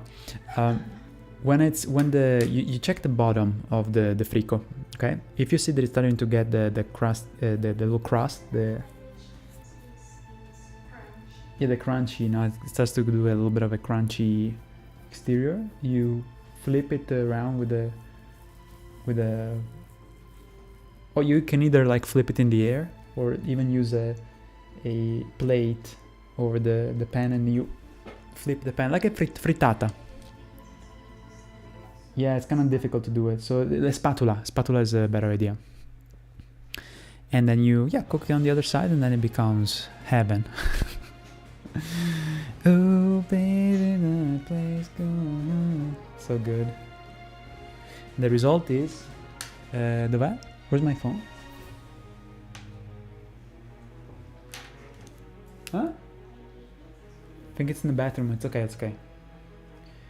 I can show a picture. Hold on. Online. Oh, you want to show yours? Okay. Hey, but Oh, sorry. Video started. Okay, so here's the picture. So remember, Parlock. Let me tell you super quick. Okay, so you take, let's say, bless you, 500 grams of potatoes, of red potatoes, and then 500 grams of half seasoned cheese and half new cheese, like 30 days max. One has to be 5 months because it's more strong. The other cheese has to be within 30 days, so pretty fresh. So you take the cheese, you cut it into little pieces, little cubes, and you mash, you peel the potatoes and you mash them, okay? So you have all the little cubes of cheese and you have the mashed potatoes. You put them together in a compound. Then you take a pan, you put some onions, cut little slices of white onions with some oil. You let it become golden. And then you put the compound, you flatten it on inside of the pan, and it starts to sizzle. Oh, this is the compound, see? Because we have some more here. See, like it's all together with the cheese and also the potatoes. So yeah, you put the stuff in the pan and start to go, probably for 5 minutes or something like that, until you lift up the bottom, maybe more, no? So it creates the crust. Yeah, until it does a little bit of a crunchy crust below. So you cannot peek below with the spatula to see if it's getting orangey crunchy, the cheese and the potato. And then you flip it, you do the other side. And then you check if it's reaching the crunchiness. It should be like crunchy on the outside and soft on the inside, right? And you, with a spatula, they'll pick it up and you put it in the plate and you're good. It's simple as fuck, but the important thing is the cheeses you're using. I can tell you about the cheeses that we have here. They're specific of this area. That are very famous for the frico because it was invented here. But in where you are, I don't know. A kind of like guidance is just how old it is. Again, one cheese within 30 days and of seasoning, I think it's called, when you leave it kind of sit, you know, made within 1 month, so pretty new. And the other cheese has to be more strong within 6 months that it was made. Okay, so one has to be aged within a month and the other one 5 months, 6 months. So that's the secret, you know, because the cheese has to be good. But even if the cheese is not like the best, you know, it's gonna still be super delicious. All right, take care and let me know how it goes, okay? This is stuff from my area here, from Friuli, Italy. Seems tasty. Oh god, so good. Oh, here's the picture of the frico that Jamie made. It's funny because I told her how to make it, but I'm not good as her at this point. Here's the picture.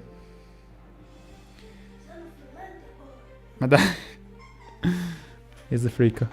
Look at this shit. Holy fuck. So good. Ah, yes. Ah, yes. Yeah, boy. Imagine you touch it with the fork and it's going creak, creak. It's like crunchy. And then you enter. And it goes soft. But it's crunchy outside. Ah, che buono. So good. Alright. Pizza with pineapple and ketchup. Dude, I am going to cancel you. I'm gonna refund every Patreon support and remove you from my life if you continue to say those things. Like basically like a family that, what's it called when they repute, what's the word? Not refuse, like when their child is exiled, they refute the fact that it's like part of the family. Ripudiare. I don't know how to say it in Italian, in English. Disown. That sounds weird. Disown.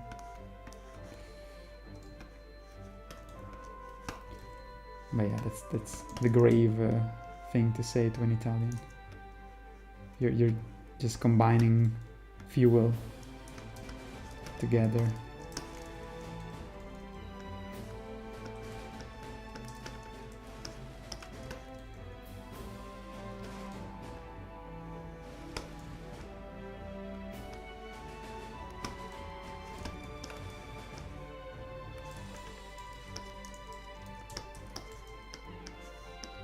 So the hair has to be like kind of fucked up because he's been through a lot of shit.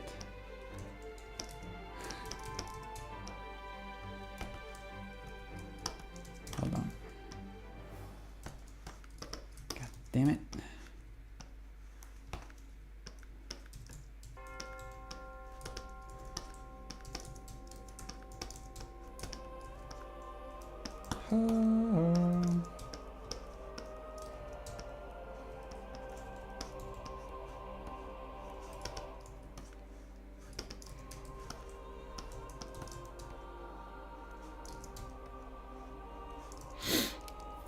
The nameless supporter. You know, he was known as Silpy, but he out pineapple and ketchup to the pizza and was erased from history. Exactly.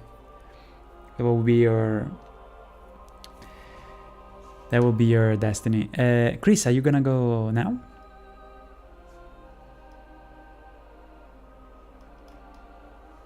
Or are you saying goodnight to someone else? What time is it? Ooh, it's getting pretty late. Yeah, we need to finish. We're almost done. If I ever disown my future child, I'll say you're exiled from this family. Dramatic. Very dramatic. And when people ask him, what happened? Where's your family? He's gonna say, I was exiled. Why? Pineapple and ketchup. And then the policeman will be like, oh, get out of my sight.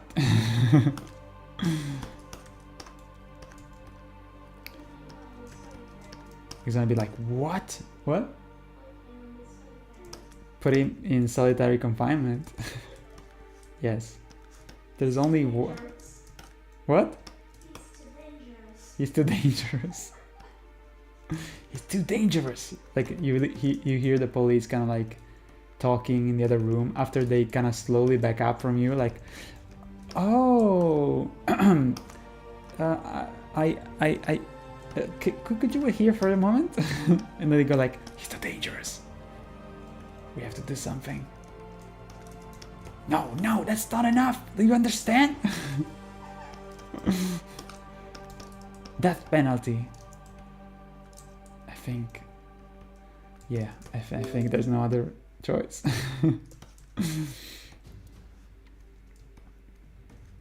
What about his support on Patreon?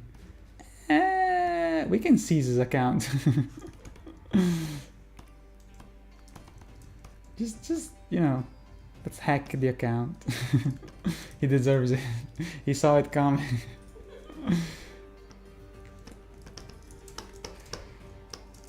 Should have seen it coming. Anyway, that's stupid.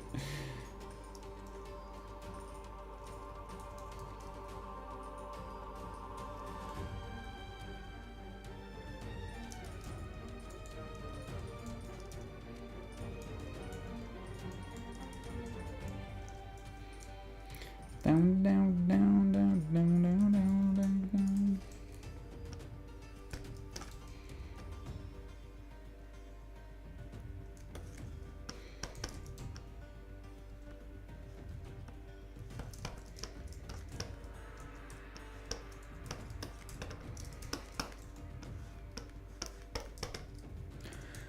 Yep, it's 3:25 in the night. Oh, damn, dude. Okay, Chris, have a good one, okay? I'll see you tomorrow if you can make it.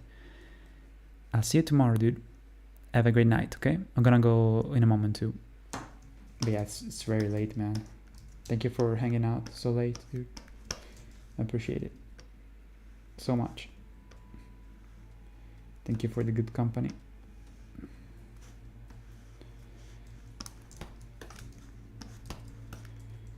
Good company.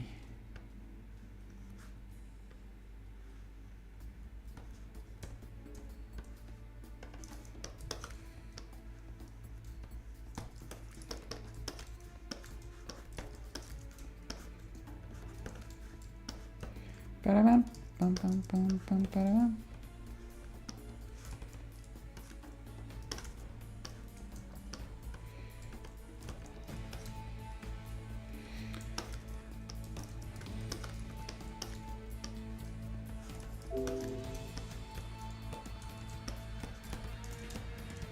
What's going on? Wait, hold on. What?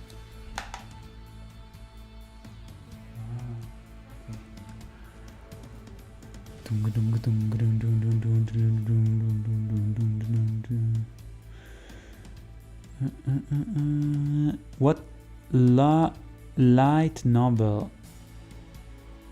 I don't even know what that is. I don't know what that is.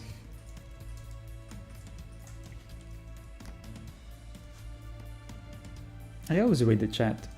The problem is that when people are trying to get attention by being impatient, I don't enjoy reading chat like that.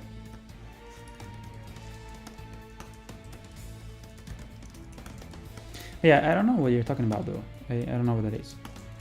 And at any rate, I have too much work to do with animation, so I don't do commissions. Because it's too much work already, dude. But yeah, I always read the chat. All the time. I'm probably one of the few people that read chat all the time. Even if it means that I need to stop doing what I'm doing. Just a question about being patient, you know? If you're focusing, you're focusing.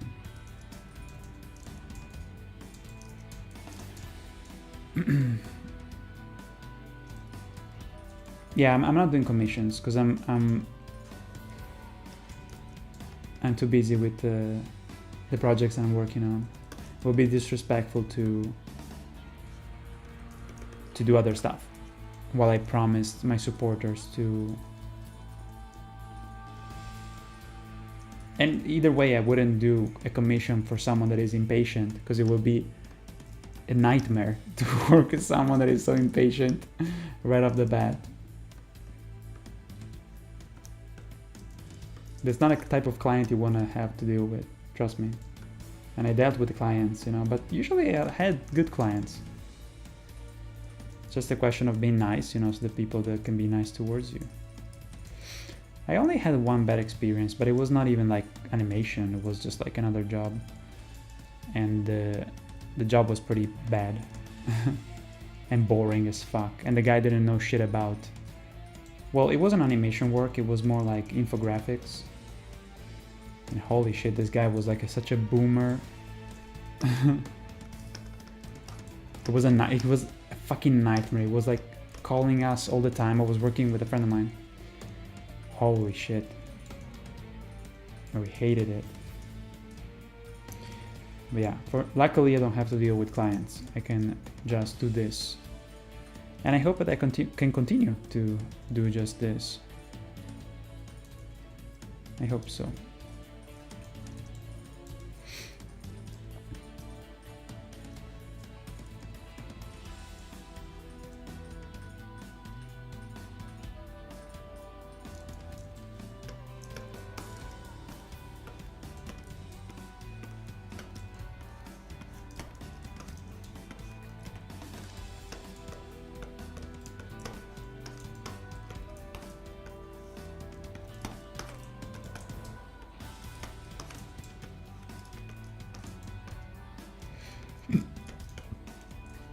Alright, so we got this phase 2. Now this one is the same, but just moving the pupil.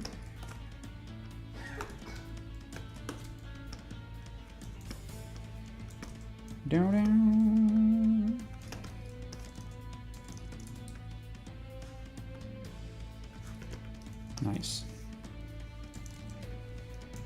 Is it good? Let's see.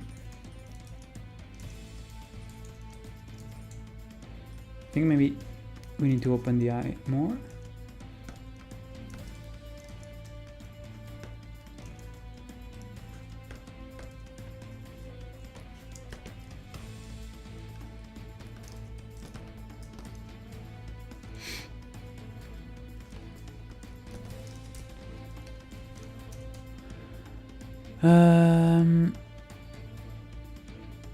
You should definitely prioritize your work. Yeah. Exactly. That would be a disservice to you to do work like that. Your Patreon peeps are your clients, and some exactly. Someone want to donate to you, if they don't like you, so all your clients are nice and like you. Wait, so your Patreon peeps are your clients and someone won't donate to you if they don't like you. Exactly, yes.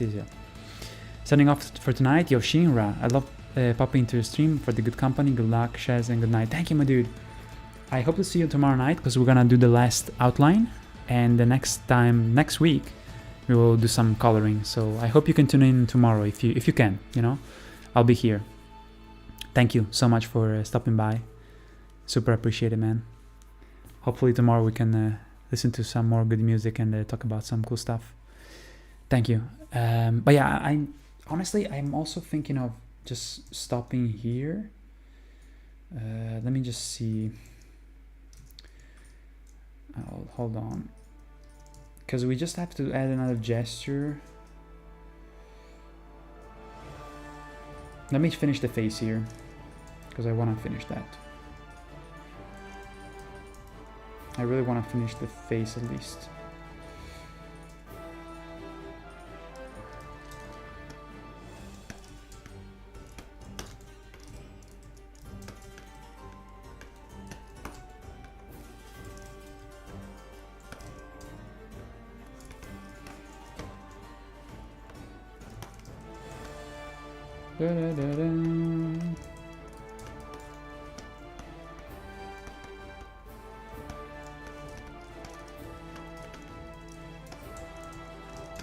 I think I want to make the pupil a little bit more open, like that.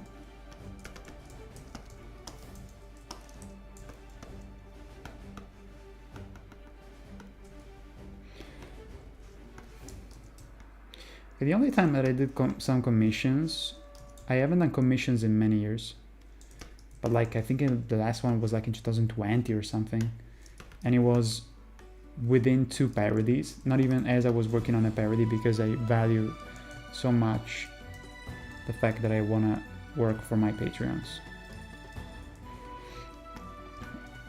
It will have to go really bad on Patreon for me to be like, fuck this, it's like I need more money to pay my bills, It could go there, so I'm ready for every possibility. But for now, I will not. I can't bring myself to do other stuff. Also because I want to work on the project I'm working on. I really want to finish it,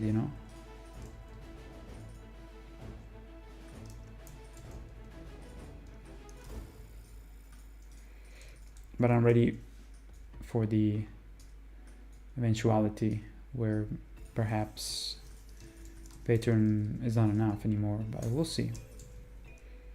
Let's hope that more people join after the parody is out, so I can do the DLC faster within the year. That will be amazing.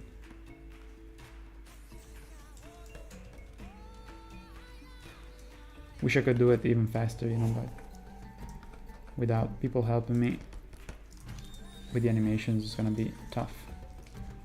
But at least if I have supporters, they don't go down, and I have some extra, I could find some help, or at the very least dedicate all my time to just work on the animation.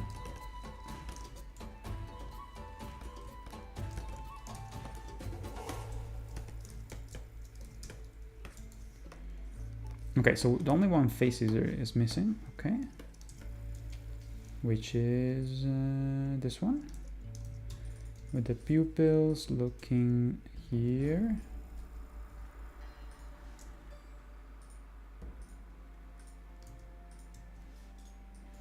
Nice. Let me label this so I know that it's the same mouth.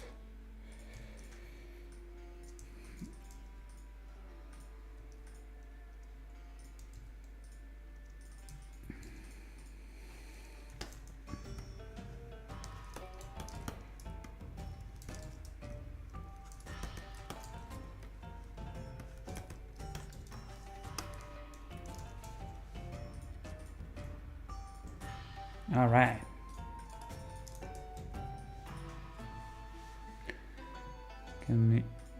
Okay, so we did all of this. Now, of course, we're missing this.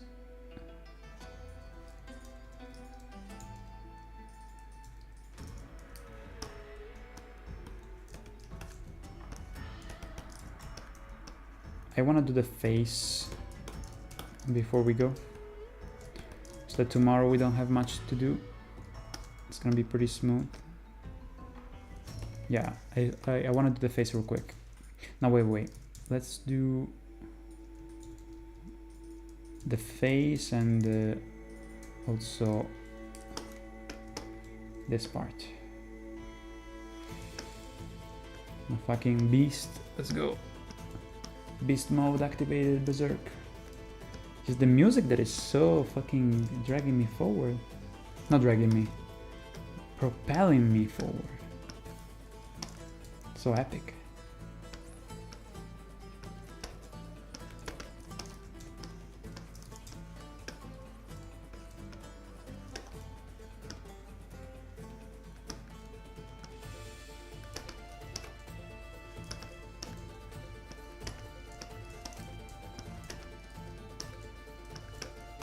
Love it.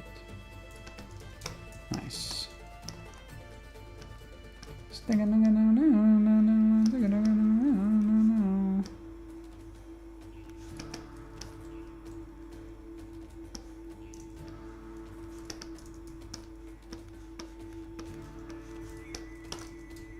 I love the mouth harp.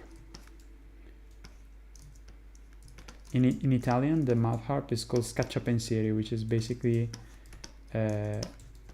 scacciapensieri means scarecrow, but for thoughts. Like a scarecrow basically scares away the birds. Scacciapensieri means scaring away the thoughts, because pensieri is thoughts. So scacciapensieri is like, yeah, scaring away thoughts. I don't know why it's like that, but it's called scacciapensieri. It's weird. But I think in English is mouth harp. Alright, so we did that. Let's do the little tendrils, thingies of fabric hanging from the character.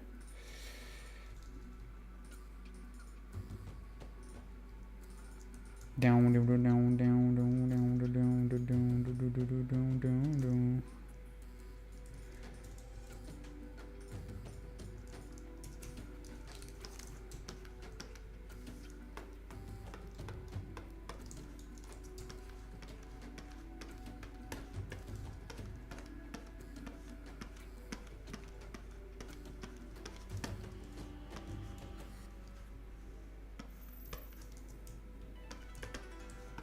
Okay, another one on top.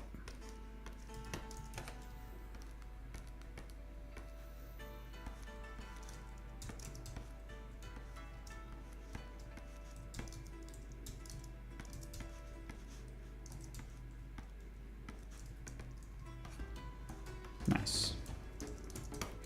Guess let's delete the sketch below. All right. Looking nice.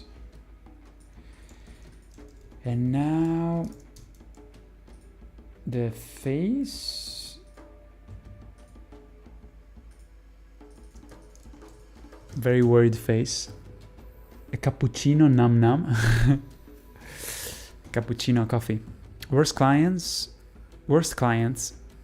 Yes, worst clients are the ones that don't know what they want. They think they know, but they don't exactly. The only bad interactions I had about clients were because of that.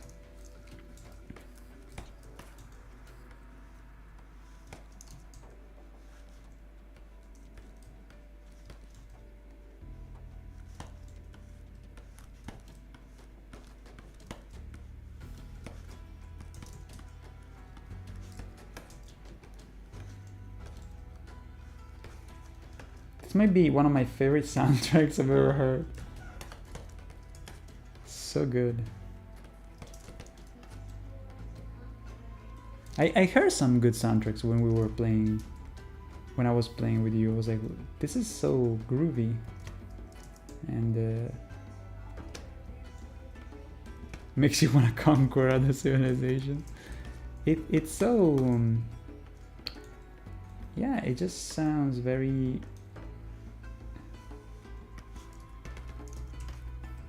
how can I say it? Like it has a vibe of the 90s, like world music, with different cultures, which is perfect for Age of Empires, and it has nice grooves and yeah, the grooves that you would hear from a soundtrack.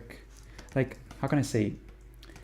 Stuff from the 90s has to have a lot of groove, you know, a lot of like it's very propelling, you know, because many games back then had those soundtracks, you know, with like very jungle-y stuff, you know, but they were always very synthetic, you know. So a soundtrack like this that has that vibe from the 90s of world music and different instrumentations, you know, if you make it you remaster it, you get a masterpiece, because it's like all those instruments which before were like crappy, you know, sound card sound effects, now they sound amazing, right?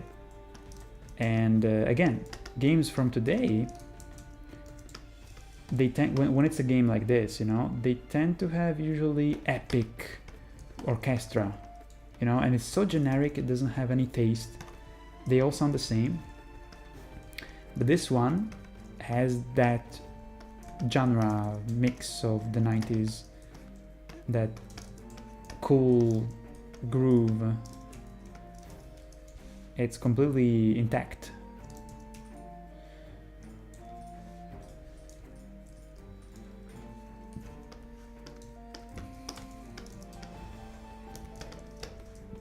So yeah, when you, as you're creating units and playing, it feels, it kind of like makes you in a trance. It's like almost a workflow. But it feels adventurous still. Age of Empires 2 is GOTY every year as far as I'm concerned. Grande, guilty. Well said. I'm not like a super fan of Age of Empires, but I respect it a lot. Like I played it. As a kid I tried it, but it wasn't, I was more interested in 3D games usually. Just because, I don't know, even like the genre is a bit, like it takes a lot for me to get interested. But I can totally see how fucking amazing, and the depth of the game is crazy. And if I had more time, I would play it, you know, occasionally, and I will probably play it soon again, as soon as I have some time, because I find it fun. It's a little bit out of my comfort zone, but still, I would say that the biggest criticism that I have about a game like Age of Empires, well, the thing is that it's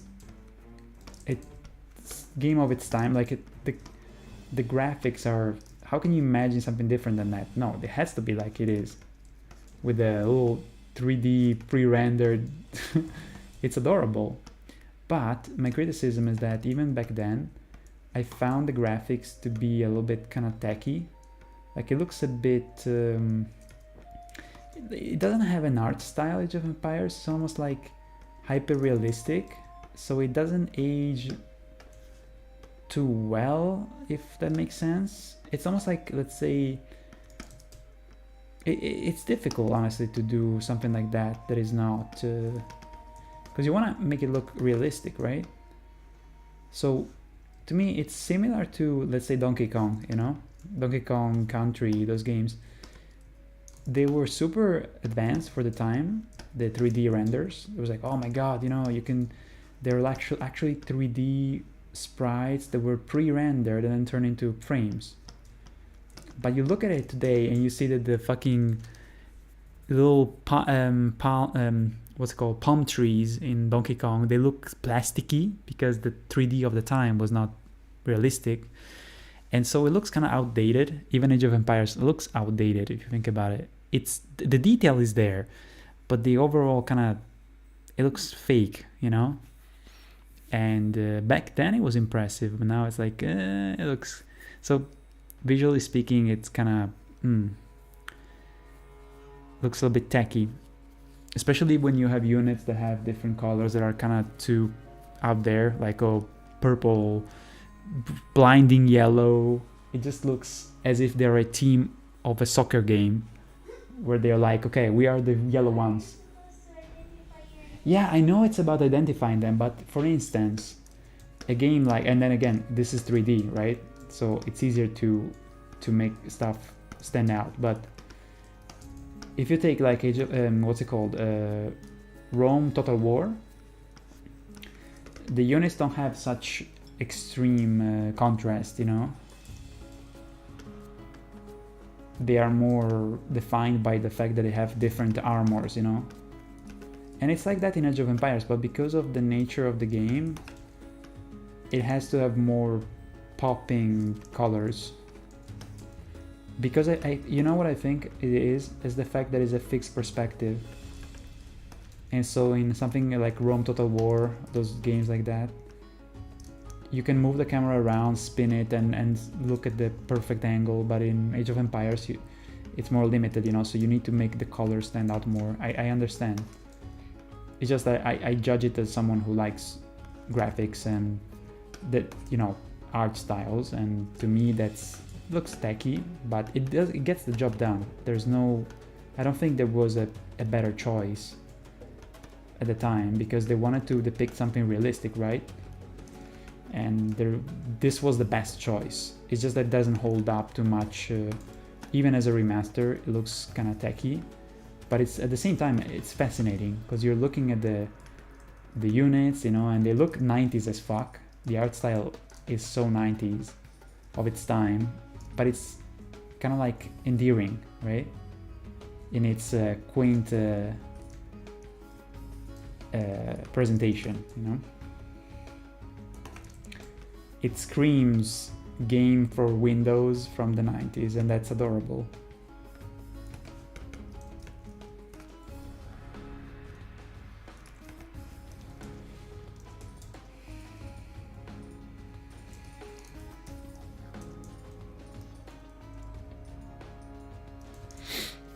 Heretic. Shut up. Fucking fanboy.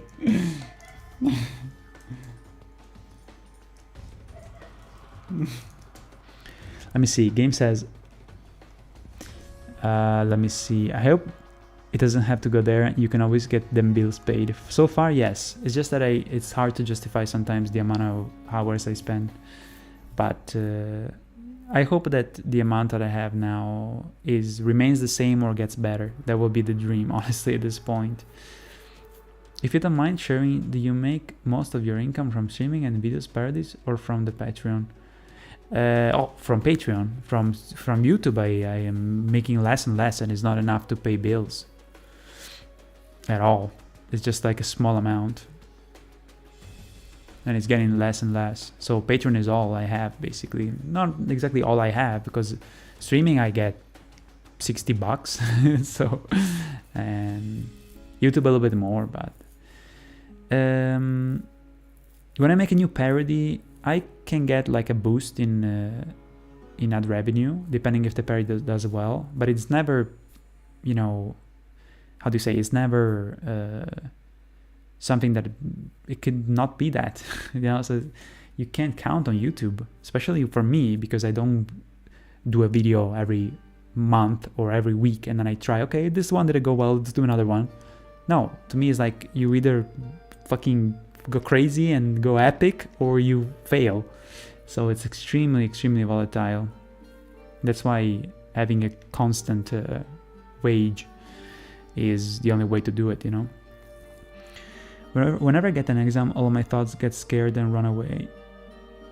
A school exam? You mean an exam in school, right? Has a client ever asked you to draw something that you didn't want to draw, so you didn't? No, never happened. I once streamed Elden Ring and got copyright strike for copyright music. Really? From Elden Ring? Tried my friend play Luigi Boccherini Minuetto. Minuetto? Ah! I don't... Wait. Luigi Bocelli? Not Luigi Bocelli, maybe. No, is it Bocelli called Luigi? Wait, I don't remember. And it had that in the background music. You got no copyright strikes? Is it the right name you wrote? Oh, Sonic, ciao! Hi, chat, hello chat, how's it going, you all? Very well, we're almost done with this outline. Tomorrow we'll do another outline and then start the coloring, so pretty exciting. And the coloring offline of the parody overall is going really well, really fast. Hey, how are you, Sonic? We are gonna go in a moment because it's almost 3 AM, but I'm almost done. I can run high graphics without overheating. Yeah, I imagine. So, Luigi Boccherini, Minuetto, classical. This is the name on YouTube. I'll check it out, because I never heard of Luigi Boccherini. Minuetto, I know what it is, because it's a style of classical music. But, interesting.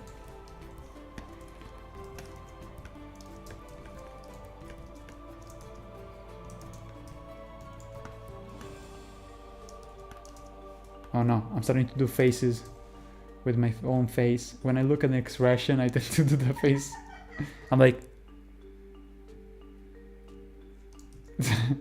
I mean, how can you blame me? I'm doing my own face. This stupid parody.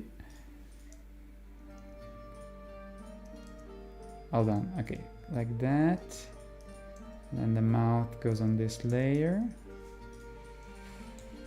It's almost like he's going, Mama, fuck, cool, go fuck yourself. Fuck off. Alright, so the pupil here goes lower and then up. Nice. Boom. Boom, boom.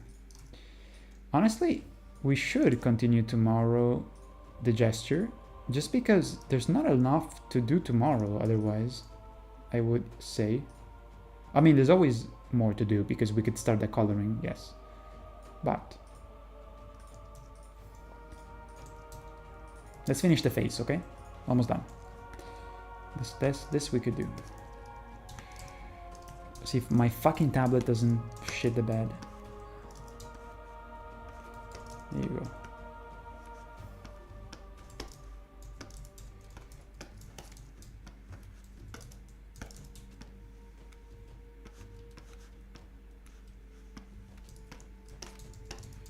He's super determined.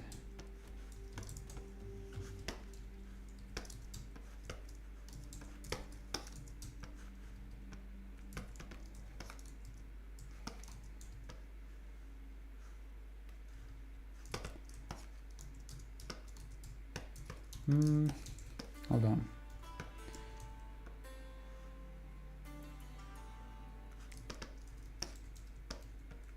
I'm doing that. Alright, oh my mouth. God damn it. I'm doing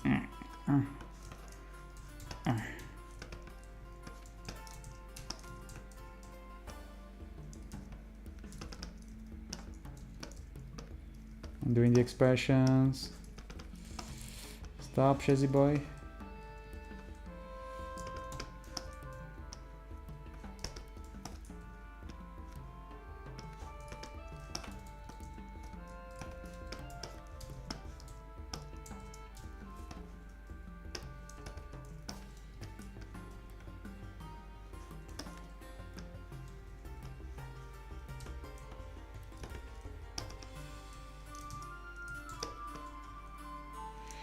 Okay. It's gonna be fun to color this.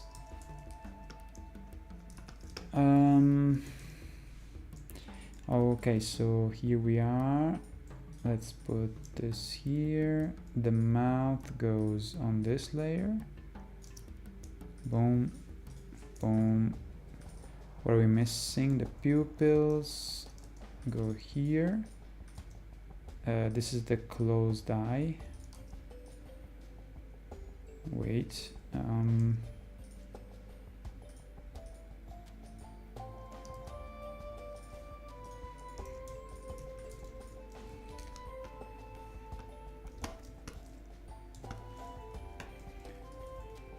The eyelids are a bit higher. Okay, almost done. Boom. Pupils go here, and now the closed eyes. It looks good. Nice.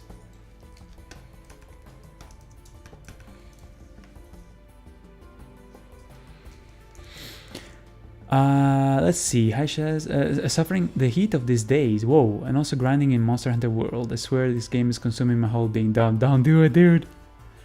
You need to come out of it. Run! Overall, I'm doing great. That's good to hear, man. Wait, so the suffering of the heat? Where? Where you're suffering heat? Because now, because here is fucking cold. Okay, speaking of cold, it is cold also because it's late, so I need to go. Let me do just the closed eyes and we're good.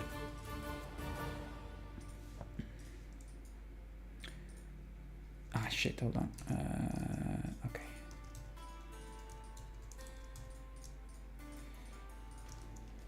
Scooby Dooby Doong.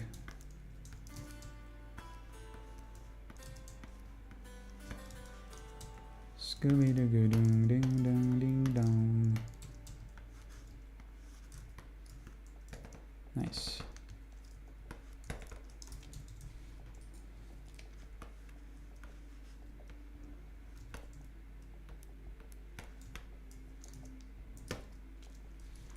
My tablet is losing his mind. Having a seizure. Please stop.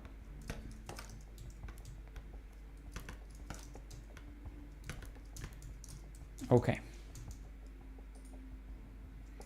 See if everything is in order. Face, pupils, mouth. Okay, and now this is the closed eyes. Okay, guys, we're good. So tomorrow we will do the hand and then the hand going down. Pretty easy. I'm pretty happy with this. Ah, Chile, right. I always forget. Thank you for refreshing my memory. So yeah, tomorrow we'll finish this up and do the lion plus the character. Shouldn't take much, honestly. This is not much to do. Really good work today. A nice comeback. Okay, let me fade out here. We'll continue tomorrow with the music here because we are halfway through the soundtrack. Very good soundtrack, so it's gonna be nice to enjoy it. And yeah, guys, I'm gonna go now. Oh boy, look at my hair. Holy shit. But yeah, guys, I can't thank you enough for welcoming me back with the stream and talking to me and having such good conversations and keeping me company. I will see you tomorrow night so we can finish the outlines. I'm really excited to finish them. Maybe we can do a little bit of coloring too for the Volcano Manor. Will be cool to start it at least. And yeah, after that, 2 more streams, I think, and we're gonna be done with the animation stream. And I will just focus on finishing up the parody. And yeah, next month, I hopefully will have the new parody at the end of the month. And yeah, as always, thank you for being here. I'll see you tomorrow night. If you guys can stop by. We will not go as late as today. I promise you. Today we had to kind of get back into the groove, you know, and we did. We fucking did it. Keep in mind that I haven't done outlines in more than a month and a half, something like that. So that's why for me today it was a little bit difficult to get back into the outlines. It's been a while. I am in coloring mode now, so it took a bit of time to get back into the groove, you know. Okay, guys, I'll see you tomorrow. Similar time, 9:30 at night. 9:30 Central European time, kind of like today. And yeah, see you soon. Bye bye.